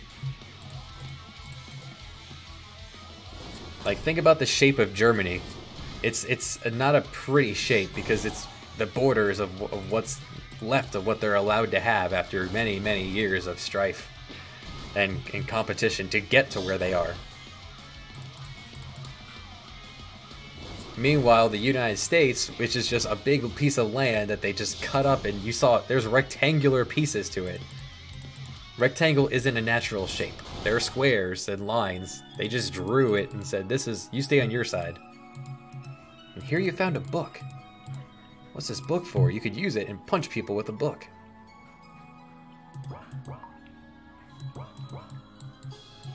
I hear my dog getting into something. I'll be right back.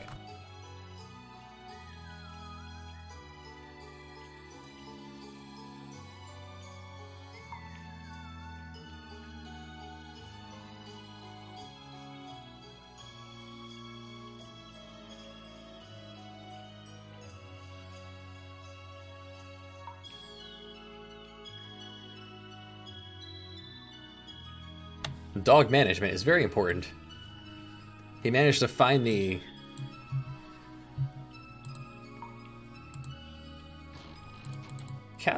castle divided by walls, yes. But there were actually very few castles-ish back in the medieval days. It was one castle, and then all around you had the land that they were supposed to, that lord was supposed to reign over. So there were castles, but it was mainly like an England, France kind of thing. More of an England thing. And they worked for a long time until people got the technology to get over, around, and through them. Like, kind of like, if you ever seen The Walking Dead, the way Negan's whole enterprise was set up, that's very feudal. The anime called Overlord. I played the game Overlord. Like with the minion. Well, my little brother played a lot of Overlord on the Xbox years and years and years ago. But I've never watched that anime. Looks like the Middle East is in. There's lots of deserts and oases. Would the plural of oasis be oases? Oases.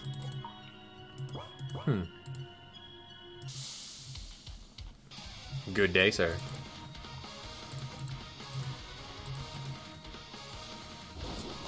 Let's see if I balance this slime appropriately.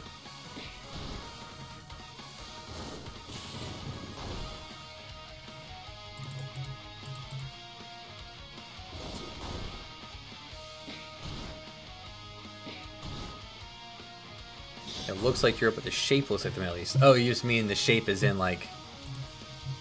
I mean, this clunky fella here, this little skin tag.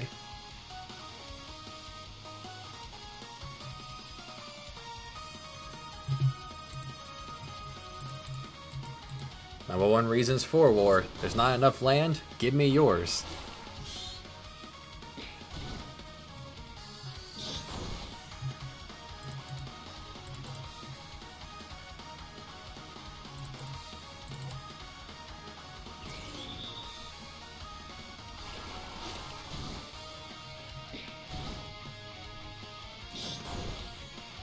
What is it, Juice? Aha! People have arrived home.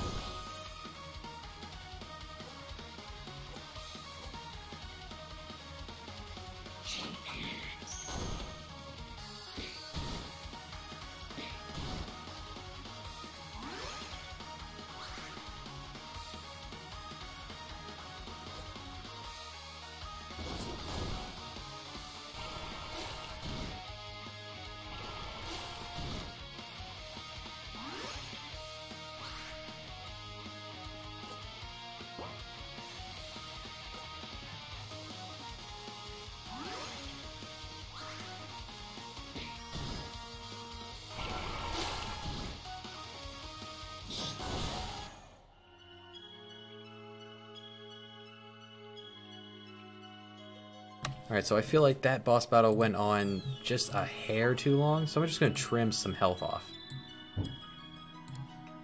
So let's go ahead and cut that back to like 275.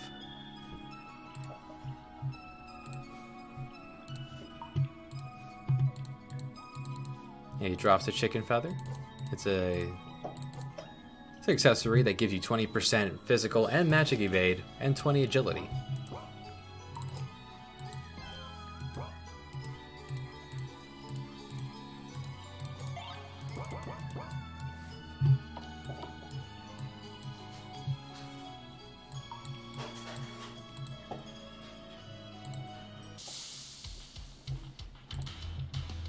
And to make this easier, just in this dungeon you found a virus. It's a battle item. The game has many battle items because you want to give the player many options of things they can do. You don't just want it to be punch, magic, limit, guard. Even with all the abilities, even the opportunity to switch your equipment mid-battle, switch your party mid-battle.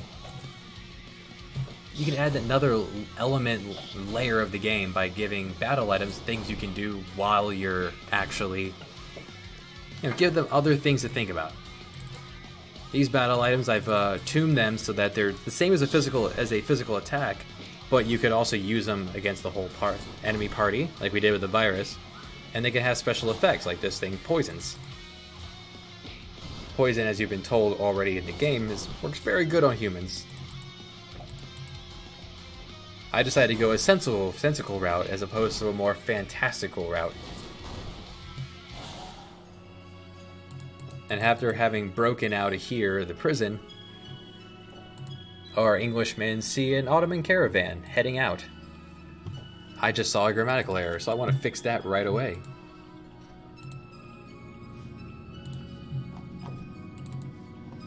Looks like an Ottoman caravan. Don't forget, the number one thing that will turn people off to your game, aside from a super high encounter rate,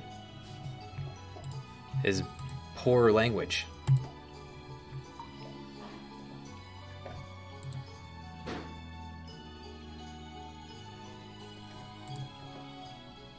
And sometimes you don't even need a scene to actually make a scene. There's nothing wrong with having something be audiobook. As much audiobook as you can make out of a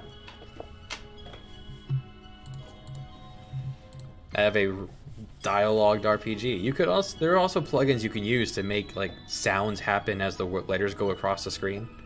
But I feel like that almost ends up making it sound too Animal Crossing-ish. And I'm not going for a goofy kind of thing here.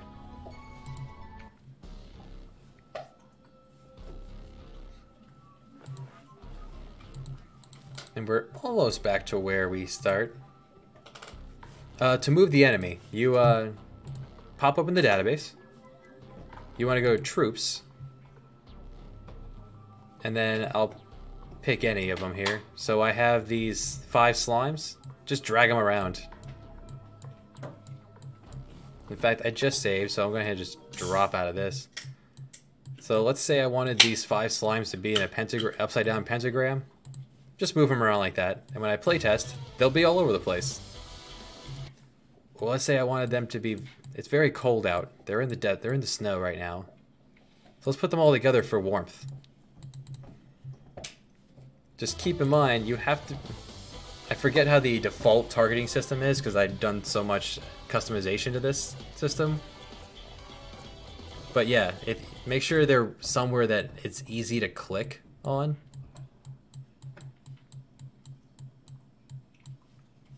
Yeah, no problem. There's no such thing as a bad question. It's when you're looking at this massive of a program and you're trying to make heads or tails of any of it, it's real easy to drop the ball on small things. Just earlier today, when I was trying to make this skill, I just could not get it to function the way I wanted to because I dropped one of the parentheses.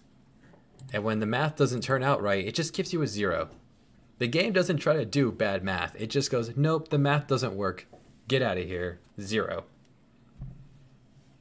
So when you have multiplication in parentheses, you have to make sure they add up to the right amount to be a coherent number. And for those of you out there who said you had programming experience, you know far too well how easy it is to drop a single, really anything, and have a problem happen. So we got caught stowing away in the caravan, and the guy running it, he's pretty chill about it. He's like, hey, as long as you earn your keep, you can hang out with me. He sends his personal bodyguard along with us and explains that he's a guest. He won't be taking orders from us because I have him in auto battle. Just to make it a little more interesting, you have someone very powerful this time to join you, but he's not going to do anything you want him to. So another way to kind of merge people into this. You're learning the controls, you're learning weaknesses, and here we're learning about equipment.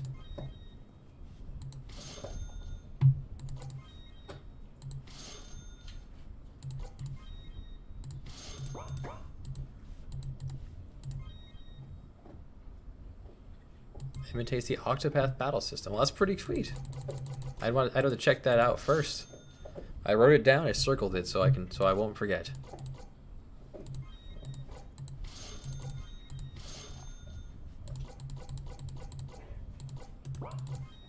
And I have a loot system in this game. It's a very simple loot system, since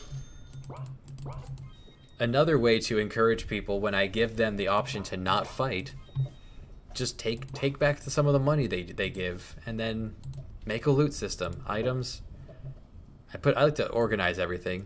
Key items, regular items, battle items. This doesn't show up unless you make this an item. You can write whatever you want here. And then just enemies can drop this. It's worth money. It'll encourage people to actually do the fighting. If they don't want to do the fighting, they don't get the money. That's perfectly fine with me. People play it at their own rate. You create your own. I like to make a game where the thing is you want to make a game that's interesting enough so that people, they create their own difficulty curve. Yeah, it's very useful to have things sorted out. For example, my skills are listed out by class. Rather than have a long list of skills, they're all by class. The Ranger class, Sorcerer, Swordmaster, Beastmaster, Ninja, Samurai, Brawler, Pirate, White Knight, Mystic Knight, Merchant. And then all the enemy ones are in a row, which you could then separate to enemy skills, magic, enemy skills, this, enemy skills, and just enemy skills. And then, that's good to know. Items, I also have, split up. Weapons, important to have that split up so that it's just coherent. This turned out from a list I had on a piece of paper to a list I wrote up in a notepad to making its way over to here. To make sure that everything's balanced, where each tier of weapon makes sense with the next one. Armor does that too, leaving a few spaces in between in case I feel like adding one. And here I technically have 3 spaces I could add if I wanted to slide down or just remove the name of this. Because remember, the way it's listed in the database is the way it's going to be listed here. And I would like all the swords together, all the spears together. And this is the way it is listed once it gets past the part where it's equipped. You'll see the part that's equipped first, obviously. Optimize isn't the best system, but it's there for people who just want to click and go.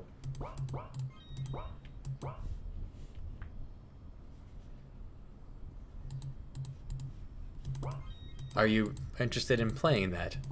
Or you just got it, not right?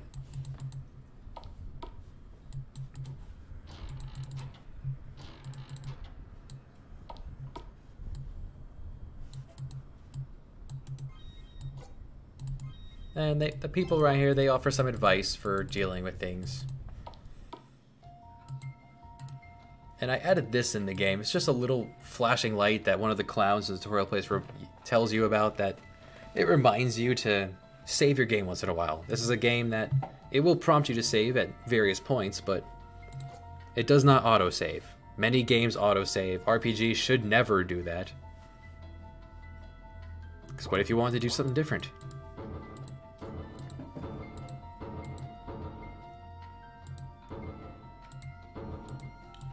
Here we have puzzles. Just simple puzzles. Just to get your brain working a little bit here. In the first dungeon.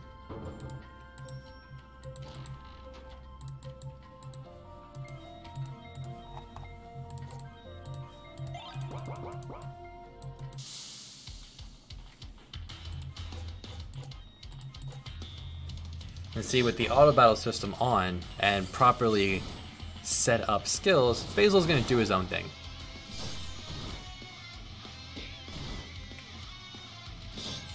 Not saying it's always the smartest thing he does, but it's there.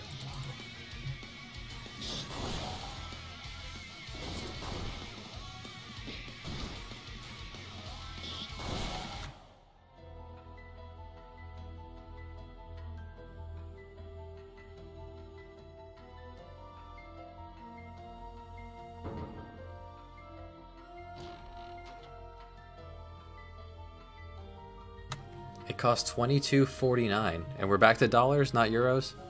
I've never actually seen a plugin that actually costs money.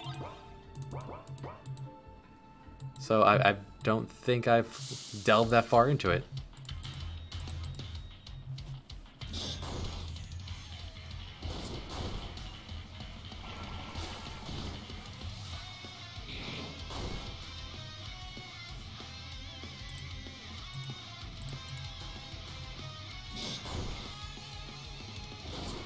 Well, overall, really, $22.50 isn't, if that's in dollars. Doesn't sound like they're selling the system. It sounds like someone coded a way to also do the system with this.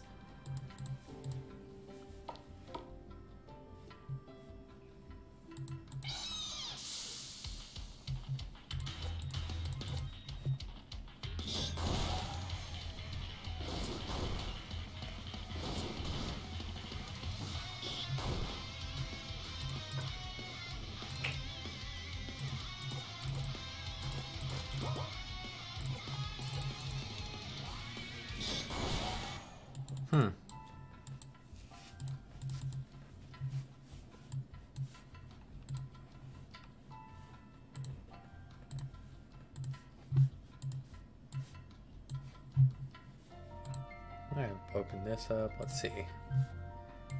Octo Battler. That's pretty neat looking.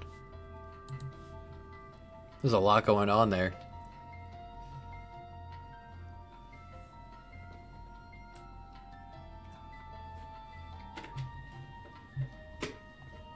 So yeah, it's someone who's very much interested in taking this system and turning it into their own thing. Well, yeah, but you could then adjust as you go. It's interesting. Yeah, if you're into that game, that would absolutely be something people would be into.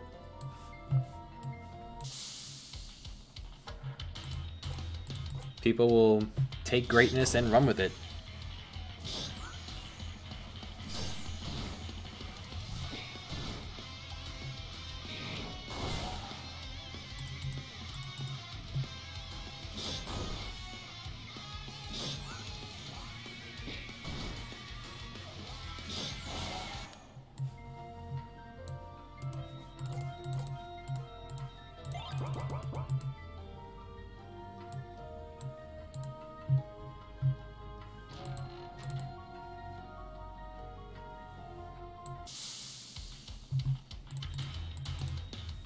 But sometimes with a game, less is more. You want an intricate system that is engaging, yet is also being able to be picked up and run with. That's why I was never a big fan of Final Fantasy 13 because or any of the anthology of that, because the battle system just wasn't that. It wasn't that in depth for me. But if you love it, that's great. If you want like a game that revolves around it, that is perfectly on you. But I like to make a game that's good for any playstyle. Like, they started to lose me at Final Fantasy 12, which kind of played like an offline MMO.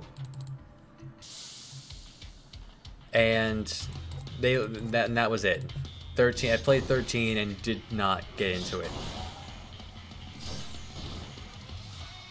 Like, it seemed like it would be very, very easy to just kind of cheese it.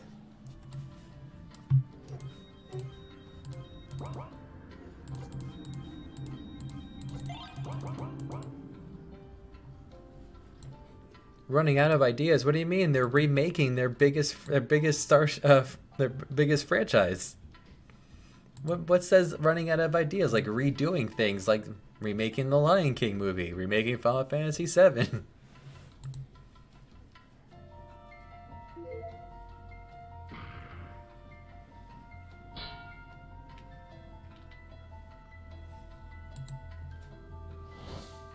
Yeah, I mean, but thankfully, there's the upside of that is if you really hate the gameplay, well, that's what Let's Plays are for. There are games that I cannot stand the gameplay or the combat system, but I watched a Let's Play of it because, hey, it looks interesting enough for me to see the story.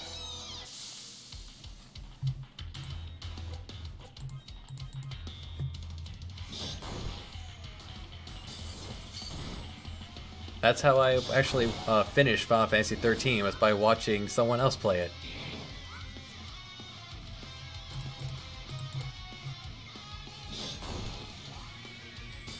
And if the Final Fantasy VII Remake plays anything like the latest Final Fantasies, then that's exactly how I'm going to experience it as well.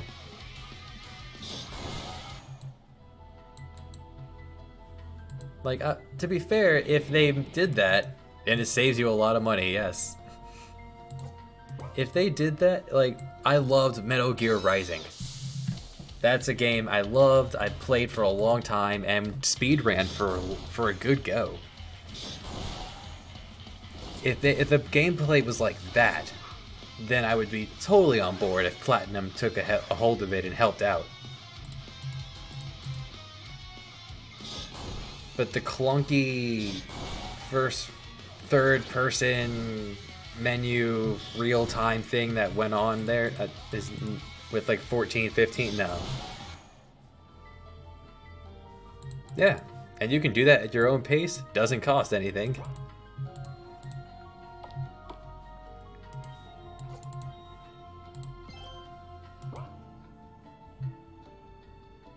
And sometimes you just want to really telegraph to the player here on the screen that something's about to come up. You might want to get ready. Like, we have this Pepto. Heals your tummy. Heals your magic power. May as well use it. Like, I'm not particularly great at certain maps. Like certain map games. Like, I was never good at StarCraft. So if I want to see that done, then I would watch a Let's Play of it. On the other hand, I have seen... No, I'm going to disagree with you there, because if I see someone start to stream a game that looks really cool, I'll stop watching the stream. I'll go buy it myself and play it. I've done that with Prison Architect. I've done that with Factorio. I did that with Return of the Obra Dinn, which is a game I recommend everyone plays.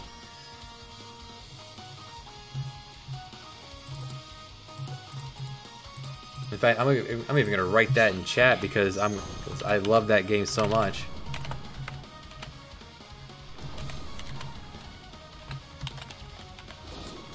So Return of the Obra Dinn is a game that it's a mystery novel game. That it's an interactive mystery novel is how I can describe it. And my fiance and I sat down and we played through the whole thing, and it was a blast. And I stopped watching a really interesting stream of it after 10 minutes to go buy the game myself, play it, and then watched it afterwards to see how he did it. Because I do like that streamer.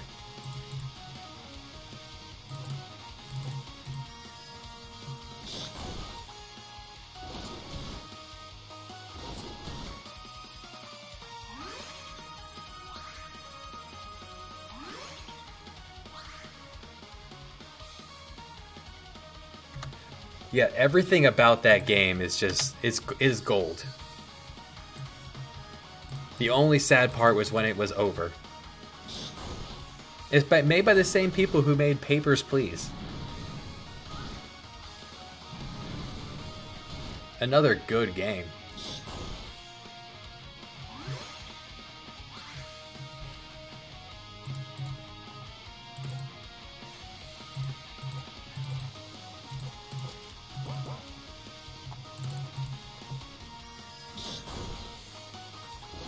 Now, one thing I could do with the next boss is I could figure out a way to code it so that the boss changes his weakness as the battle goes on,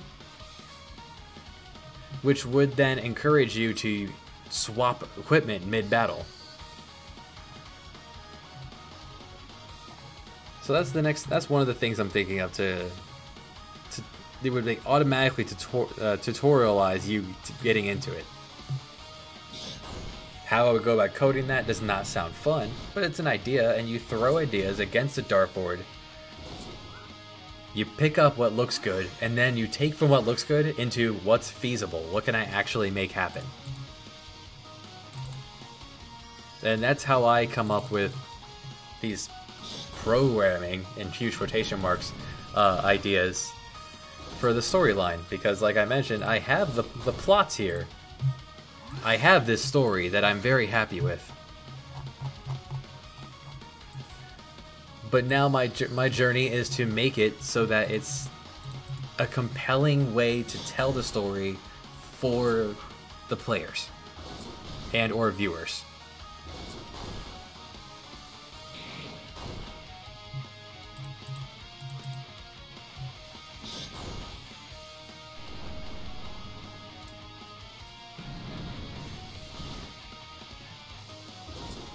Alright, I feel like this battle's gone on a little bit, so I'm going to start subtracting his health after this. See how much is left and then adjust accordingly.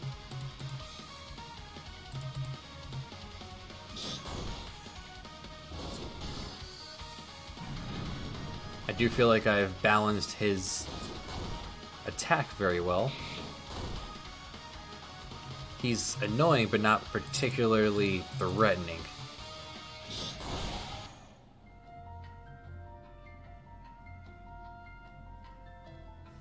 If you hadn't told me that you weren't a native English speaker, then I would have never known. Your English seems perfectly well to me.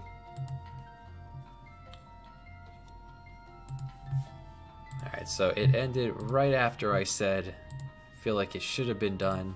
So let's go ahead and drop him down to 800 health. Then there we go. Now, in the background, you're accumulating these JP, these job points. But it hasn't been a thing yet. And this I've added in because, oh my god, do I wish every game had this.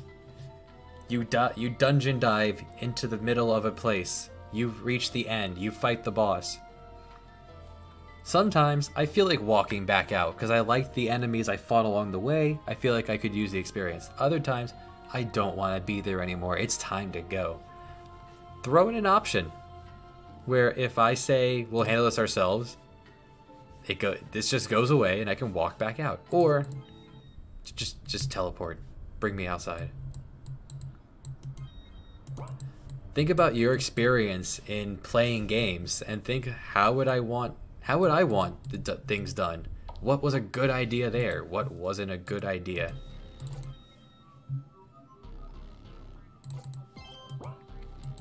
Yeah, if you have events happening on the way back, you obviously wouldn't do that. But if it's just backtracking, then shoot me now.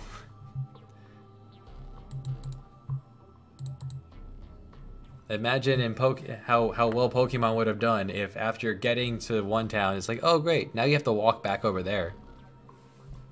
Rotating, sadly no. Everything you have here is as static as it can be. If you want the half circle on this barrel on the other side, you would have to go in and recreate that yourself, which is not easy. I've never played Breath of Fire 2 because Breath of Fire 2 never had an English release. There was a fan translation made for it, but I never got around to playing that. I've done 1, 3, and 4, and Dragon Quarter. Yep, and that's what sounds like more of a downside of early programming gaming. Like, there's a reason they call certain things NES hard. Yeah, I wouldn't recommend using Photoshop for adjusting any of these. Just think of another way around it. Think about like different perspectives you can do even with this view of the tile set. Like we're looking down from this side, but here I have like you mentioned before, you can enter from the sides. That's where the entrance for this one is. You can do a lot with these tile sets.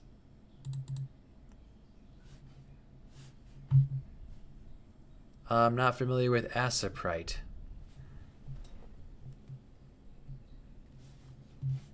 Is that another game or?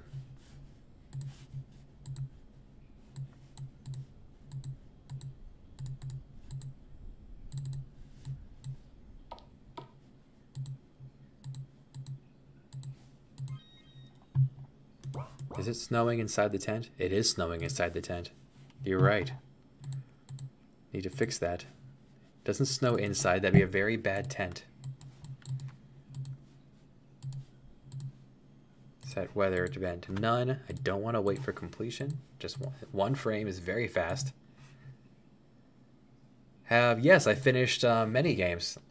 I finished one on XP. I finished one on VX Ace. No, I lied. I finished one on VX. Almost finished one on VX Ace. And then I recreated another XP one on MV, and that was the one that got lost on the previous computer.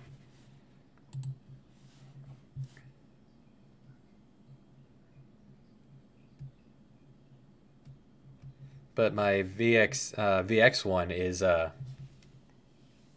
Asaprite's a sprite editor. I've never given a shot. But if you wanted to, like, if you had the time and the attention to detail to be able to take these and whip them around. But I would also do the Google first, because some people probably have taken the default tile sets and done things like taken this sign and turned it sideways, taken that log and faced it the other way. So I would certainly look at the Google first, because this program has been out for a couple years, even though it's just now coming to the Nintendo Switch and consoles in 2019, so this year.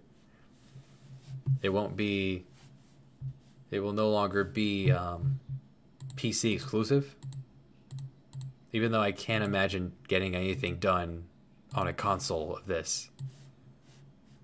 That sounds like a nightmare. Alright, so I do need some music here, because it seemed a little blah without it, so it's too loud.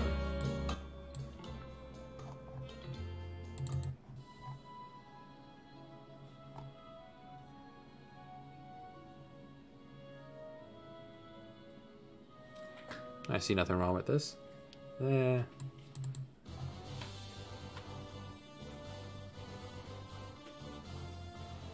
I would imagine, yeah. It's like when StarCraft 64 came out. I could not imagine actually, or The Sims on console.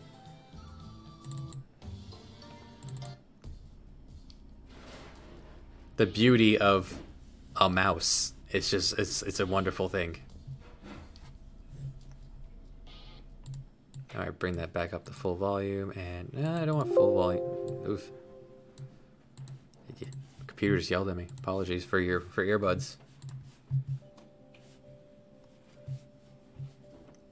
Upside is that consoles for some games like Metal Gear, a console is a supercomputer made for that.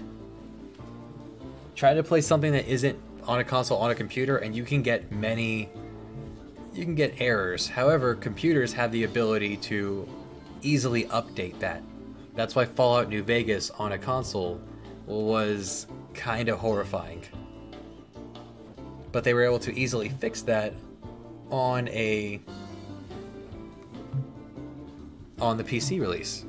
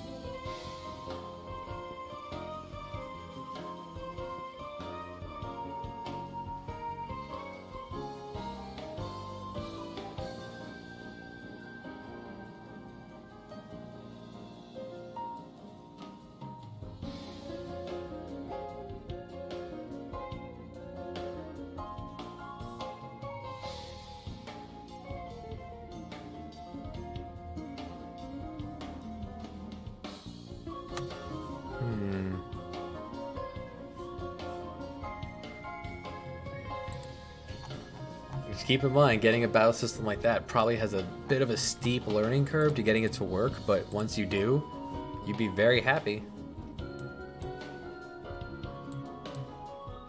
The only thing I can say against getting it, if you're like financially, if you can do it, go for it. Just keep in mind, you have to make a game that works around it.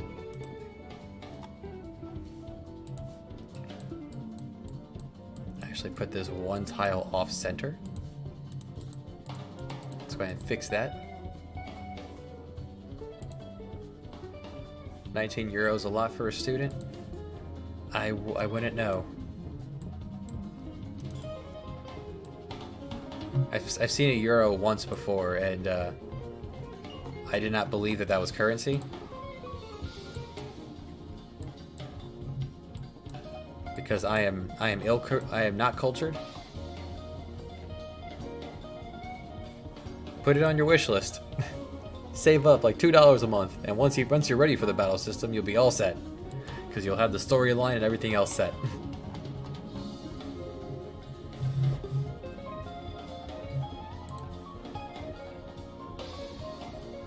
There you go. I want this to draw your eyes right to it. I am in the United States, on the eastern part.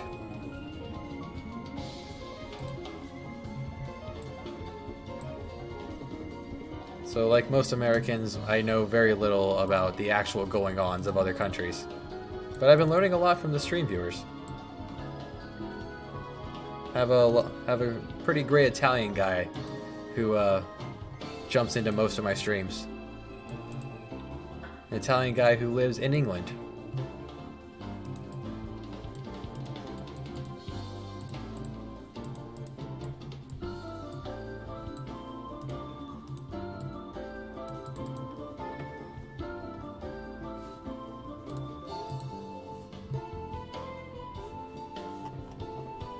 And first, once I have the outline of this, I want to give it a bit more color, more flesh to it.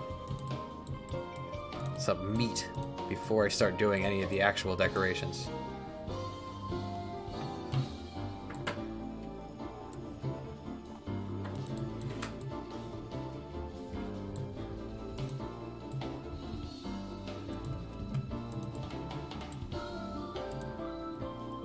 Well, it's just human to like Italian food, I think.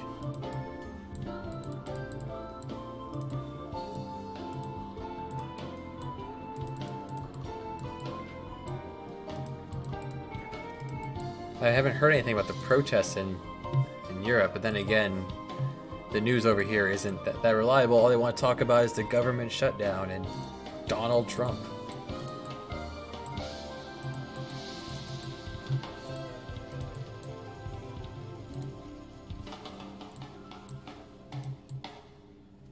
But whoo boy, politics. There's a showstopper.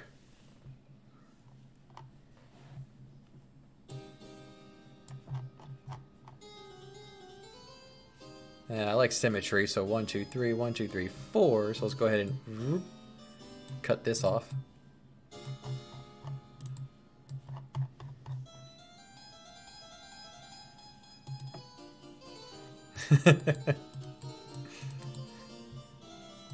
He is that much of a clown. I would not be surprised.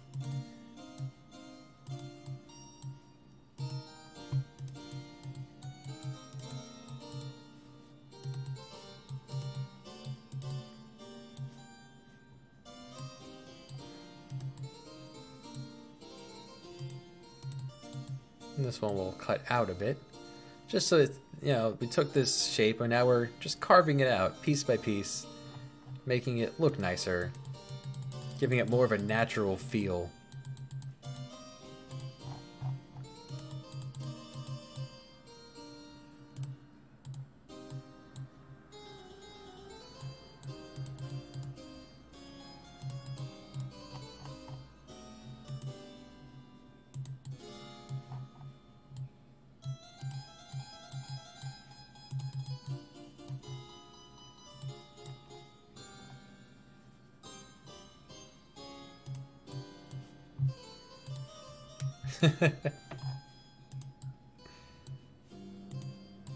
As long as you can laugh about it,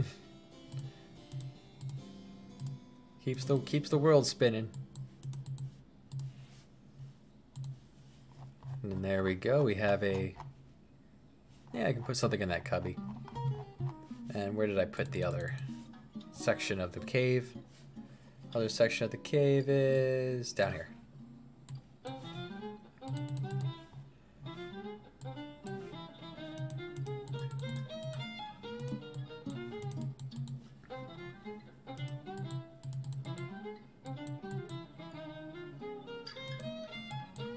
Now, which one? The walls or the walls or the ceiling? Or the floor? 'Cause there was a second sheet of ice we could be using. Makes it look a lot like the floor, or the floor, wall, or ceiling.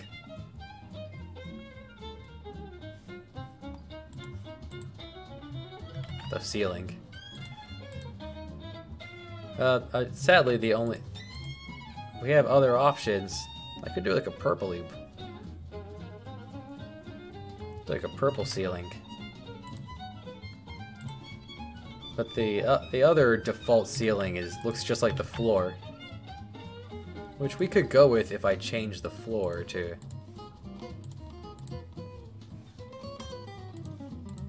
Kind of like that. What do you think of that? How's that? For a cave up in the Himalayas. Very cold. Rumored it could freeze give a man frostbite in minutes.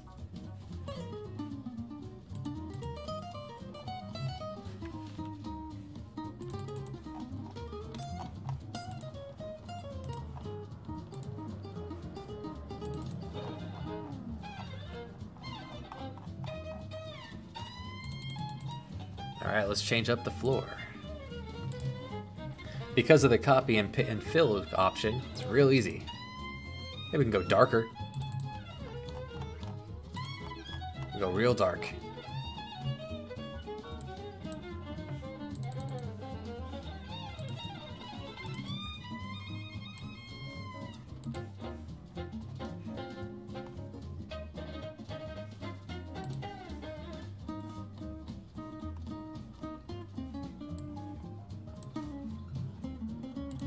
Or we just go classic. It's cold, but still rock. It's just rock. Sandy rock.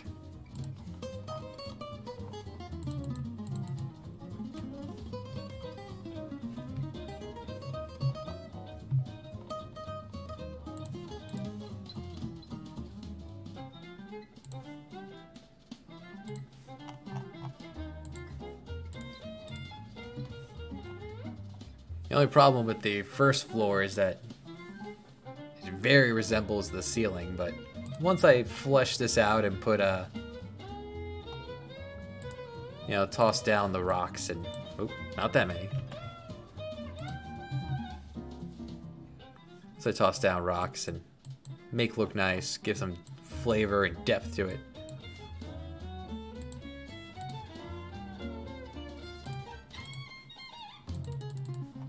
Just want to put some differences between the ceiling and the floor.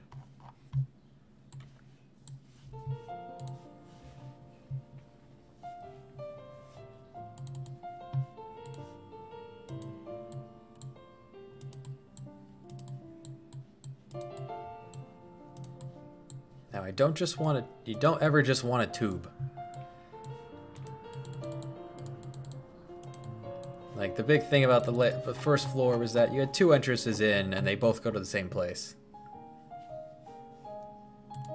Well, we kind of did that in the first cave. We have a rock-pushing puzzle here that we could elaborate on now that you've done it once. You know what, that's not a terrible idea. Let's go ahead and do that. We just need a bigger arena for that. Now that you've already been introduced to it, let's go ahead and make a bigger arena.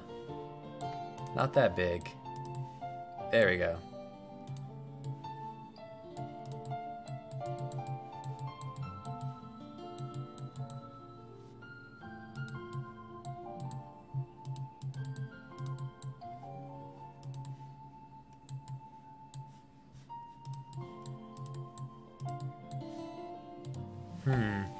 Alright, so next thing I need to do is throw down a don't forget to save guy here. I'm using this for that.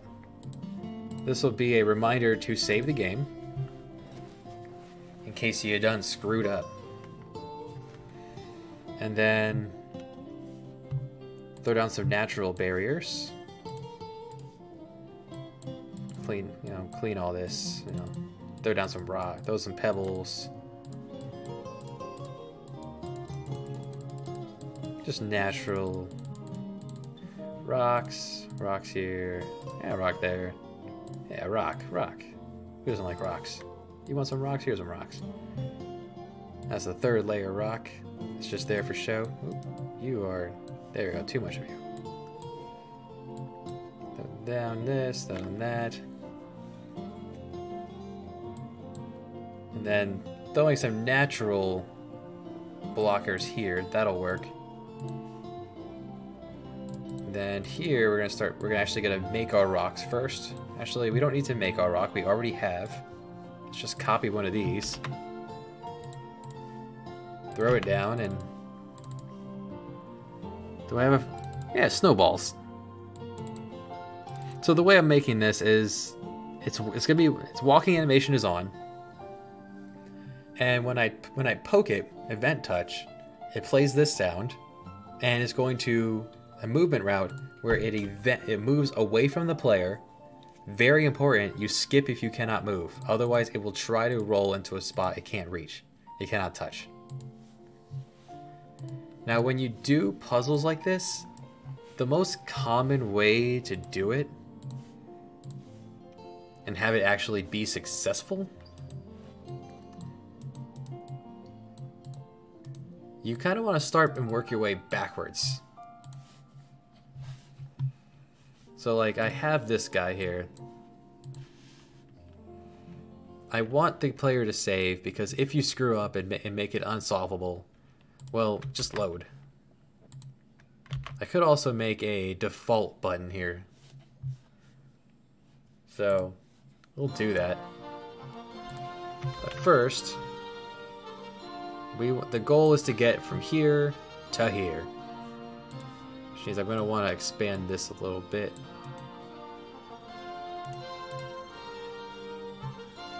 It's like a flag, like you did it.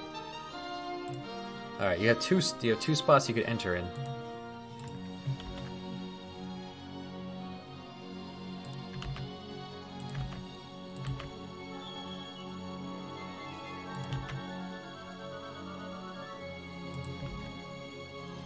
The slip maze. Yeah, you could do that.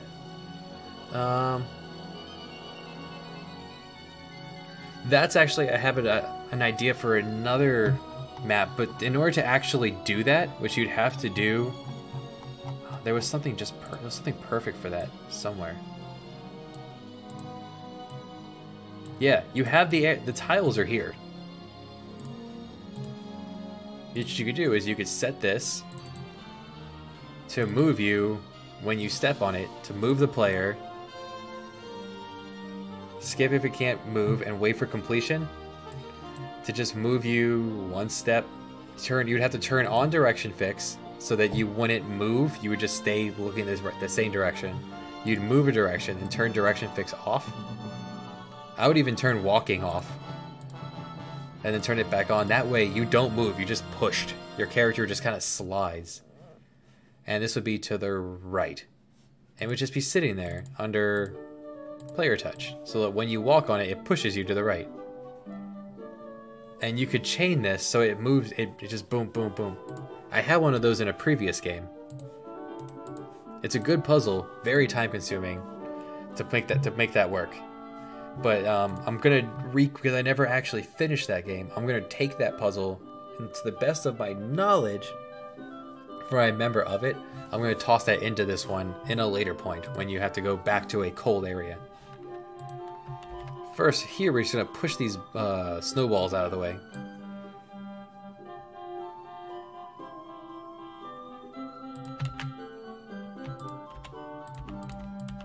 So first, let's just throw a ton of these down.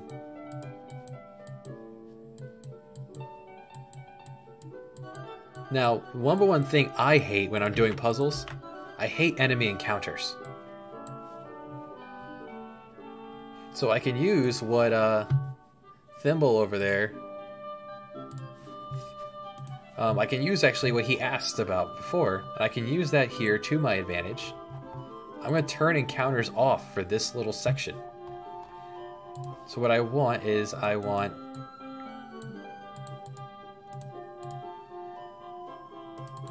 just want to close this off so you're forced to walk through here. This is going to sit there to, it's going to sit there to still remind you to save. When you step here, it's going to turn on encounters.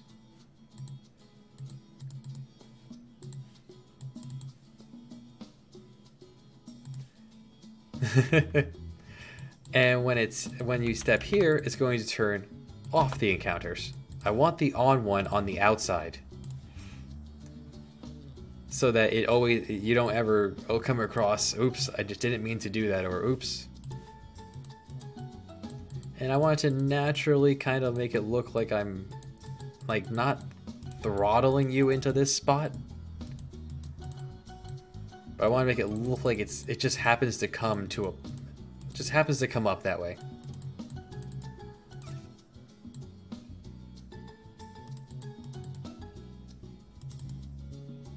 Yeah, and that's just this way. It just kind of naturally looks like it goes that way. So I can put these over here as well. Turn off encounters, turn on encounters. I obsessively save because I have lost the data too many times.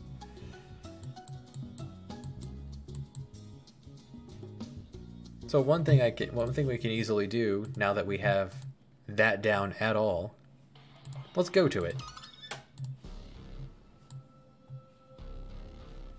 And we've actually reached back where we...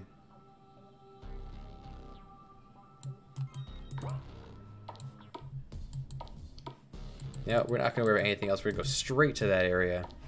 I'm going to hold control so I don't get into any encounters.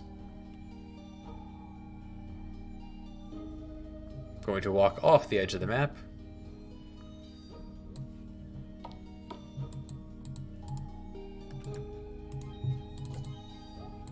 Throw it on a new save file. Encounters should now be off. And now let's just make sure the boulders work. There we go. So the boulder will push. If I try to push it into another one, it will just stop. Now, this was a bit too easy. There was no puzzle here.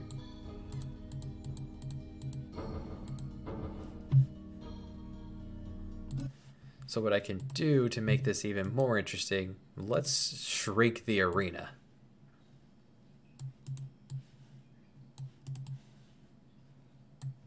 If we shrink the arena,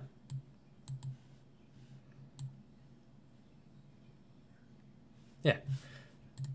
If we shrink the arena and get rid of some of these snowballs, then we're really gonna make a puzzle out of this that people are gonna have to stop and go, about.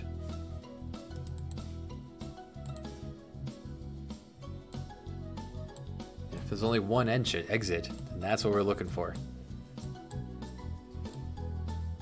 The goal is to get... Well, that's unsolvable. The goal is to get down here to push it up.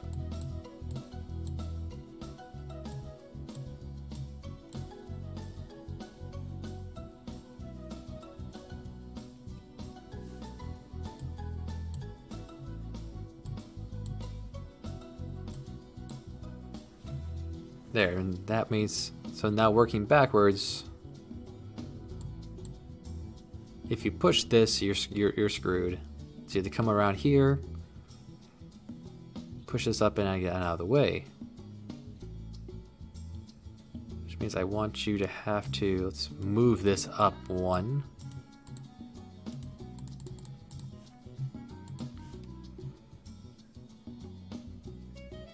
If you push this out of the way, you could serpentine your way down and around.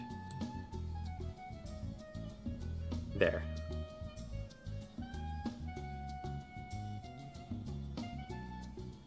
Now there's no way down here. There we go.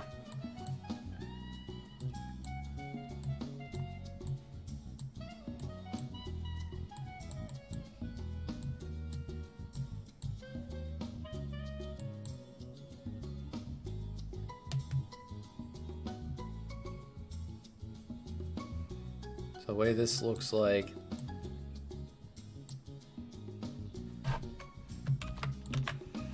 push this out of the way, come up top, you would push this, that would get nowhere, shove that out of the way, push this forward, push this forward.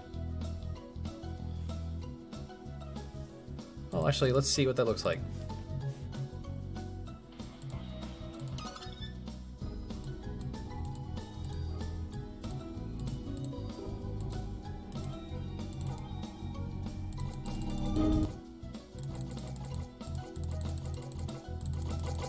Just shush this while we're working. Yeah.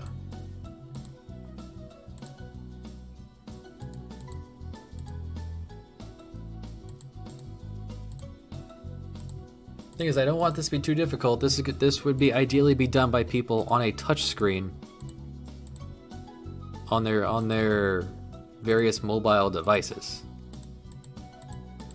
All right, so that's made that unsolvable on that side. How about over here? Alright, I've gotten stuck in multiple ways.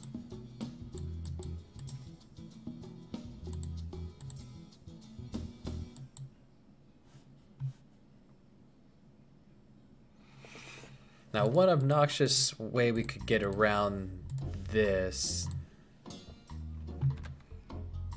I could label all these and then have a switch that when you flip it, moves everyone back to their initial position. And that would take a few minutes to put together, but we could do that. Now, I'm not seeing a... Now, what did I want out of this puzzle?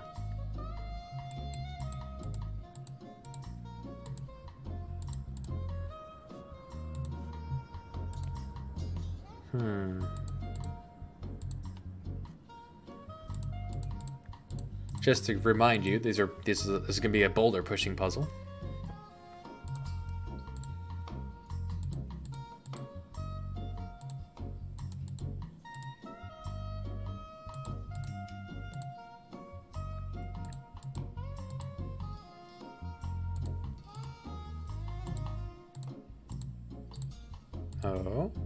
Oh. Right, if I got rid of you, or if I moved you one over.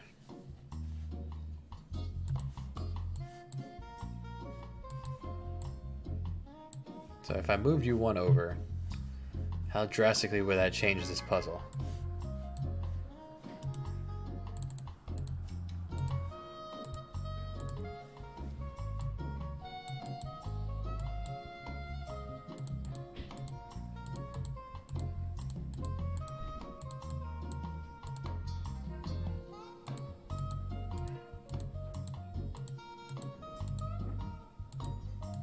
Right, it did not load that. Let's go ahead and actually load that in. I didn't hit save. That was my fault. The one time I did not hit save.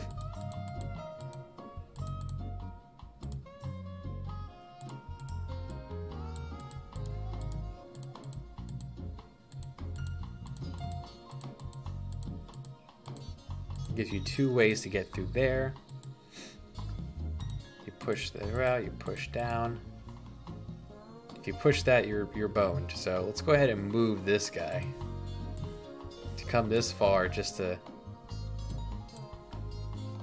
slide him down. Welcome back.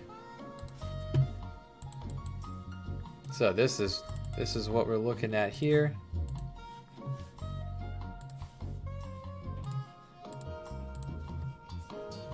Math this out, and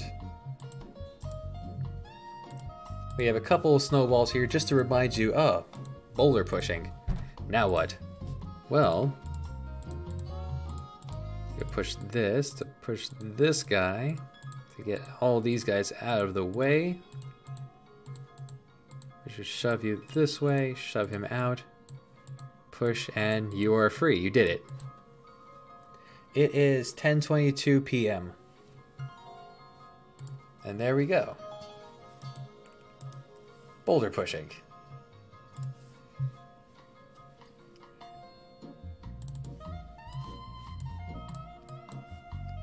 Now what I would like to do is make this a bit more interesting on this aspect. Let's make them notice it. They're gonna say, what? And then the map's gonna scroll to the right. 1, 2, 3, 4, let's say like 9. Then we wait for it to get there. Hello, gamer. 4:22 a.m. Well, I'm glad to have you. I'll be back at RPG Maker MV throughout the week, along with my regular scheduled games. So it's gonna scroll to the right. Wait a second and a half. Yeah, wait 2 seconds for it to get there. And then it waits a moment there before coming back the full 9 and waiting another 2 seconds. Before Will decides to go, hey. Making here is my fan-made imagining of Uncharted Waters New Horizons from the Super Nintendo. We're listening to the special edition soundtrack of it right now. This is it's an original game with unoriginal people taking a original plot and making it interwoven with fan. This is a game that will be very ambitious and will span the world. So far, what we know about the world, about the plot from the game test that we just did, is that you are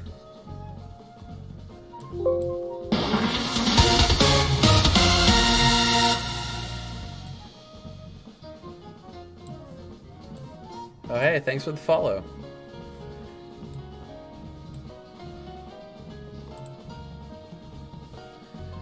What we know is that our main fella here, I'm just gonna slide the spoilers off the screen.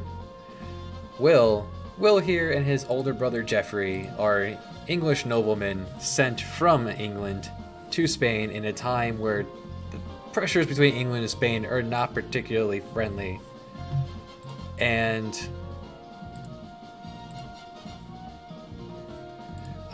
unfortunately, as they arrive in Spain, they are accidentally conned into helping this lady steal a Spanish warship as you beat up these two when they're trying to chase her down. Catalina has run off with the Spanish warship because she's heard that the Portuguese have sunk the ship containing both her brother and her fiancé. So she's very upset. In order to prove to the King of Spain that you guys did not do this on purpose, to help her escape, you decide to help these guys catch Catalina. You do catch up with her, but you lose to her in battle, or win. Either way, your ship gets blown to pieces, and you get shipwrecked for 3 weeks before getting... Poor William comes down with scurvy, but right at the nick of time, they're saved by Catalina, who actually doesn't have anything against you.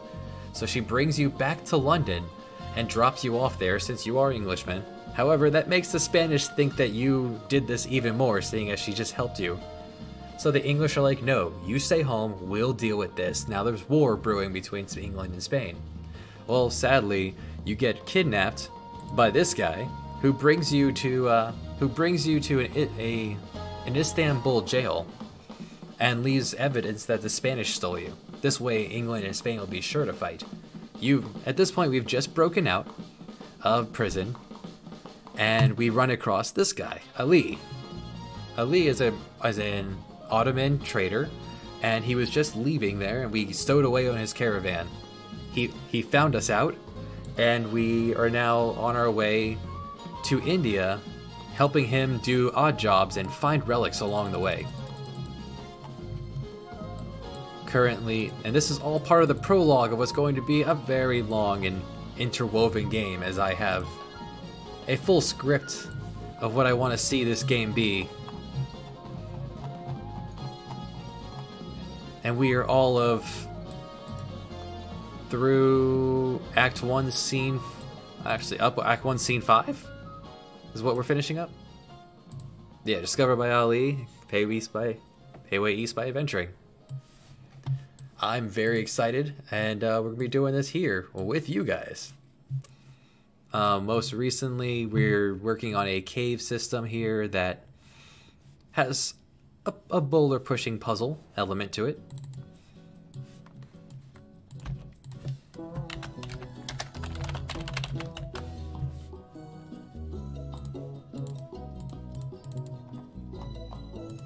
And first, they need to talk about it, of course.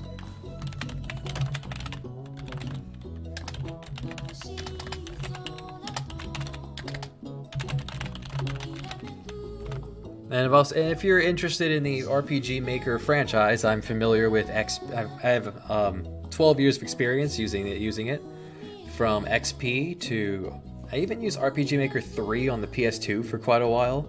Made a very goofy game there.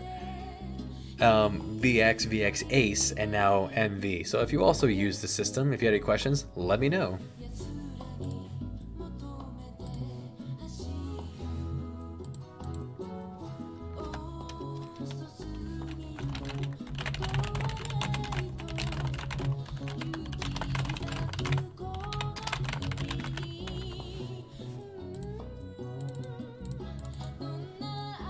then your brother will remind you.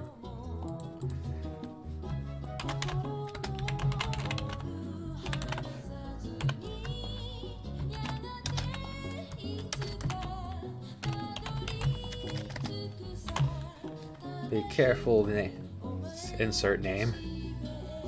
Let's just confirm that worked. Yeah.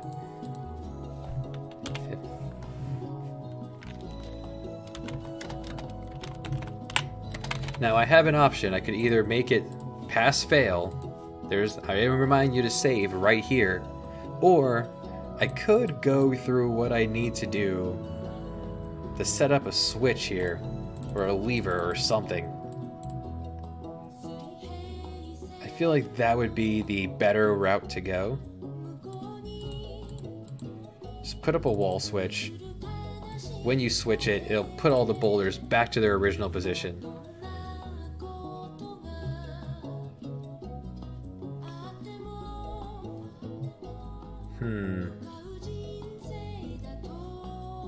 Actually, what I'm curious about now... Actually, let's test something.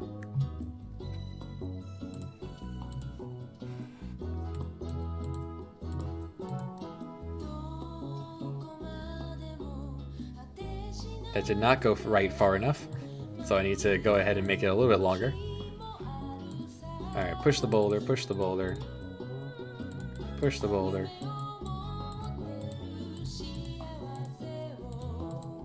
It can't be incredibly obtuse because this will be available on mobile devices, and doing this with a touch screen, if it's too terrible. I just want to check if we leave and come back, will it still remember the position of them? Because that would be an easy way to reset them if it does not remember the position. Right, it remembers the position on the same map, but what if I leave the map entirely?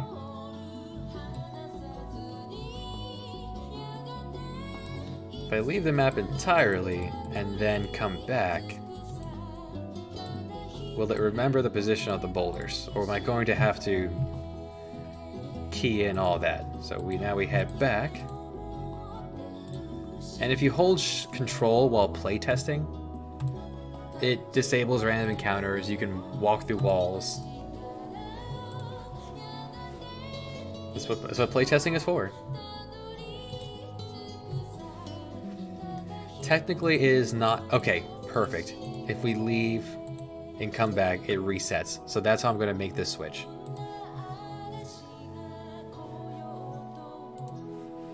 Multiple games. That's a lot of programming, and the story part isn't easy either.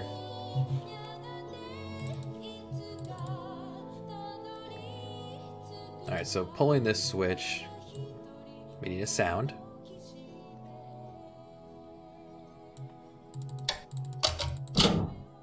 Yeah, give it a nice meaty pull. So self switch A flips over to here, which is going to be switch, but it's going to be down. Boom, it's on. And then after that, we're going to wait for just a moment before fading out. Wait a moment. And then we have a new map here we're going to use just for reset. Doesn't matter anything else, we're going to use this literally just to move and move back. And we're going to transfer player to the reset. Does not matter, we're still faded out. Wait for just a moment to make sure it works. Move back right to here, make sure we're still looking up. Wait a moment for it to fade, and then fade in the screen. But don't forget, we need to turn... At any point while it's dark, we need to turn self switch A back off. Because I want it to be back in the up position. And if done correctly...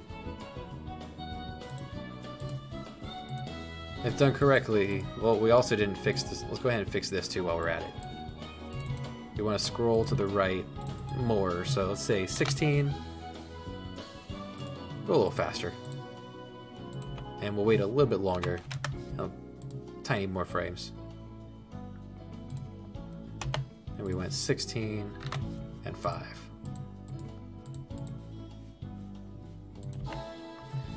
Careful to insert name. You get stuck. Looks like we can hit that switch to reset the rocks. Why he would know that doesn't matter. It's a puzzle.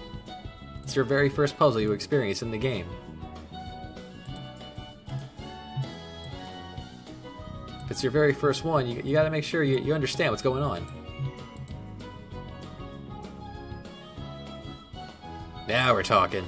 Yeah, that's good timing too. Just enough to get over there, look at it, and get back.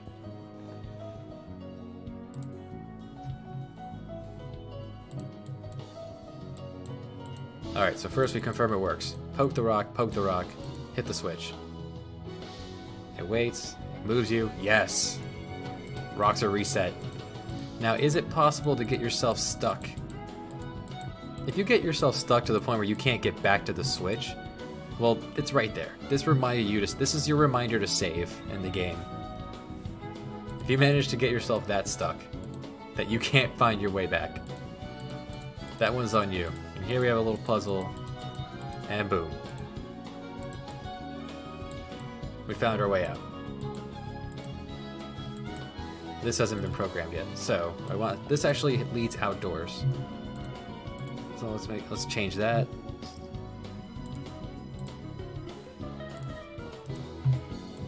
And there we have a little boulder puzzle. Makes you think twice about how much effort went into Pokemon when you're like, this is how much effort it takes.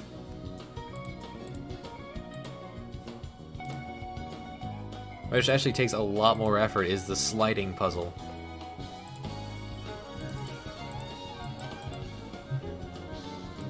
And I'm gonna make one of those as well, but not in this game. We're still in tutorial land. This is prologue time. Still learning of the game. We're learning of the aspects of it.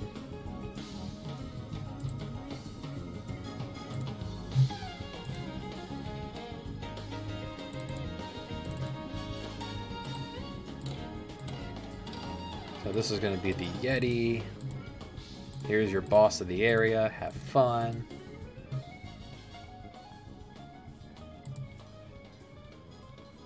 I actually want him to approach you. Event touch. There we go.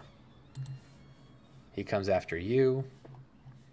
Actually, one thing I did not think of for the puzzle. You have to work. You have to come back. Can you get back?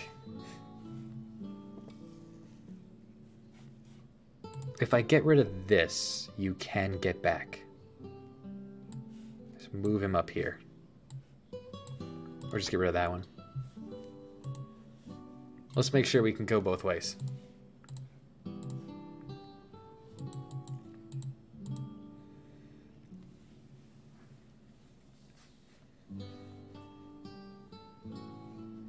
This isn't made to be particularly difficult. This is made to be, a little thought-provoking. There may even be more than one way through this. This is the way I found.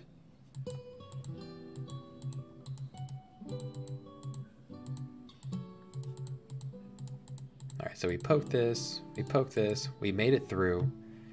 Now, when we get up here, it's going to reset.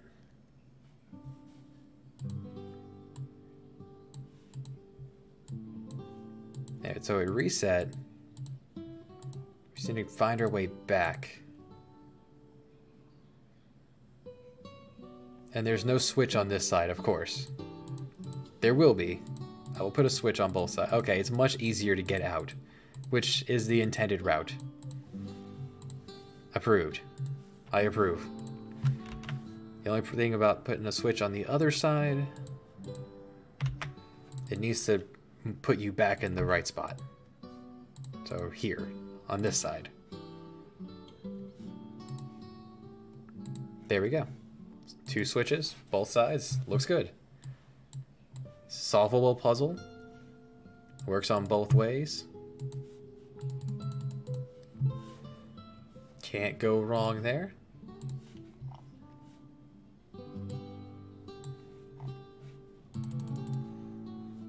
While we're here, we're right here. Let's play test the boss fight. May as well.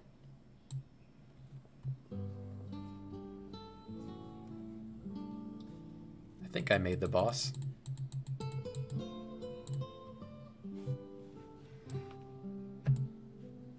And we wizard our way through. Of course, without the experience from this level, and yeah, it's fine. We'll still give it a poke.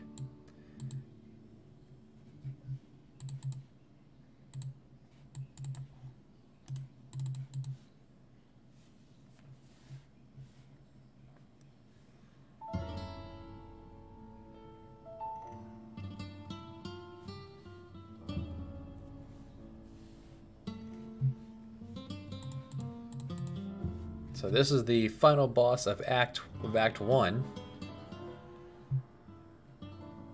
So this is the culmination of it. This is my second game in RPG Maker MV. I made one from start to absolute finish and was touching up the game when the laptop I was making it on fried. It went down, and the people at Best Buy, the Geek Squad, told me it would cost hundreds of dollars to recover the data off of it. So I decided to just put the laptop to the side, wait for payday, wait for when I hit the lottery, and then just start making the new one. And make this one better in every way, shape, and form.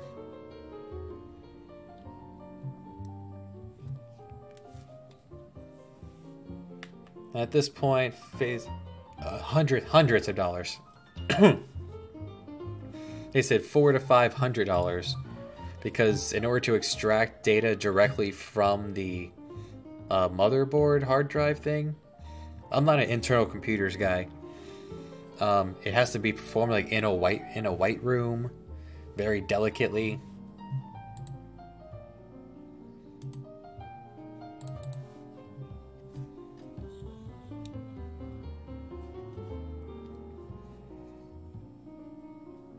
So while I have put, no,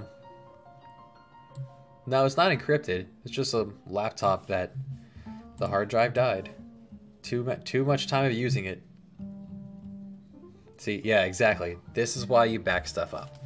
I had backed it up, but I hadn't backed it up for like 2 months, and that was when I really put time into it. So, because if I, whip Steam over here, you'll see that I have some amount of hours in RPG Maker MV. I've used it a couple times. I've played it. When it comes to games, I think my highest one was what? Civ 5 is up there.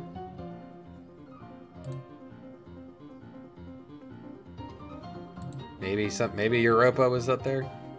So now I have a now I own a passport, the Giga, the huge Giga thing. This big honkin' fella plugged into it's a little hard drive, and things get backed up fairly routinely now. Ah, you're still awake. Hello. I don't know if you saw the finished boulder puzzle.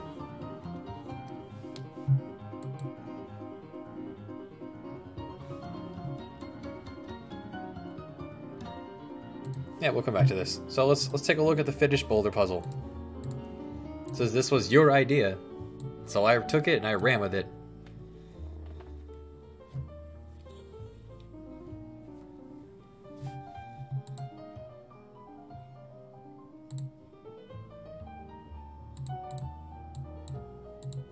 So we have this switch puzzle. Oh no! What if you get stuck? What if I done messed up? Yeah, it has to explain it. What if I got stuck? Well, I can hit this switch, and it resets the boulders.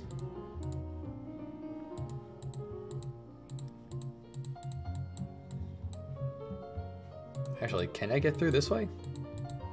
I cannot. Okay, I thought of that. Yes, I'm going to say I thought of that. Now, I'm really glad I thought of it that... Well, the other idea was, what if you get yourself in... If you mess up, you have to reload the game. And while you could do that, that's incredibly tedious, and I would be very upset if I saw that in a video game. Whether someone expected me to do that. So you also want to think of, what would I want to see in it? So there we go. Now, the thing is, it's on the other side too, because once you come out here and fight the boss, you do need to walk back, because it's only part 1 to this place. So you need to be able to come back the other way. So if we reset it, it's also solvable coming from this direction.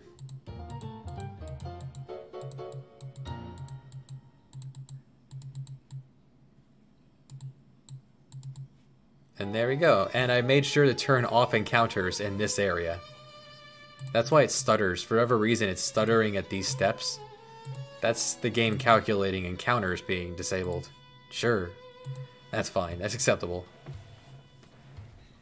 Enable on the outside, disable on the inside, so you don't get into battles while you're pushing things. So this section is nice and done. In fact, let's throw a celebratory chest. You did it. Good job. Blue chest.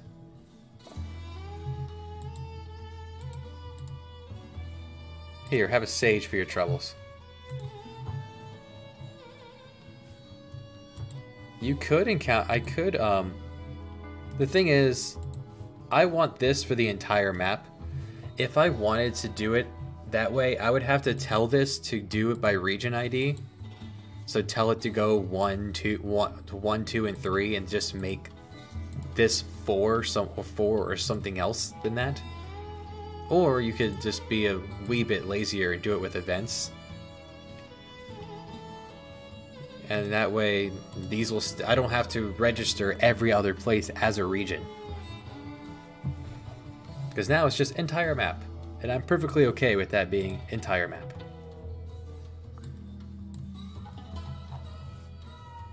Now let's pretty up the rest of this area.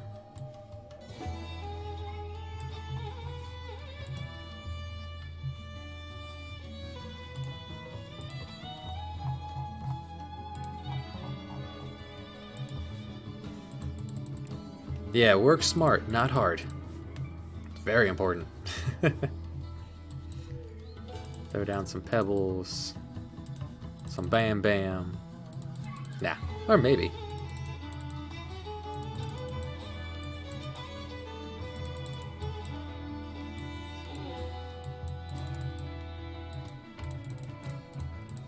And a good way to do it kind of naturally is just throw the mouse around. Smatter it down. There's no rhyme or reason to where rocks fall in an actual cave. I've been to a caverns. There's just kind of things everywhere. Really, it seems to be as much in your way as possible. And some rocks. No, not on the wall. There's not gonna be rocks up this way. This has the pillar.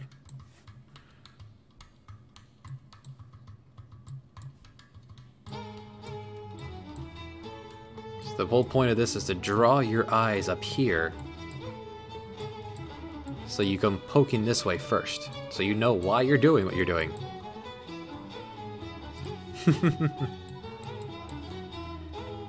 Hey, if you're really into that, go for it.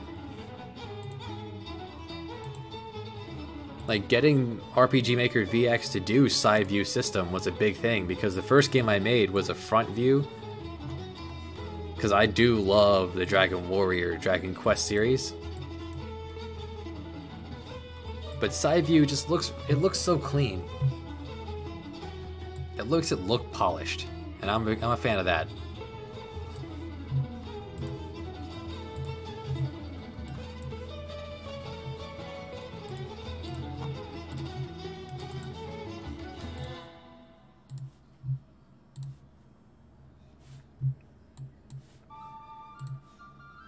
And see, I feel like the floor pattern is starting to work a little better now that there's more to it.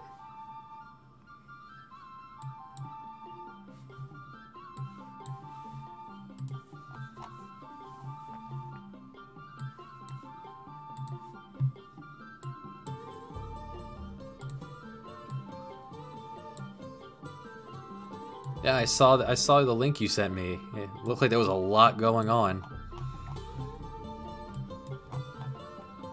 And I feel the only thing the whole like showing the initiative order on the screen, that's one way to do it. There's certainly nothing wrong with that. The problem is that's the whole point when in a non-side view system, the whole point of in a non-ATB system, the whole point of agility is who goes first.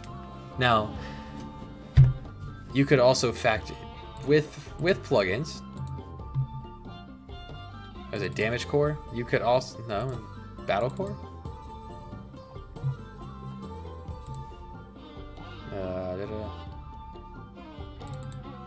With one of these guys, you could you can change the basic. Here it is, parameter formula. You can have agility be a part of it. Like I've made luck a part of the critical hit formula, so that the more luck you get, the more critical hit chance you get, because otherwise luck didn't really do much of anything except for influence how often status effects hit you. But I feel like that should be more deterministic, and this is more important. Like, this is what I feel like luck is for. You could also factor crit, evade, agility into evade. So, like, the faster you are, the harder you are to hit. Like, there's so much customization you can do to it to make things interesting. So I don't feel like the whole Final Fantasy X, I think I saw it in the thing you showed me that it has the initiative order up top, the turn order. I don't feel like that's necessary, but I'm sure there's a lot more to the system than that.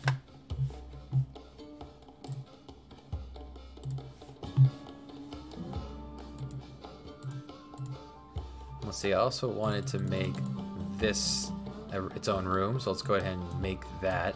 And that can just be right down here. There are many people that will tell you that you need different rooms for all different places. No. Why?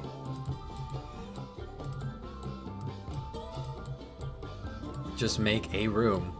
Make one giant place. And unless you're having battle encounters be different, in which case you could use the regions map to go ahead and do that. You never need to do that. In fact, in towns,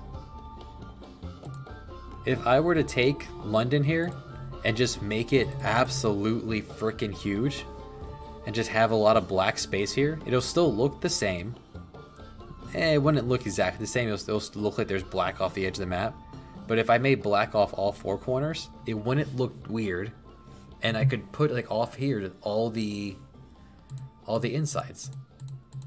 So if it comes to the point where I run out of room of maps, because you can only have, what, 999 maps in a game? If I somehow manage to overdo that, you have a map saving technique. Which is how I did everything with RPG Maker XP. Not that I hit the max, it's just this is how I learned to set this up, knowing how games like Final Fantasy VI, which is one of my favorite games of all time, that's how they do it. They only did one giant map for the outside and one map for the inside. And all the insides, if you could clip through the wall, you could walk right to the next shop.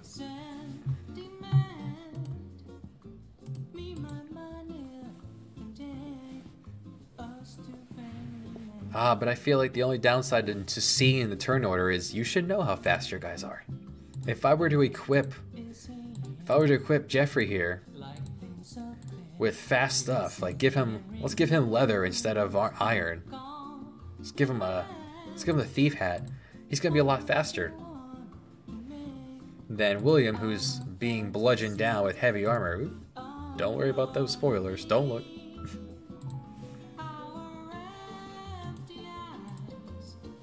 And this is not lining up to be symmetrical, just shrinking that a little bit. There we go. I want this to empty out into here.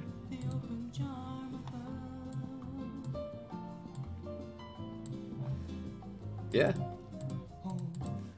But if that system is already everything set up for you and the way you like it, that's beautiful. You said it's based off a game you already like to play.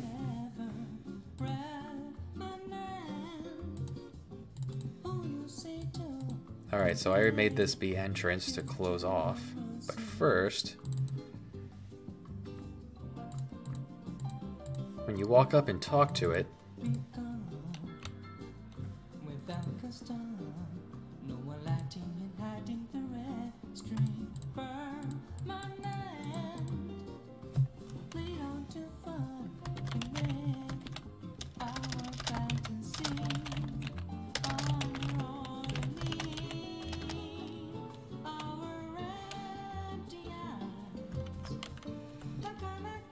the path to blank that we fill in later.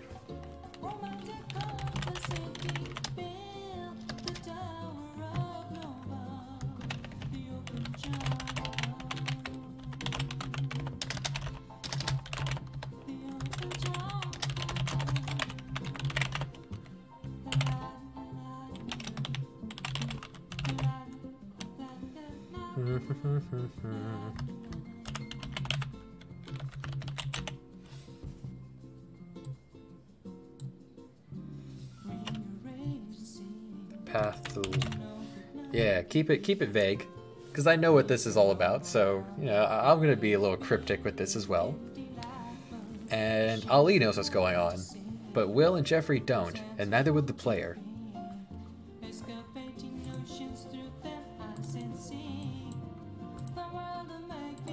Yeah, so throw up a icon there. It's like, wait, what? Will goes, wait, what?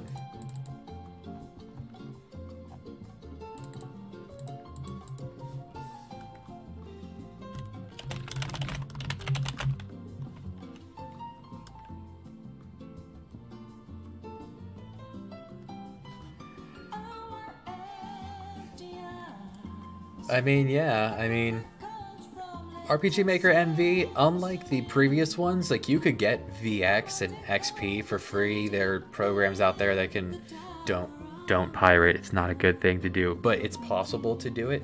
MV, it's on Steam. It was like $60, $70 when I got it, when it first came out. I don't know what it costs anymore, but it's certainly not a cheap program. But I feel like I've gotten my money's worth after, you know, the almost 900 hours I put into this.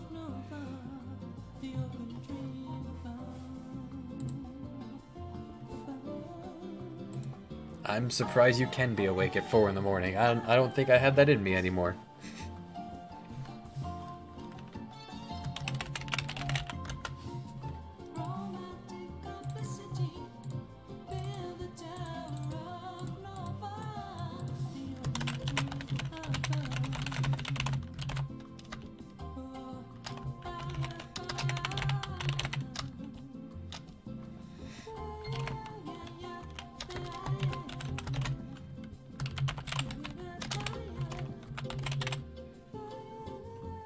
Well, he's looking on sales for a particular plugin that someone made based off a particular game.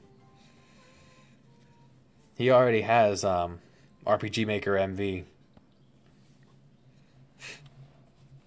But if the DLCs ever go on sale, because I know that there are DLCs for this listed under Steam, I'd be interested in picking up 1 or 2 of those at some point.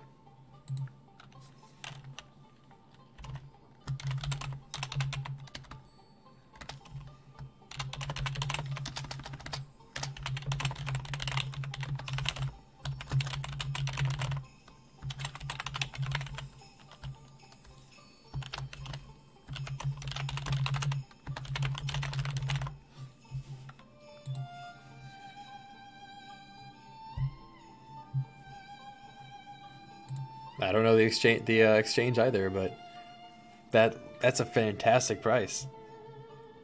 And I will leave that be a repeatable thing, because if you forget why you're here, there you go.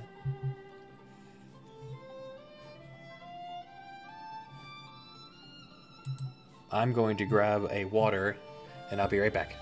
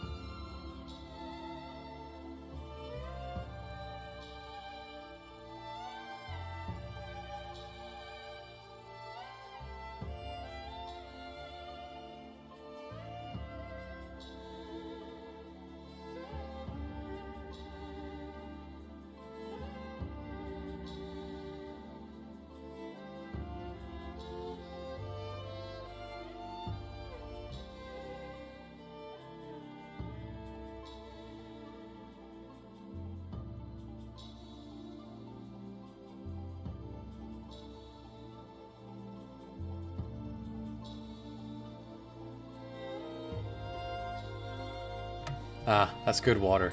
Alright. Returned. So what we need to do is actually make this do a thing.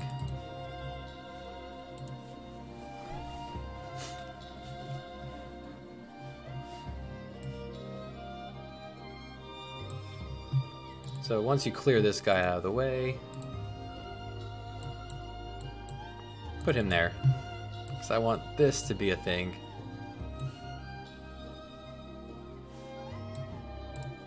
And we'll just make it when you touch it. You walk over here, it starts. May as well make this jump right in the way. No reason to make it wait.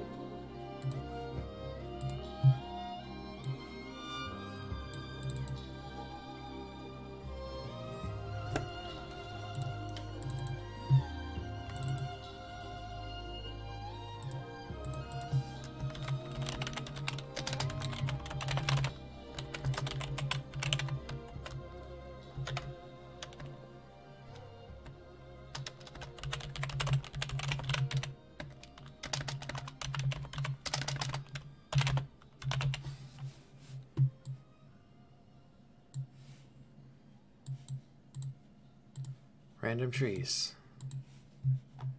It's a very small area. I could throw a tree in.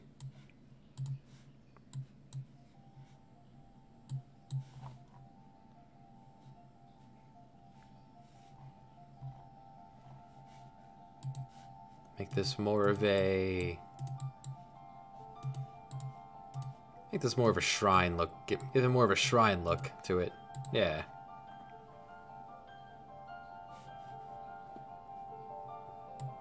Put a little tree here to stop you from walking in it from that direction.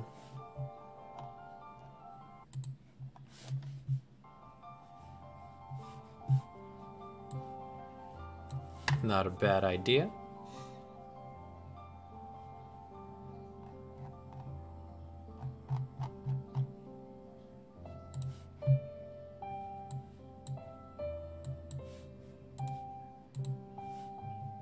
And once we get up to this,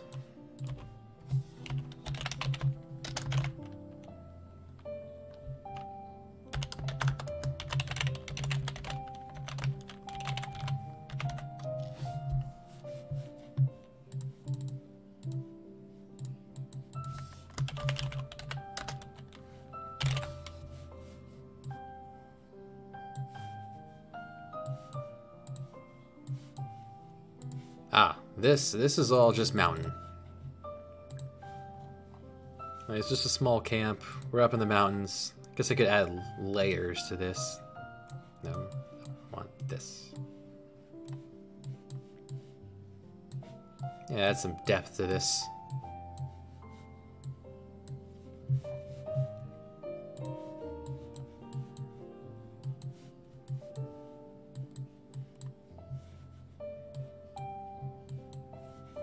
You're very zoomed in at this point. You see very little of this. And by this point, the player wants to finish the prologue. And then you're about to be handed very shortly the meat of the game, the good stuff.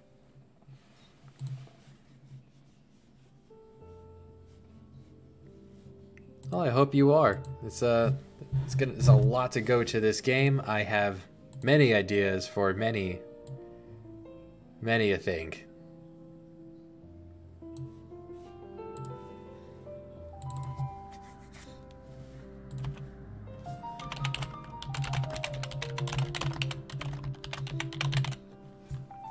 Sort of St. Peter.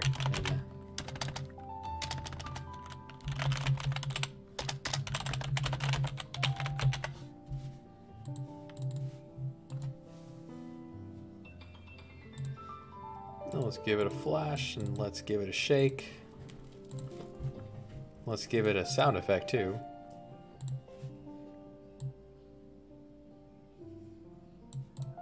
A lot of these sound effects are really good.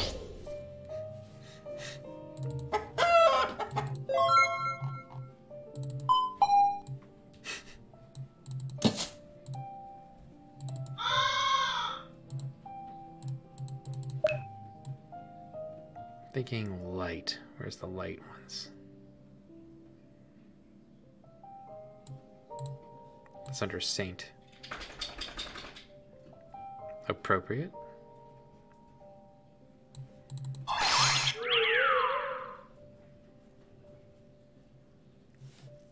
Scared you? Oh, did I get loud? My apologies. Oh, with the sound effects. Could lower the volume for that.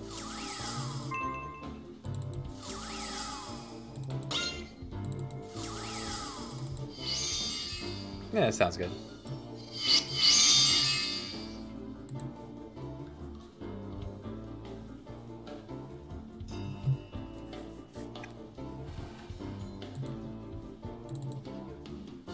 And at this point, we're going to need to change the equipment.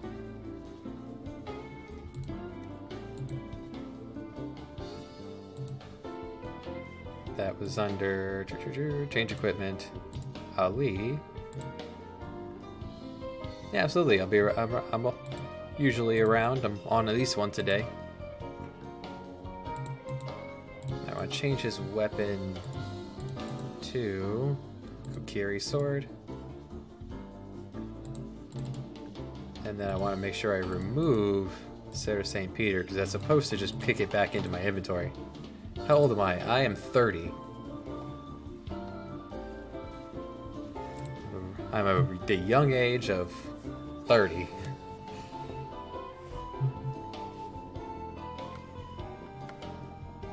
Okay, so he's going to pull out his other sword. Jeffrey's going to be concerned that the chest statue is now glowing.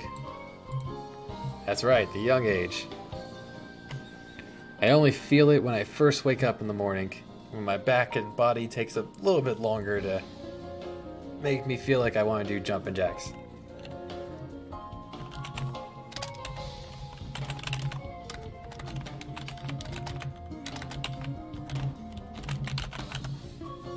And I always don't want to forget to turn on entrance.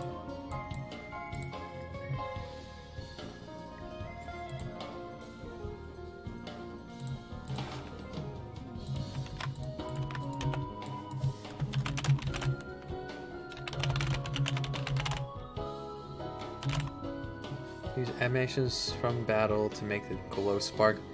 I could at this point. The only problem is all I can do is put an animation on top of it, unless it's one of these that already had a glow to them. Let's see, where was... Like I could take None of these. And turn it on at entrance. Make sure entrance is in the right spot then. Cut. Paste here. Now this should glow right here. Now I don't know if this will be visible in the snow. Yeah, play animation right here. Oh, this. The Yeah, no problem. You have a good night. Good to meet you. Show animation. I could, but I would want it to be persistent right now. But doing it this way, now it'll glow around its head the whole time. In fact, we can test that very easily.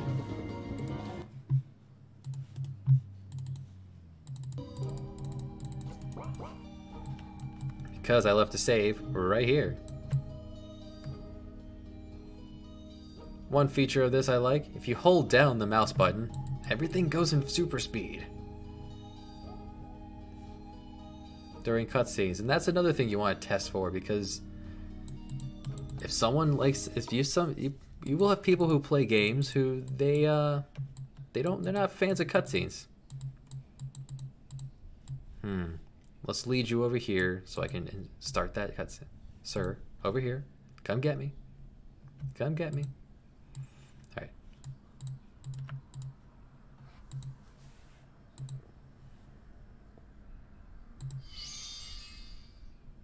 Well, now it's got a little glow around its head now. Yeah, it's a good idea. I just want to put that in front of it. So let's go ahead and move you above characters. And that should look really good, actually. Although I'm not liking I like the flash. I want higher intensity. Hello, thank you for the follow. I want higher intensity, and I want to get rid of the shake. I did not like the shake. And then that should make that look really good. The way at the entrance should be clear. Should be clear now. Ali's gonna be very cryptic with these Europeans. He doesn't know them. And they told them that their names were Robin and Little John, because they didn't want them to know that they were royalty, which is probably a good idea.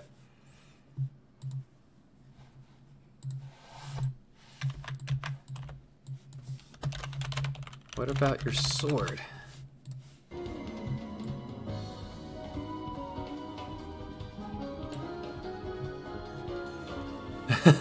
Sorry about that.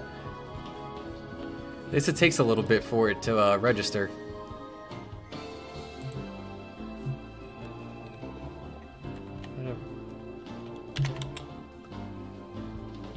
Let's see. What about your sword, Ali?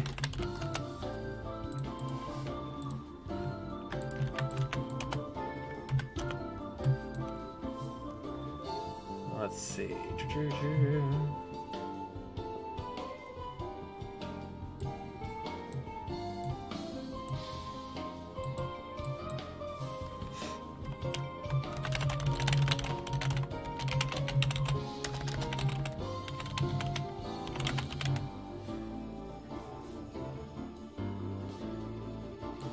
It's a long way from completion, but that would sound awesome.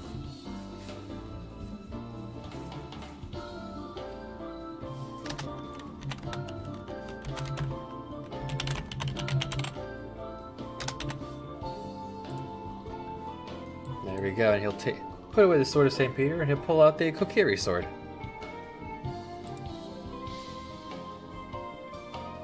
And make sure to toss on another event for that, so that's over. There we go. There's the majority of this. Now I just want to add in a bit more flavor to the meat of the cave here. Definitely some treasure here and there. Hold down Control on the keyboard.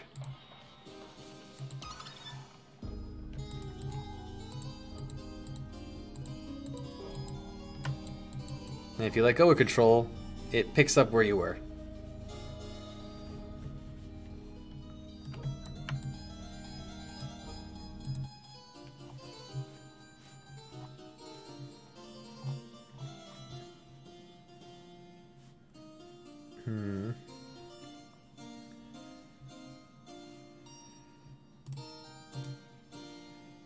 Alright, definitely want there to be some positives of coming in from this angle. From this direction. It only works on playtest. It does not work on release. It's there for you to do things like skip over encounters, jump over walls, do what you gotta do.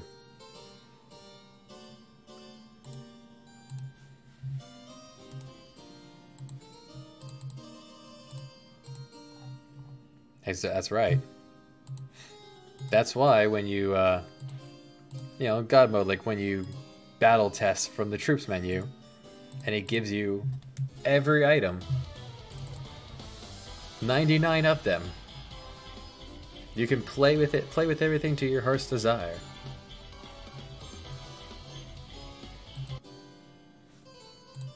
Speaking of, did I ever make that item do anything? We saw it earlier and then I just kind of glazed over. No, this hasn't done anything yet. Let's actually give this its effect. There we go. Windows, calm down.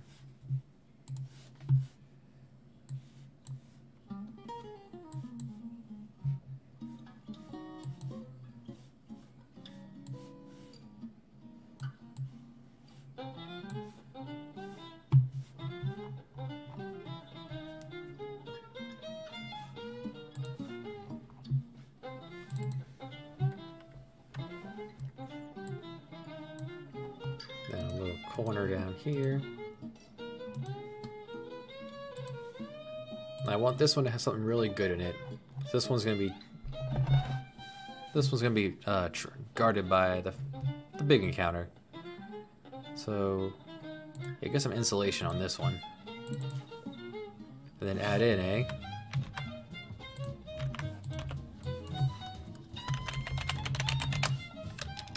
and with a quick little add-on here, we now have a monster in a box.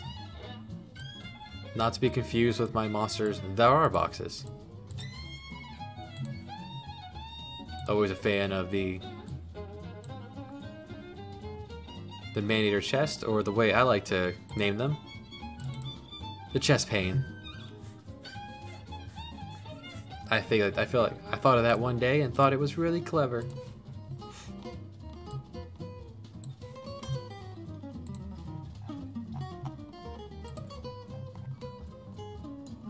Have I ever tested to export a project to an Android game? I have not tested it, no. I watched a walkthrough of how to do it, but I never got around to testing it. And a Skella boy here to let you know that chest might be dangerous.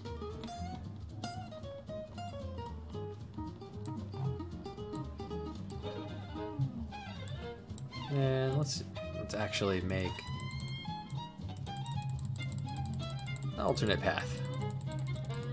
A little bit longer path if you're interested in some treasure.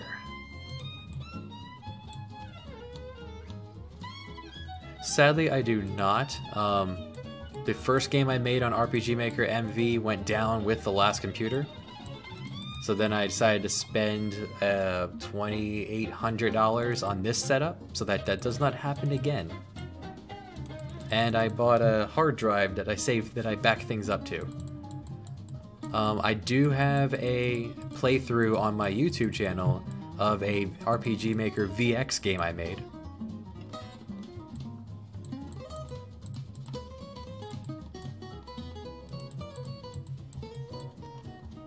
And this one is far from completion, but it'll be fun, and with you guys having walked with me through it, I feel like it's gonna be a really popular, well-received game.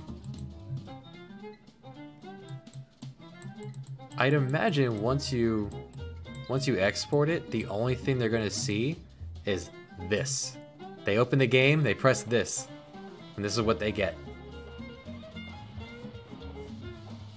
Now, what I would be interested in is if we could. I wonder if there is a plugin to make an attract mode. Like if you sit here idle for. Well, the walkthrough I saw of RPG Maker MV deployment, it's supposed to be like really easy now. you can export it to a platform of your choice. Choose to don't export files you didn't do. And yeah, like M1 Dog said, you can encrypt it, which increases, I believe that would increase the size of the file, but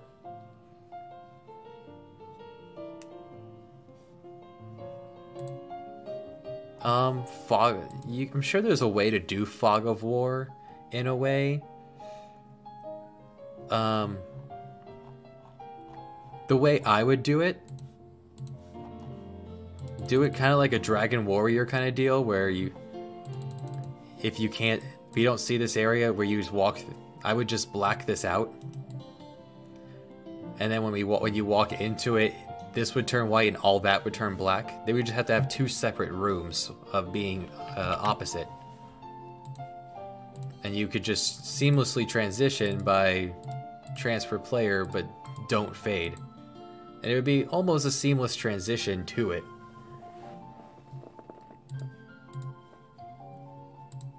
As far as whether there's an actual...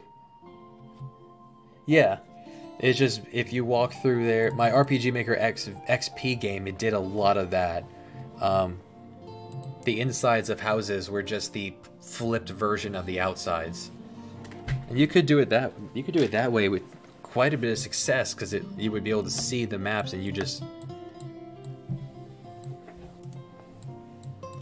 like, I feel like that would be very successful if you went about that way.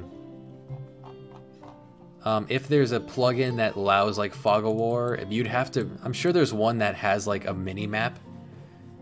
Like, I don't see anything wrong with having a mini-map system in a game. I would not want one for mine, mainly because of the way...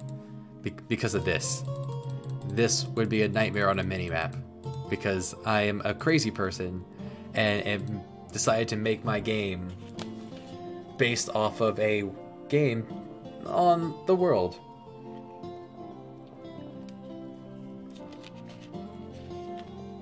So being a crazy person wanting to make an RPG version of Uncharted Waters, New Horizons, this is going to span the world.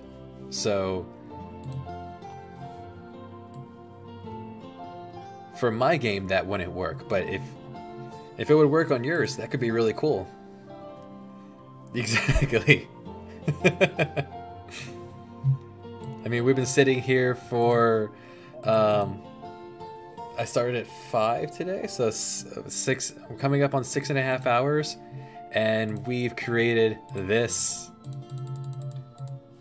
And I worked at a lot of technical things under the hood with enemies and skills, creating that, working on battle formulas. Eventually, this will all be turned out.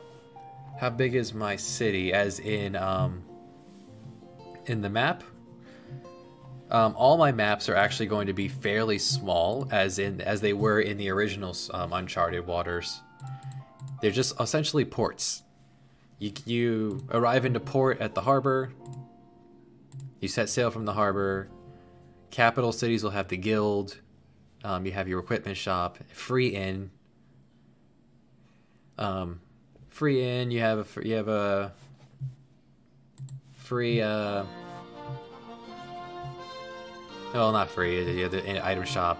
Item shop will usually be tossed in with the harbor, but it varies by place by place.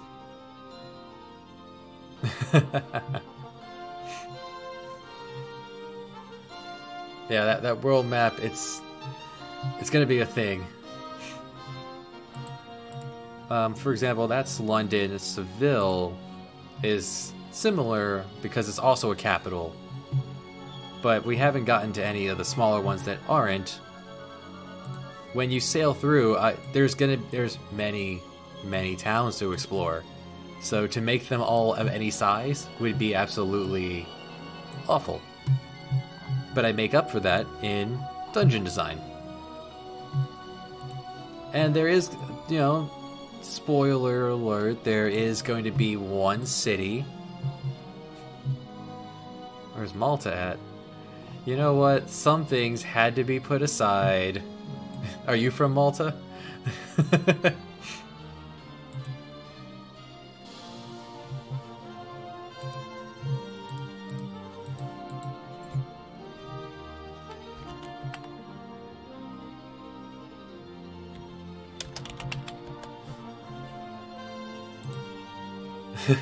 Well, it's good to be into geography, because many people are not. The most I usually get, like, when I play, oh no! Oh no, you saw the ideas. It's pretty, if you actually did manage to get it on the, to see this when I was flipping it through, I think it's a pretty neat story that I've come up with here. Malta would be, well, like right here in the scale of what I got. It'd be a tiny isle here. So there's Malta.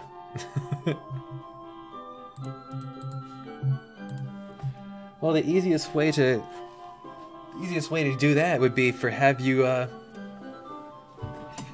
isn't that where oh, what was it? Wasn't that where Georgie was from? In oh, that one TV show. The cousin who came to live in the city with his. Oh man, I've forgotten the name of that show.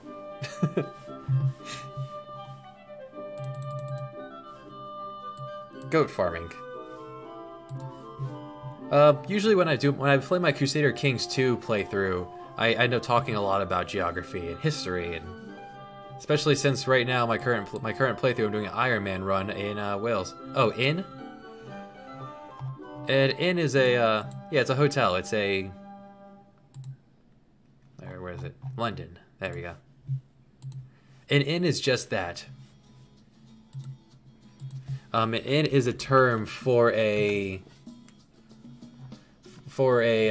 place where you can seek lodgings, usually food, drink. It's a word for a hotel. I don't know if they would have colloquialized this for other places. No, inn is just the full name, INN.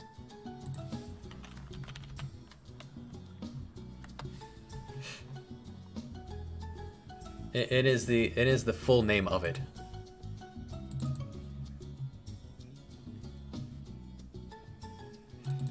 Inns are pretty much beds and breakfasts. They were first created by the Romans when they made their large, expansive road systems. Restaurants are good if they have plot points to it. A lot of places I'm gonna have pubs in a lot of mine, because that would be where you find sailors or people in need. Unlike Nintendo games of yore, I'm not afraid of adding alcohol in my game and having everyone drink tea, because I don't have them coming breathing down my throat to make things PG.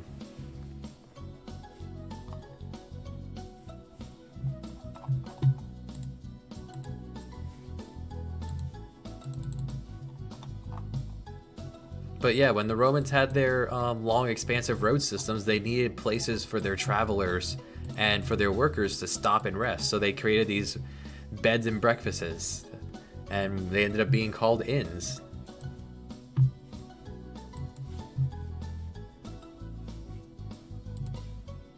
Take the long way around, you get a couple treasures.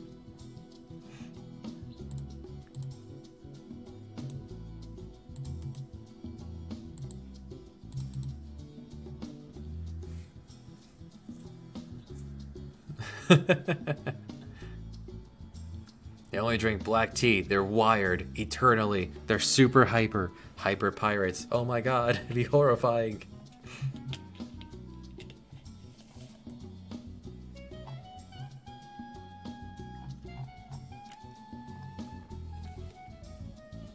Black tea is the one that makes you hyper, right?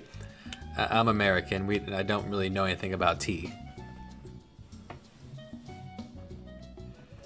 It's probably like 5 in the morning for you. I'm surprised you're still awake. See ya.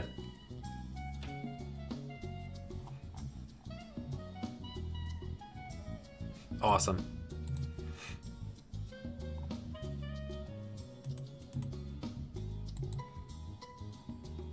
Oh boy.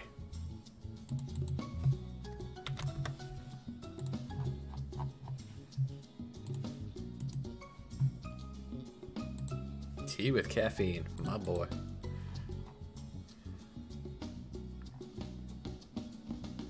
Let's see. Wouldn't be prudent to really hand any of those out at this point.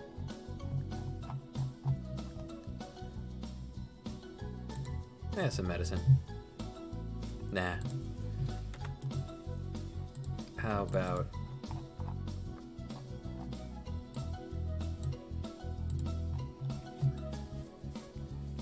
green tea also has caffeine. And pirates have lollipops. That's right.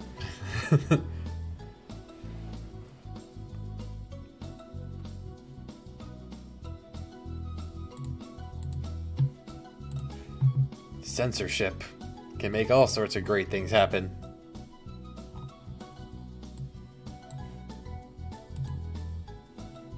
This is 1563, I think was the intro. 1563.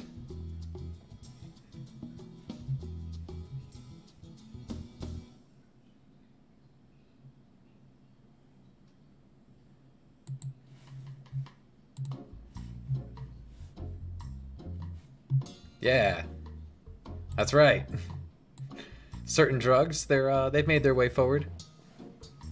Well, this is a common thing through all the games I've ever made, and since 2007, where I came up with my own item system and kind of ran with it. Where you got boo-boo things for health, and increasingly powerful amounts. You have tummy things for your magic power. And you have percentage heals, which are always useful through the entire game, because eventually aspirin 500 is usually not enough. So percentage heals for the good stuff. And then you have the temporary buffs. Steroids. Steroids to increase your attack. Whiskey to numb the pain. Lidocaine to numb the pain, but for magic. Ritalin gets you really going, increases your magic attack power. And the elixir of the gods, rum. He gets healed with meth. Actual drugs might be a bit much, but you know, I do have shots of adrenaline to permanently increase your agility. I came up with this way before Undertale did all this, but at least I did. But it's here. I wanted to have my own take on it, and to a degree, but at the same time I wanted... brand names are brand names.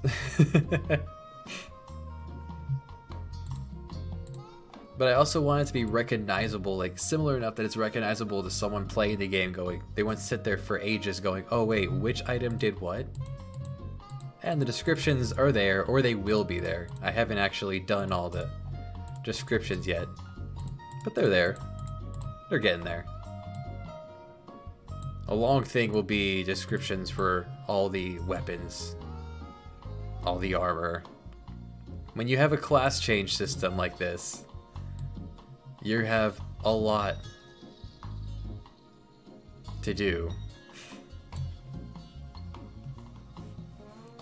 It's become commonplace to me and the few people who have playtested each of my games as I was doing it over the years, that they just know that certain items do certain things. I used to have an item that was like Sage but 50% called Toke. The description was just pass it along, recovers 50% for the entire party. But I decided to remove some of the more actual drug references.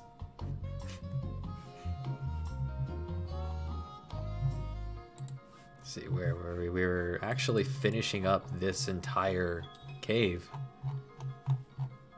No, we didn't. We didn't finish this because this... does this now... Yeah, these will all disappear at entrance. But then this should leave... player touch, transfer. This will come down to over here to lead me to up. Good.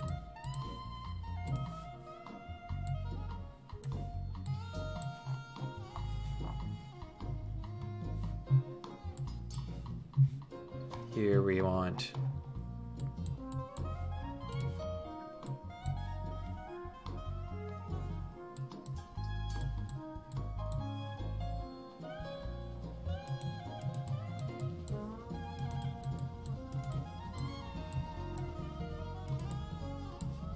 Oh, thanks.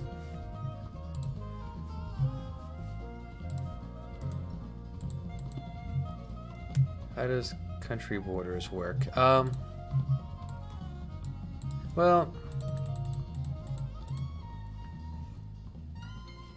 Oh, I mean, like in the town? This is just gonna be blocked off. There's no walls. You walk up to it, that's the end. Boom.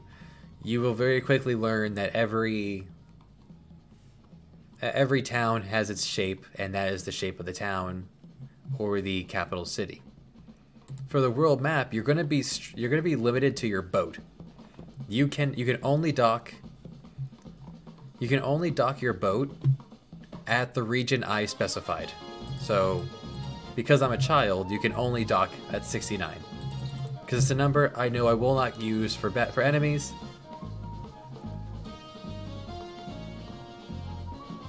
And it's the region I'm going to use just for docking my boat. You will not be allowed to dock anywhere else. So country borders, not a huge thing. You just kind of sail around from port to port. Exploring, fighting, trading across the world map. And at some point, I suppose you would go ahead and push forward on your quest line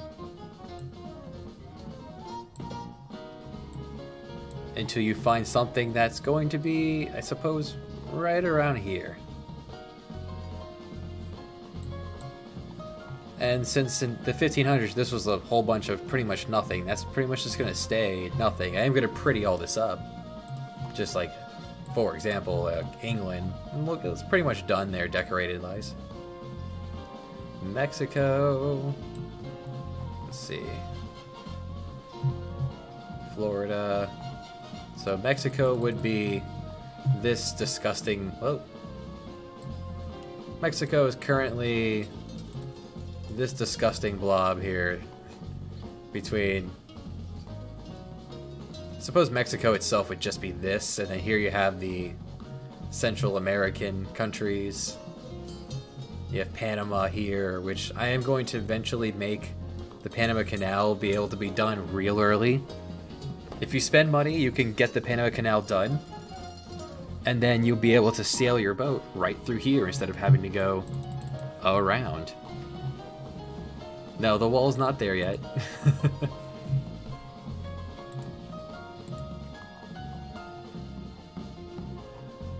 We could fix that. We could build it and make Mexico pay for it, right?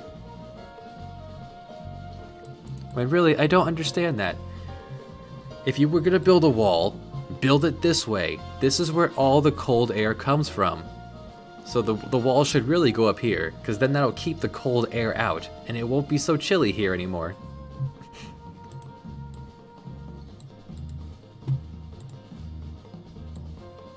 I don't know, I mean, you're gonna build a wall, who does Trump think's gonna build it?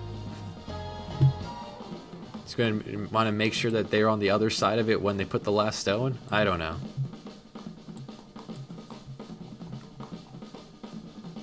I am not Canadian. I am American. I'm from, I live in New Jersey. I'm a recent resident here from Virginia.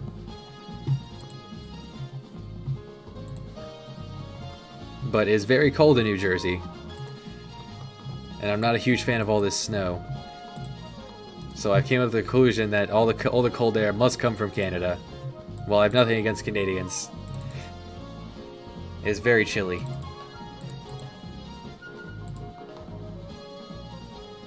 Now this is a plot treasure chest, so I had to make sure that this actually does what I want it to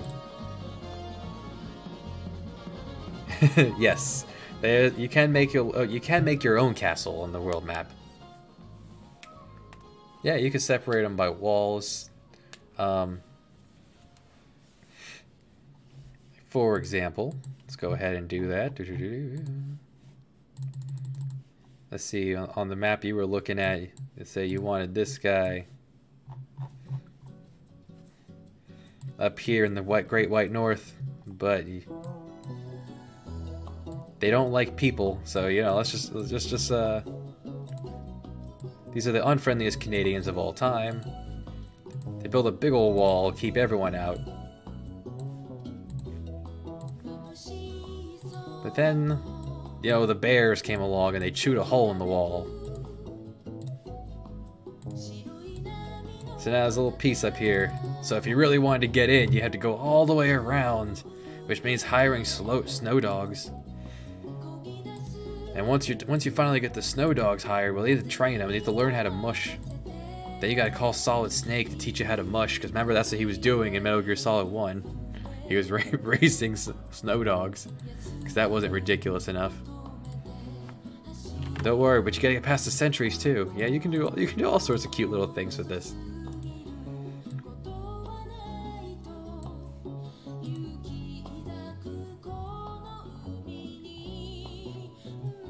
I love Papers, Please. In fact, oh, to enter the wall, yes, you go enter it, and then it makes you play Papers, Please the next hour. In order to infiltrate, you have to prove you're one of them.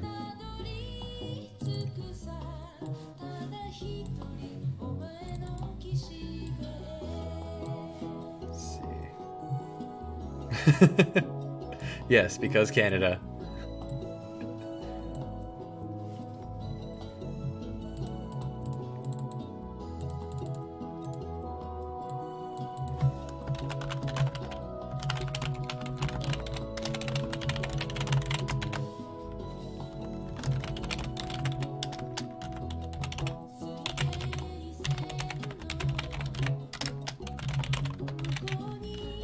And while I said before that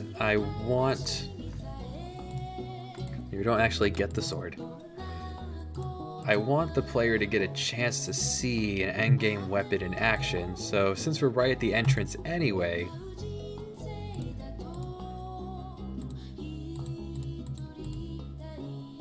I'm just gonna go ahead and equip that and have you walk out on your own.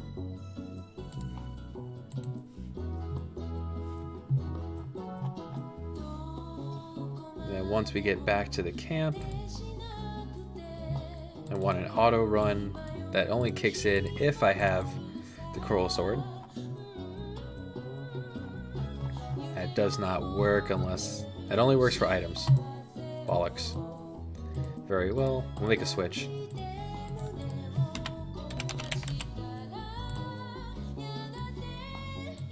Sword, go back, make that switch.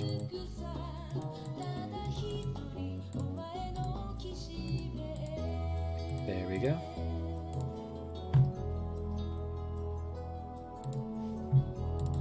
This way, if Sword is on, this will auto run.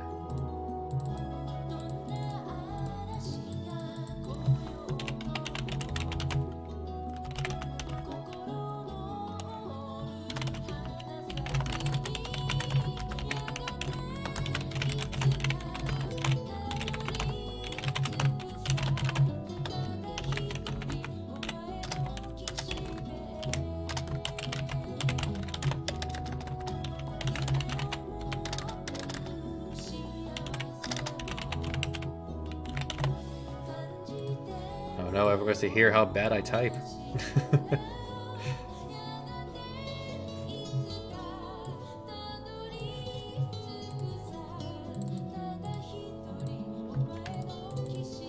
And then Jeffrey's a little big for his britches. He's gonna want to ask Ali.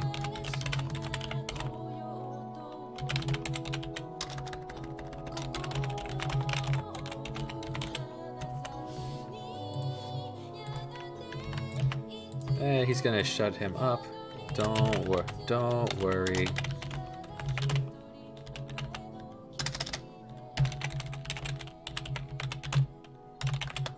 Don't worry, that pressed little head of yours.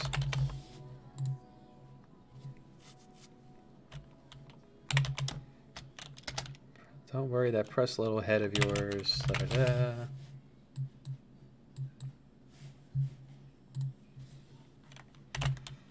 You will receive your payment when we reach India.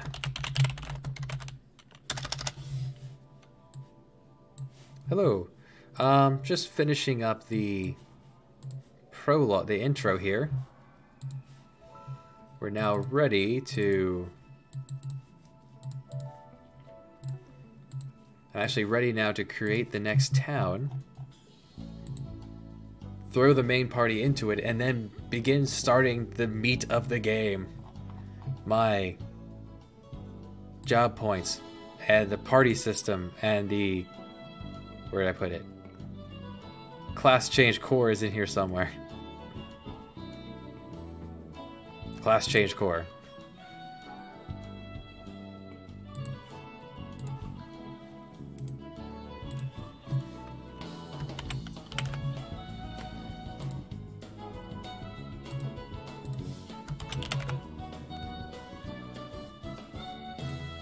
Let's see, how big do I want the average town to be? Let's see, I have a map. Here we go. India, town 8. It's always good to be consistent with things. So this will be Indian music. Yes. Make sure that all these are off. Good.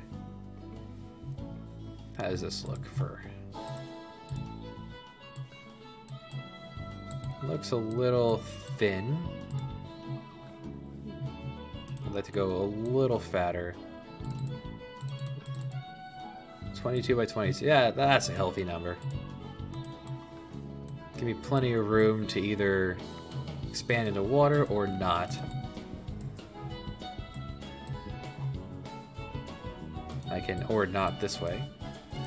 Yeah.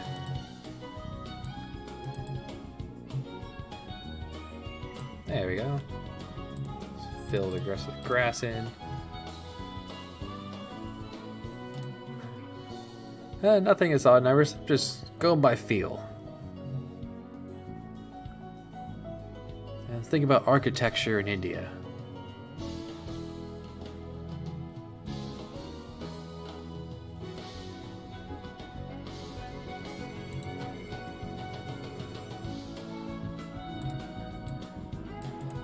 Not feeling wood for that. Yeah, I'm feeling masonry. Yeah.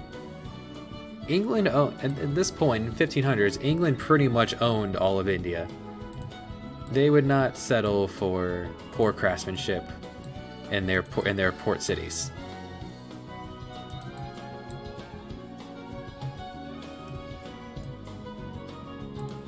And England owns them, so I'm going blue tops.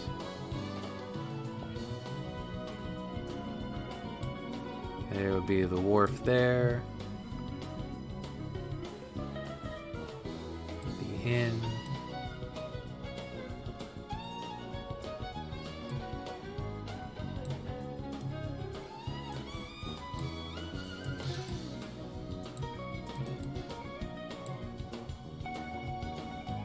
And this will be important because wharf there. In item shop is in the wharf for this one.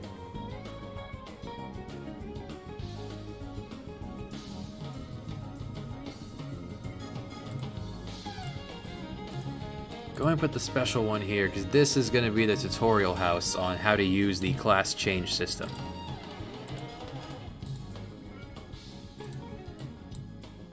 do you capture the action button during an event? As in, by capturing an action button, like something doesn't proceed until you push a button, or I need a scenario with that for because I'm not catching that phrasing. I have an event to change the player's sprite to horse, but I can't get off the horse. What you could do is make a common event. We'll call this one horsey time, so we've been using for this. Okay. You can. It's now running in parallel as long as horsey time is on. You can make sure horsey time is on. Turn the switch on when you get on when you turn into a horse. We're gonna want to actually change him back to a character, and we want to do that. Do a conditional branch for when button is pressed. So you have shift, you can page up, page down. These are all ones that I don't think are used normally. So shift, page up, page down. I don't want to use page up, page down. I'm using those for OBS to actually stream. If I press page down, my stream will end. So let's say shift. And make sure this is in there. And as long as this is a parallel trigger, this will just be waiting for you to press that. And when you do, you're going to want to also turn off horsey time.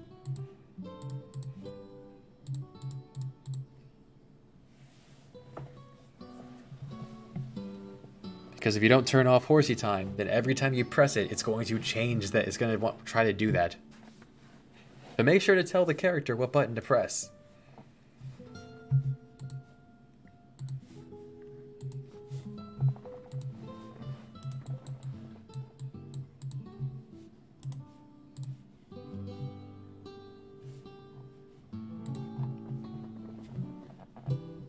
And they're going to sell... Actually, I'm feeling having this piece. There we go. A little bigger. Because you were the first shop in the land of class change, you're going to have to be a bit more elaborate with what you sell. You know, a little bit of everything so you can start. Because you unlock the first 4 classes here. Soldier, Fencer, Chemist, and Naturist.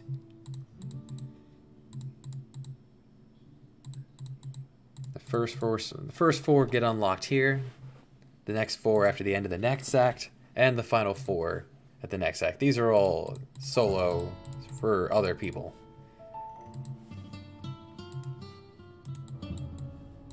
Tutorial, shop for it. They'd actually have better roads than this then. At least between the inn and here. Yeah, we're talking.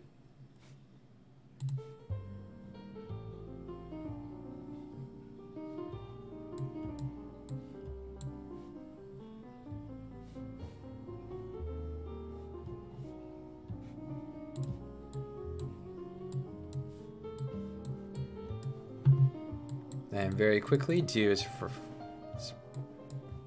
getting together nicely. Other Indian cities will be like Calicut is what it was called back then. Calcutta now. That was just down. That's gonna be just down the road.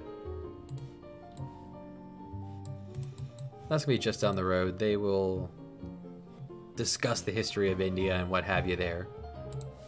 This is gonna be more of a I'm throwing you into the rest of the game. Have fun, learn a thing or two, or don't. It's up to you.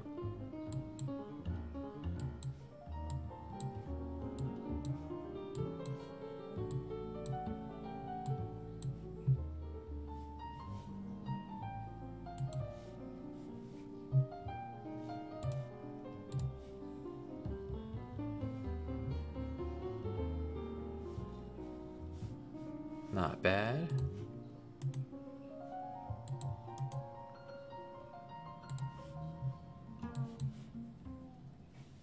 Now that because when you enter here,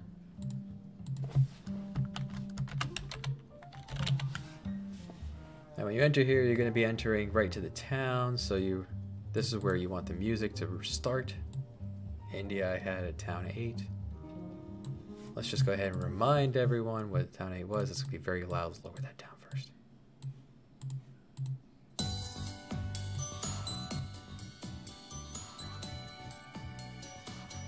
Yeah, that's good music.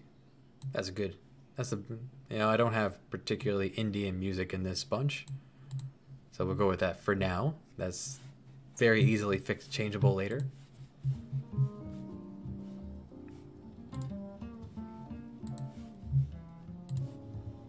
And basic size is going to be good for this.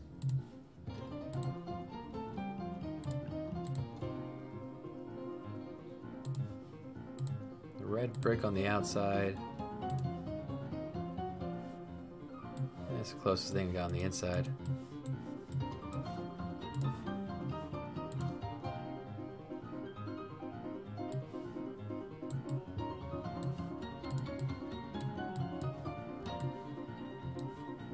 Door is on the left.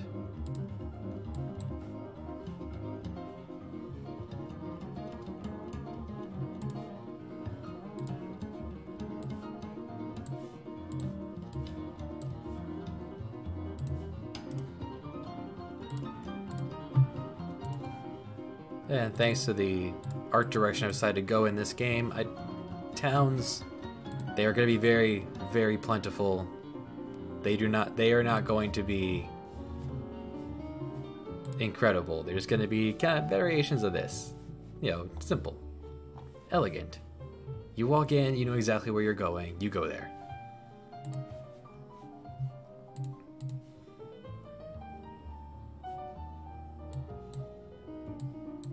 Walk in, see Ali and Faisal's going to be talking to the harbor master.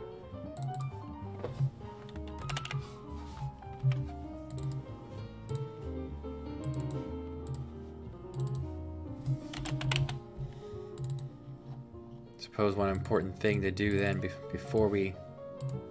Oh, let's finish making the harbor first. There's also the item shop.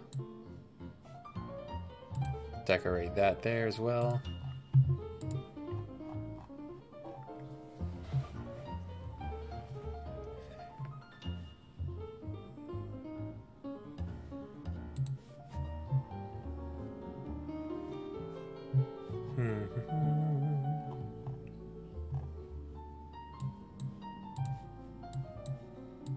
Yeah, this is where people would go to read while they're waiting for their ships for whatever.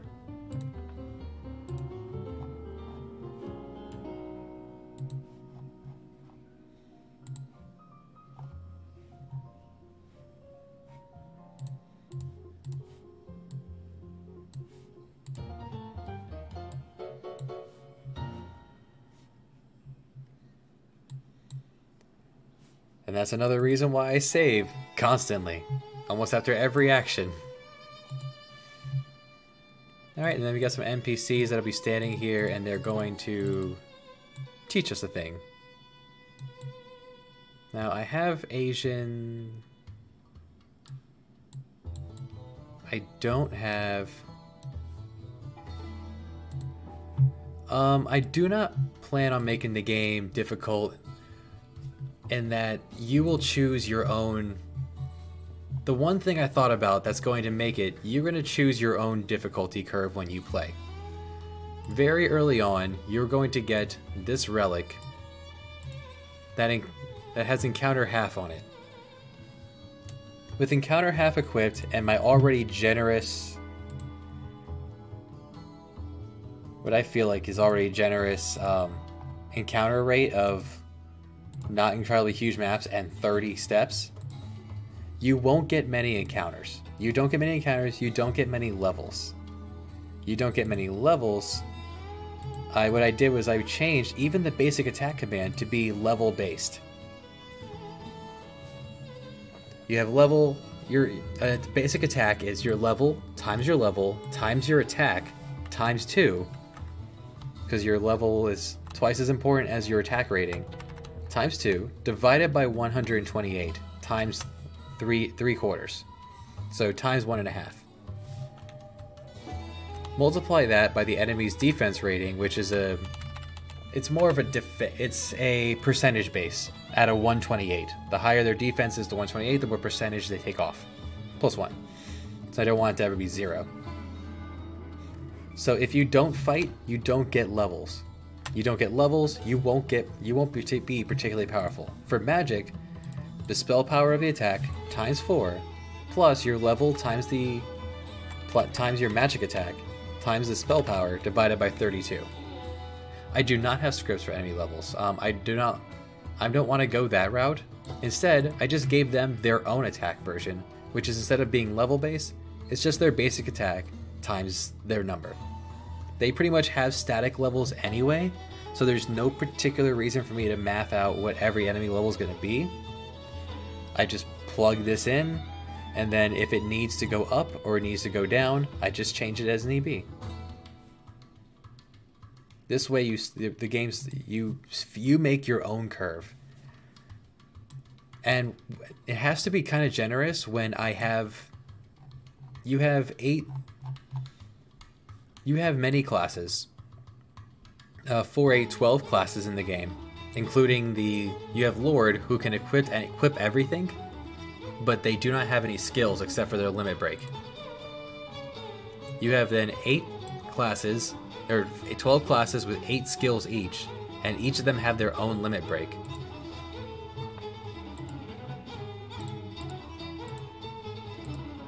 And you can only use these skills for the most part if you have that one equipped. Now some of them, which is just generic magic, will transfer over when you go to, like if you cross train a wizard and a cleric, you'll have black and white magic. But if you want an archer, you have to have an archer in there. You're not going to be shooting bows and arrows as a berserker. So if you want to have many different ways to play the game, then I'm going to have to balance it in such a way that many different teams could do this. If you want to pick a team of just the hardest classes, you could. If you want to pick a team of the easiest classes and plow through it, you could. We have the sorcerer with the forbidden magic. It's very costly, but very powerful.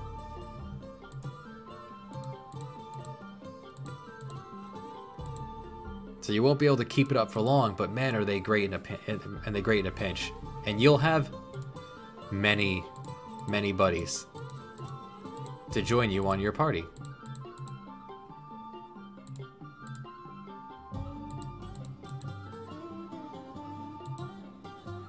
So you're gonna have a lot of people that can learn a lot of different things for different situations.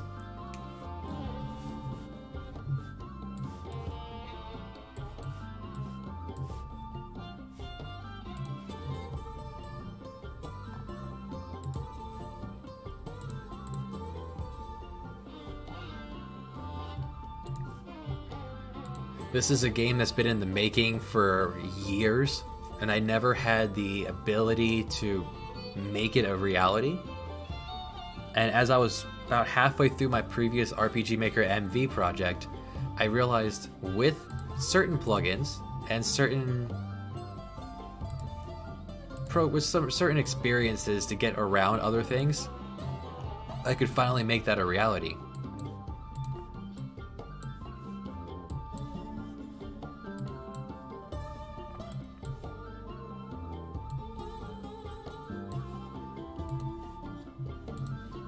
Like it's at this point of the game where you get the first 4 classes unlocked. But you're also given a ship at this point, and I'm pretty sure if I asked the average American to point India out on a map, this is not where they would point. If you're being spit out right here in India, you're gonna need some sort of direction on how to get back to Europe. But you have a lot of things you could do. You don't have to follow the quest. You could explore the towns I'm going to be put up and down here. Up and down here. Visit the Middle East. Visit India. If you're brave, you could venture out further into the ocean. Check out Indonesia. Maybe try to make your way to Australia. All while, you choose a difficulty curve. The enemies will clearly be easier on the path you're supposed to be going.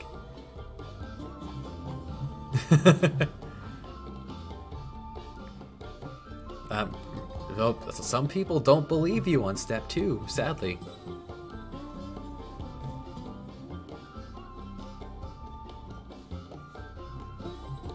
So, you know, I'm gonna have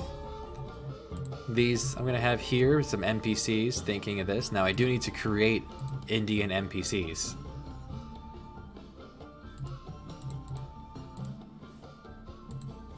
The NPCs are unfortunately all Caucasian. So give me brown. Maybe not brown. Oh, maybe take away the blue eyes. That'll help with the brown. There we go. And black hair. You're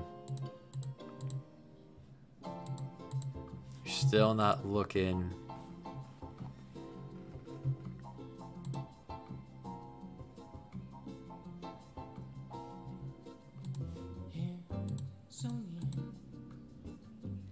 Now we're talking.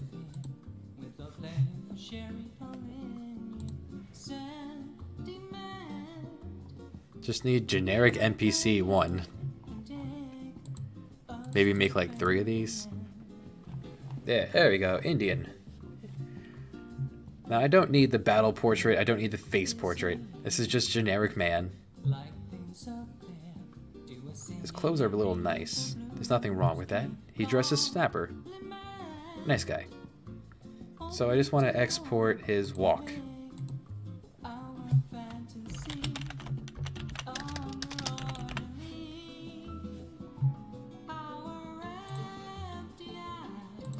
And no reason to save it, I'm happy with this. So confirm that that worked. And here we have Indian Man.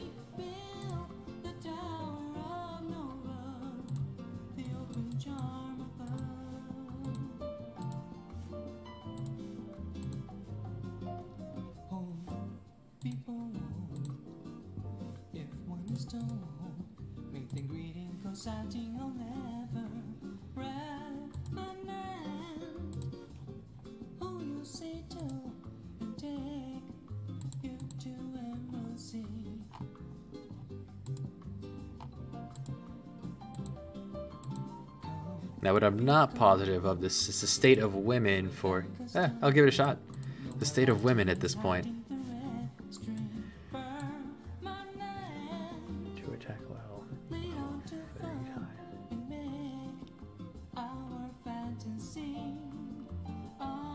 That depends. You actually have an option of that. If you flip open an event editor and go to change class, if I wanted to take William, who was a lord, and make him a fencer with the generic class system here, it chooses whether you want to save the level. So if I want him at level, if he was at level 5, or let's see, he's at level 4 and he has 6 attack. If I click save level, then he will become a wizard with 6 attack at level 4.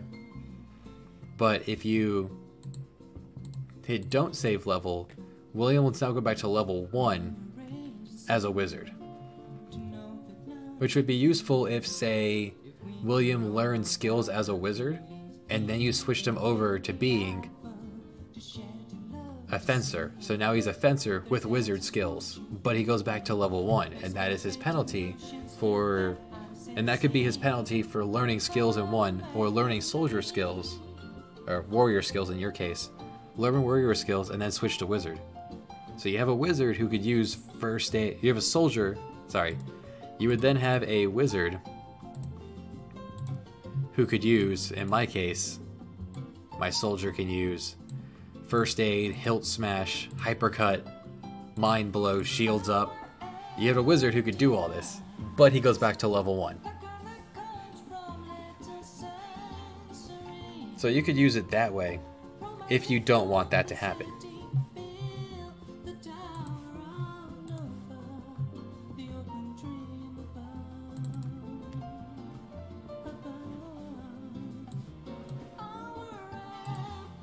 We wanted to make a lady.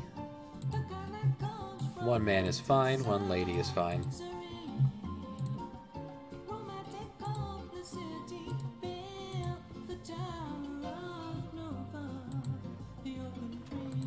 Now, depending on how you want to do the class change system, talking to a person, like Dragon Warrior 3, or if you wanted to make it in the menu, that would require a plugin all on its own.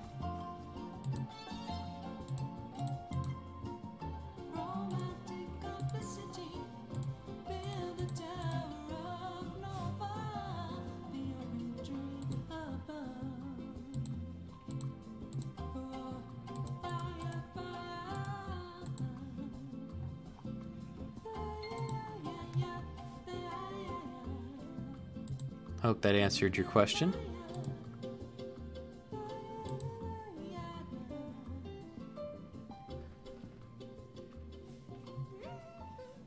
Yeah, get those blue eyes out of here. There you go.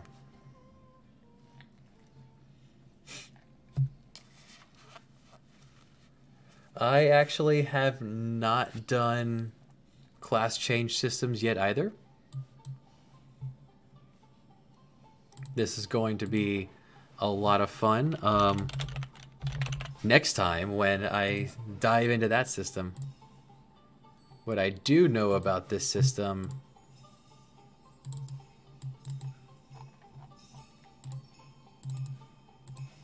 is that I have read through these. And I currently have class change not be on the main menu, but I was going to see to fix that. Or add that in.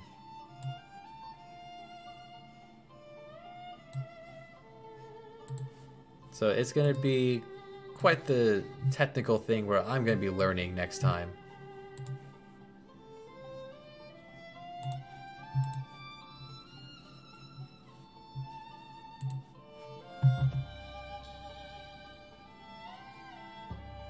See, I wish I could get the tracks from the original Uncharted Waters, New Horizons, like playing right now.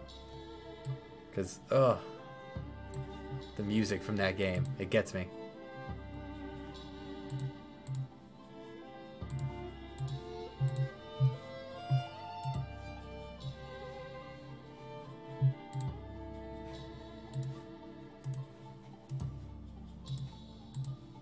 So the plan is...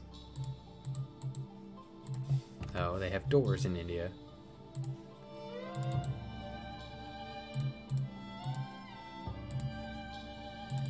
There we go.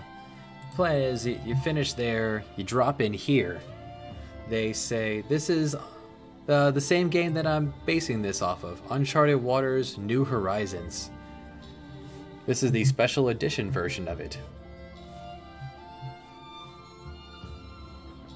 Write that in chat for you. Uncharted Waters. From the Super Nintendo, one of my favorite games of all times. It's a sailing simulator set in the age of exploration. So yeah, let's make sure that not only does this all work properly, but let's have it wait just a moment for that to finish fading. Remove Faisal and Ali from the party. Give yourself a free heal. Wait just a moment for that to actually process.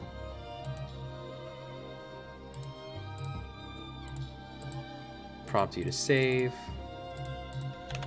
And then dump you in India.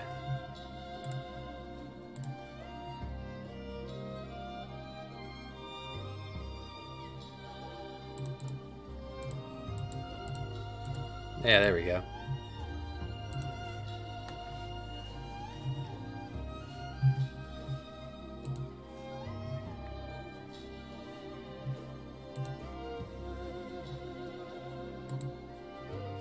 And then we just double check that that actually worked.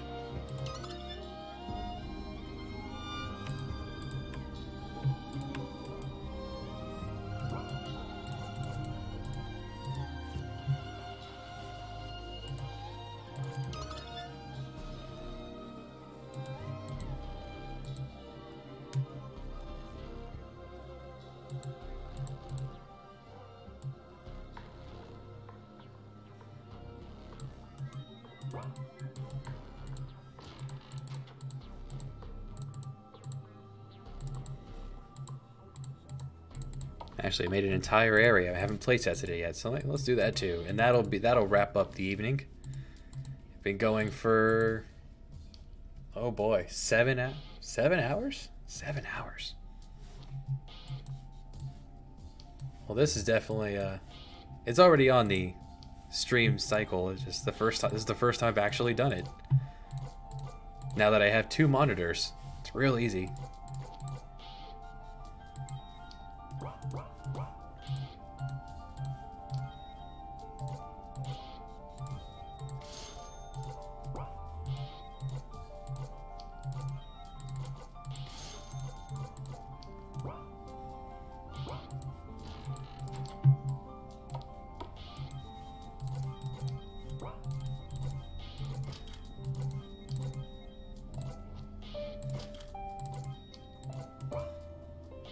Having such an intricate armor system really confuses Optimize, but at least Optimize leaves your accessories alone.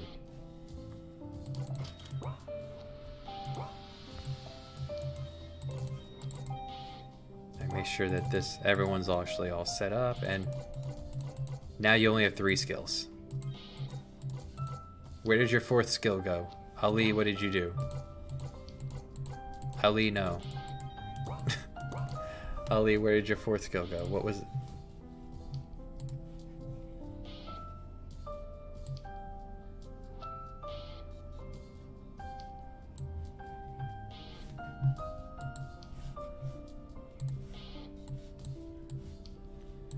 Region. Alright, you don't have Soul Saber. Why don't you have Soul Saber?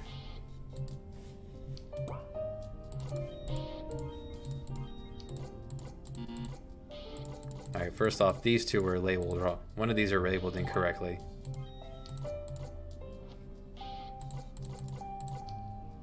Heal. Heal. Soul Saber. Contagion. And your limit, Starlight. Alright, 2 things to fix.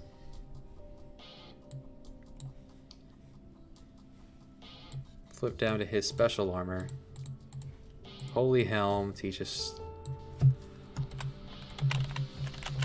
It's not actually teaching. It's just my own grit and determination these days. When I was in college and back in back in my undergrad, my grad school, all that, and further schooling, people were there to test it. Nowadays in real life, it's just my own grit, determination, and you guys to see it as it comes along. Now, why don't you know Region, Soul Saber, Contagion? Why is suddenly this missing? You know it. Why isn't it there?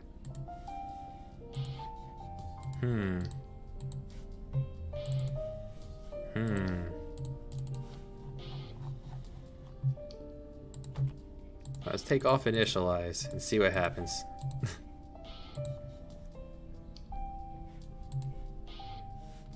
Alright, I already have it going.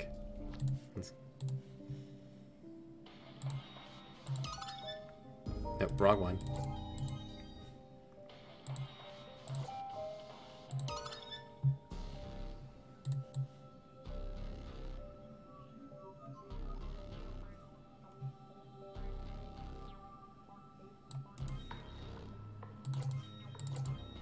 Alright, you're properly here. These did not properly fix it themselves.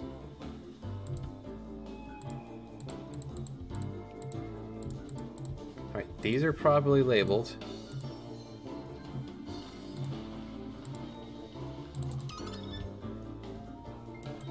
I went too far.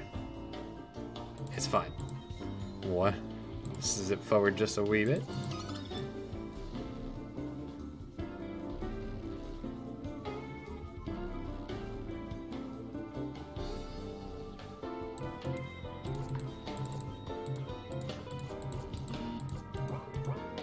Maybe something's happening that I'm just not seeing.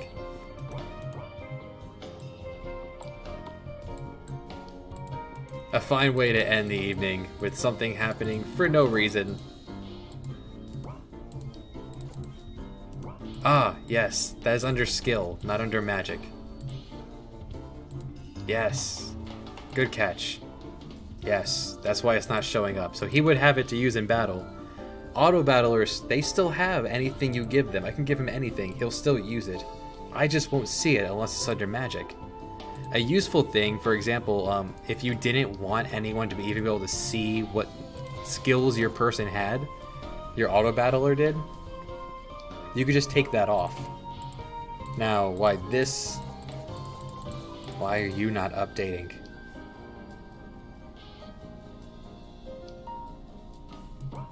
No, that's not as big a deal. And I did go shopping and I bought a new lance. Let's go ahead and buy that lance again and save. Now that that's fixed.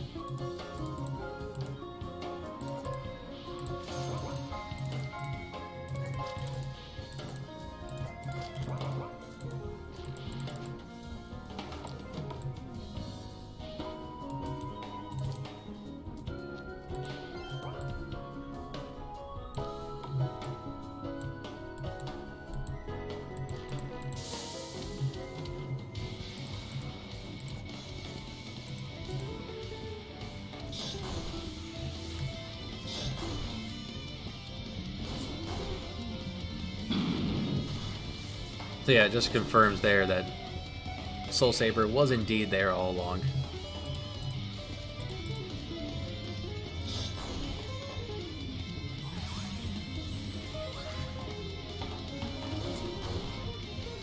So Domina Lacus is Latin for Lady of the Lake. That was originally the skill taught to him by Excalibur. I decided not to give him Excalibur.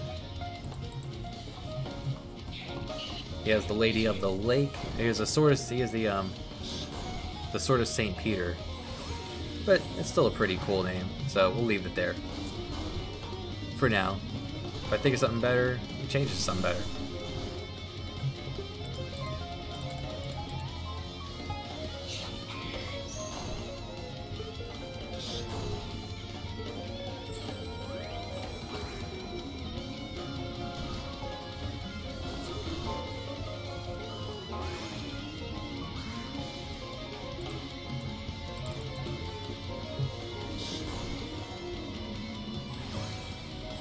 Domina Lacus is a heal that also gives Barrier. Barrier is a permanent status effect for the fight that decreases physical damage in half.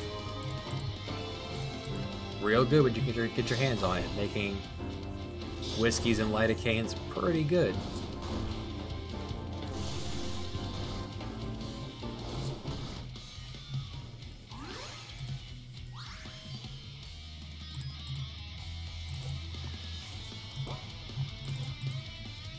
I managed to get it so that Ali will actually switch between regen, which heals, and heals a little bit less, but inflicts regen, versus Domina Lacus. However, he, for whatever reason,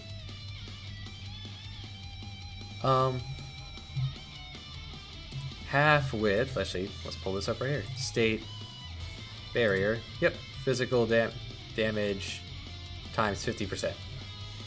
Just cut it right in half.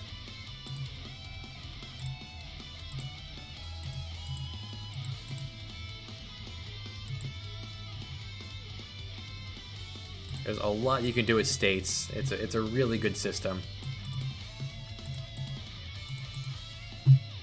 I even have states here I haven't even used yet. There's a taunt function in this game, so the enemies are required to hit that person who's using it. I have different counters for 1 turn, 3 turns.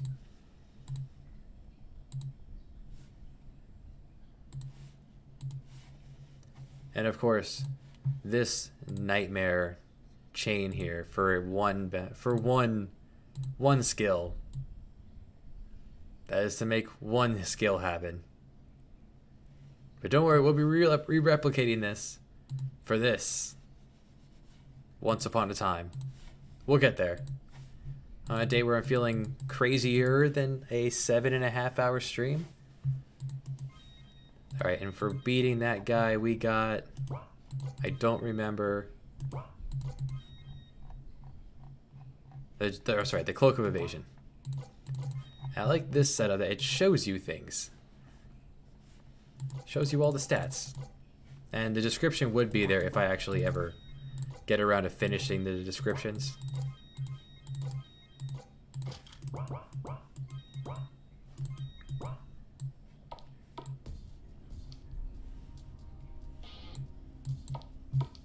players will get a free rest up before heading in.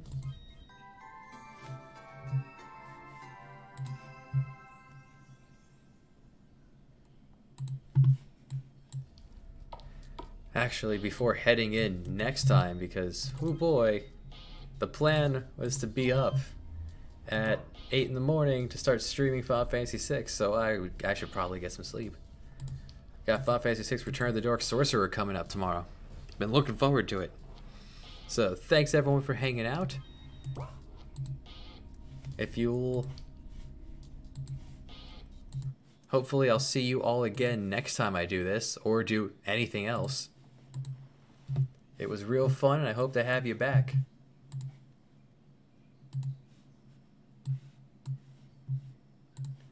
Have a good one. Thank you.